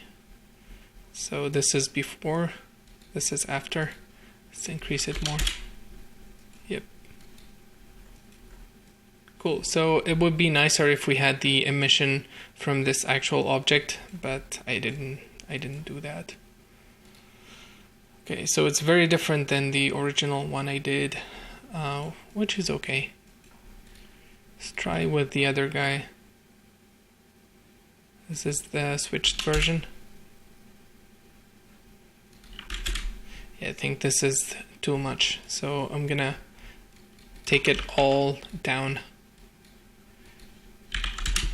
Yeah, something like that. And this is too much, so let's take it down 10.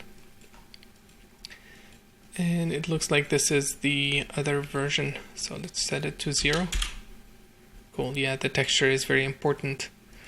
Okay, let's continue and see what we have here.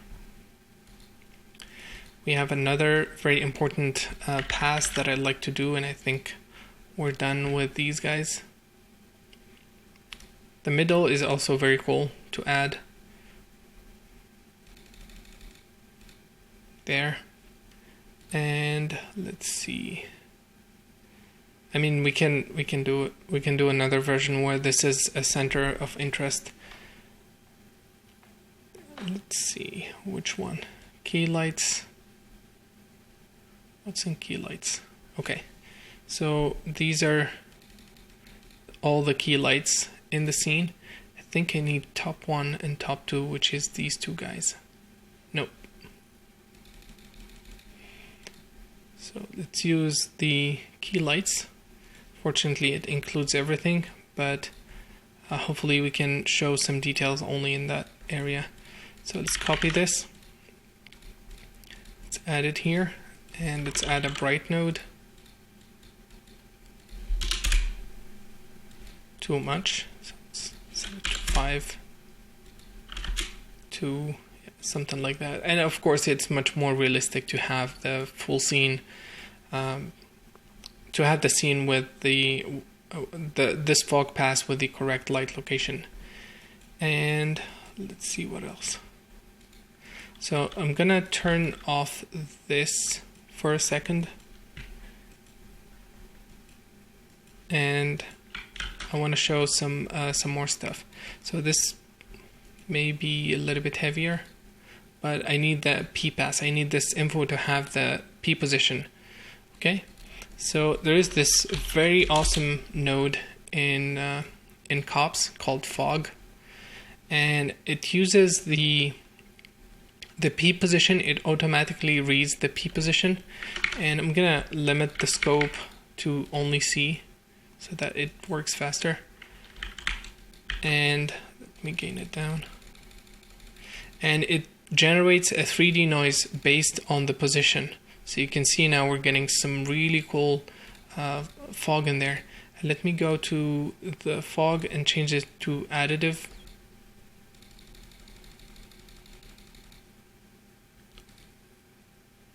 Let's see. Okay. And let's go to noise and tick on use noise fog. And let's see. Yeah, we don't want that. It should read P automatically. So let me reduce the density here.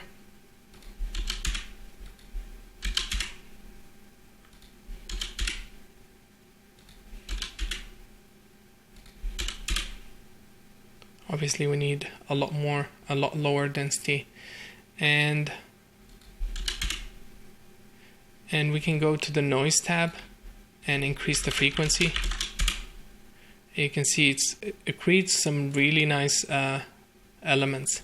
Let's change it to normal. Let's make sure it's 10 across all axes. It's too much. Let's try 3, 3, 3. And you can see now we're adding more breakups to this scene by just using the P pass, and this is like a Z depth. And yeah, I think that's pretty much it. The next node I wanted to talk about is let me check. I wanted to show how to do a chroma aberration. So I'm going to copy the setup previously created. And there's this node here called radial blur, which makes a lot of sense. It's going to do a radial blur. You can set the angle to 0 and work on the radial blur only. And then we can mask that. So let me copy the section I have previously created. I'm gonna paste that. Let's disable this. Let's connect this guy and see the ramp. Okay. Let me change the resolution to match the new one. And then I'm copying the, I'm copying the channel, the red channel, the blue channel, the green channel into separate into C, into the colors. So basically setting the other two components to black and then applying a different radial for each one of them. So this one has a slightly negative radial, this one has a positive, just a tiny bit different, and then I add them all back together and that shifts the red, green and blue. You can see now that as the realistic photographic effect, which is called chroma aberration. You can see it here, and all done in COPS. Cool. Let's see. Let's see what else do we have. I wanted to show a way to clean the specular. So let's do it here. So this is our specular here, and I'm gonna do a channel copy, and I'm going to I'm gonna shuffle the diffuse indirect, okay, to its own channel. And there is also, we didn't do it. Okay, it's fine. So this is the diffuse by itself, which I'm going to subtract from this image. So this is the original image. I'm going to subtract this guy. Subtract this from this. This is how it works. So this is everything except the indirect diffuse. Now we may be getting into the negative range if the pixel is going super high in some of the regions, so we have to be very careful. And so we've subtracted the indirect diffuse, and then I can apply a denoise, which is something in Houdini by default. And I'm gonna set the iteration to 10 and the diffuse to 0.05. 0.05. Okay, just a tiny bit. And then I'm gonna add that back into the image. So now we've only changed the indirect diffuse, and this is the original, and this is after the clean. Okay, let's try and do one more thing. Let's do a channel copy. I'm gonna channel copy the specular indirect. I really don't like denoising this, but just for the sake of the example, I will do it. I really recommend getting it as clean as possible from the render, and or tweak the bump so it's not that noisy. But there's a lot of cool stuff here. So subtract this from that. Okay, now this is the image without the indirect specular. You can see how much it's adding to the image. And I'm gonna run a denoise as well on the specular. So this is the original, and this is with denoise, and then I'm gonna add that back onto the image.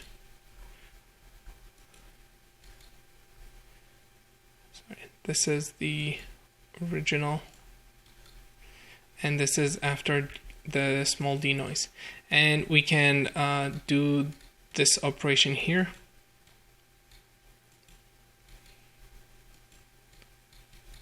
And here. So we're denoising the, okay, let's see. So we're taking it again and doing a denoise on it. Now the result here is a little bit different, so the subtraction may hurt some pixels, but overall you can see we don't have a lot of noise except these areas which I prefer to clean in the render. But overall here it's much more cleaner now. See, this is the original one, and this is after the cleaning process happened. So let's use that. I think it's fine. And then what else? And then the rest is just tweaking, to be honest. There's nothing, there's not a lot to explain here. I think you guys have a very good idea.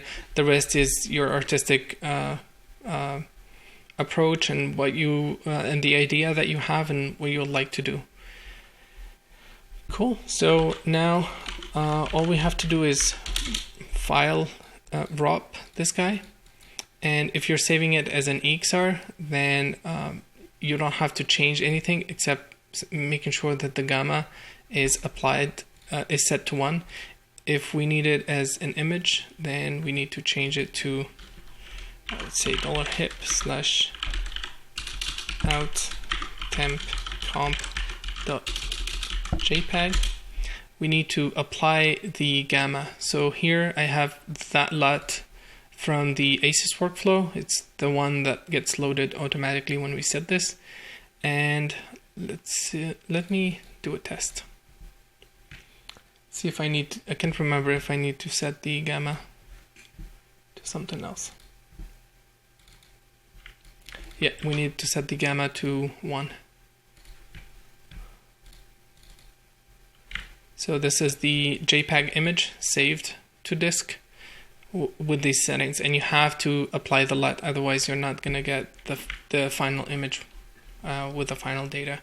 Now, there is a lot of stuff I still like to do in this comp, but I spent too much time already. And primarily is we need this to be the focus. We need these guys to be the focus. And right now there is a lot of illumination overall that I don't like. I'm simply gonna kill that. I don't need that much. And I think if we switch to this version, we are in a better shape. Let's see what we get.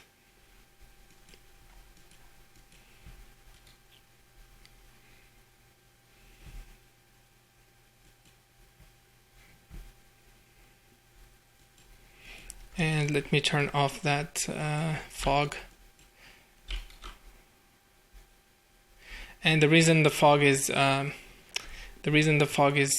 generating that is because we've been adding all the AUVs together. So P is getting added multiple times. That's why the values are so out of range. I like this version a bit better, but there is stuff that I'd like to fix as well in this. And let me show the final version that I've already done. This one. So this is the final version that I previously did. And it's very close to what we have now. Let me open the one.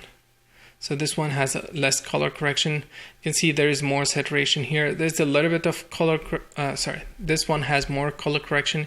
You can see that happening here. The center is more balanced. I like this a little bit more, but the new rim light is definitely something I'd like to add for this. The fall off of these guys is helping illuminate these sections which are not lit in the current scene. So that's something really important to fix right away.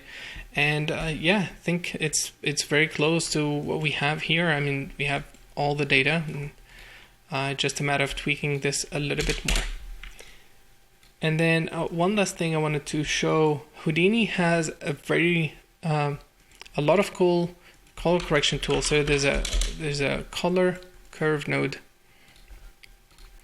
and if I view that, if you click Edit Color Curve, you get an editor where you can specify a ramp per channel, and this is really powerful, especially with the information that we have with this LUT.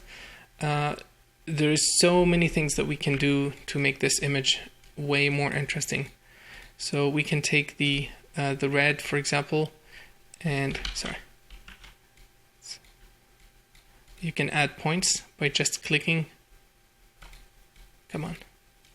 Yeah, so you can just click, and now we're controlling the red channel individually. You can play with the curves for each one of them, and see how much data we have in this image. It's not clamping at all. We have a lot of information in the dark values. Also gives you a preview, which is nice.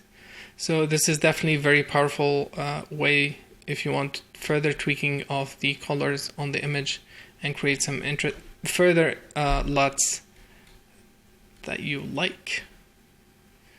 And this is just one idea. Let's see.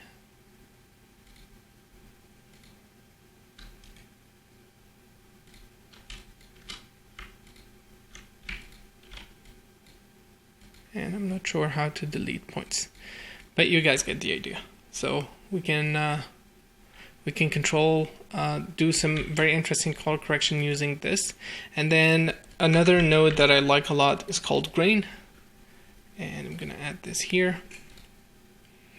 And this is actually a very, very powerful node. That the grain generated is very interesting. Definitely not this though. So let me delete all the channels to make sure that we're not interfering with anything. Yeah, definitely. It needs all the channels to be off for it to work properly. And I'm going to change the grain color this towards the blue, which feels more realistic. And I'm gonna reduce the grain size. And let's reduce the amplitude as well. Oh, just a tiny bit. Maybe we can go a bit higher. Just a tiny bit of film grain helps, goes a long way as well in making this a bit more realistic. Obviously with the web and all, there's a lot of compression happening. So I think that's pretty much it. We're very close to this result. This is a close-up render of just this section. There is no modifier or anything. This is another close-up render for just this region, and this is the original render I previously did. I honestly like the new one better in terms of lighting information, but the backlight is not working really well, and maybe you will build something different that hopefully has a lot more balanced lights.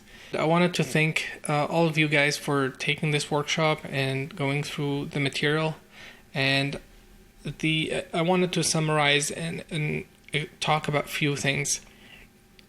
My whole approach for this workshop is to create a fully procedural system to create environments in Houdini and not use anything else but Houdini, because there is a lot of overhead in having extra applications where if, let's say, you wanted to bake maps, you have to switch the application. If you wanted to create certain types of rocks, you have to use different applications, and then all that translation does not lead to any benefits. You're just going to be wasting a lot of time. So I did a lot of work to design all the system from scratch, and all what you're doing is probably, all what I'm showing you guys here is probably the first time done in Houdini this way. And you can go and use any product on the market, let's say Substance, to create texture. It is designed to do that. There is nothing clever, there is nothing new that you're doing if you create a texture using Substance. It's just, that's what the application is for. You just open it and use it. But what we've done in this workshop is design the workflow and the tools for everything we've created. When Side Effects designed COPs, they didn't intend it to be for texture creation. They didn't intend it to be used this way. And the idea of using it is my own creation. That's my approach to create textures. Same thing with VDBs. When they made VDBs, they were intended to be used for effects primarily.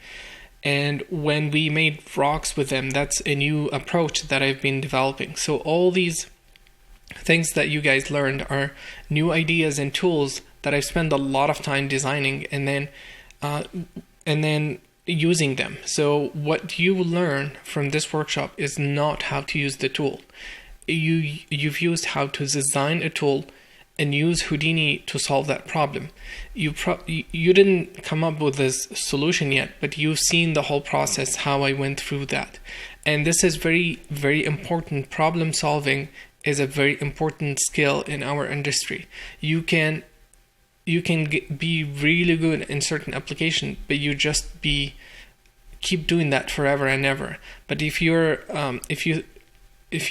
brave enough to try a different approach and come up with new solutions, you can reach and design workflows. You can reach another level that nobody has done, and you can come up with new solutions that are 10 times faster. And throughout this workshop, we've been doing procedural texture. We've designed the tools. We've designed the tools to create various different rock types. We've designed the tool to optimize the geometry, to bake. we've created the layouts in Houdini. We've created the lighting in Houdini, the compositing in Houdini, and all these, probably the compositing is part of Houdini, but for example, the Arnold procedural and how we've modified it to show low-res view in the viewport and how all that system is set up is something I come up with, and I want you guys to always think about those approaches, those ideas, not just use them. I want you to think about the root that made me come up with that solution, and that's what you guys need to also come up with. I am expecting you guys to come up with new solutions for new problems or existing problems and come up with new solutions that are way faster. And this is the main indirect message from the workshop.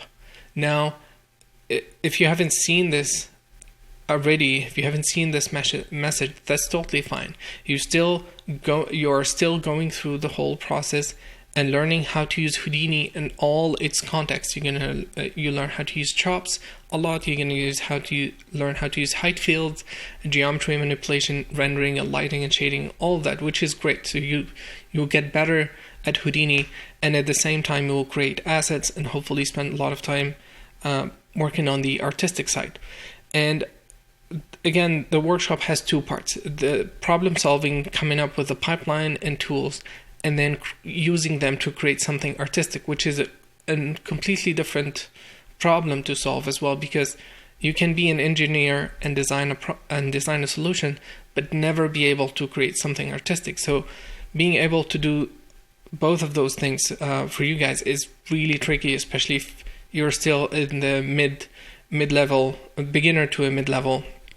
There's a lot of work to be done there, and that's pretty much it. What I encourage you guys is to do the work, sit down, create textures, create an environment, create assets, try to design an environment. It doesn't have to be really complex. It could be a simple scene with just a couple of rocks, and it could be an exterior scene with some ground element, and you will have something to show. But having it done fully procedural in Houdini gives it a much higher value, especially when you present your work for an interview or something. You say everything was done procedurally, then they understand that you know Houdini really well, and that definitely helps a lot. And I think that's pretty much it. Hopefully you guys have done some environment and some assets, and you can spend some time playing with Arnold and creating something beautiful. Thank you guys for joining this workshop, and see you soon. Bye bye.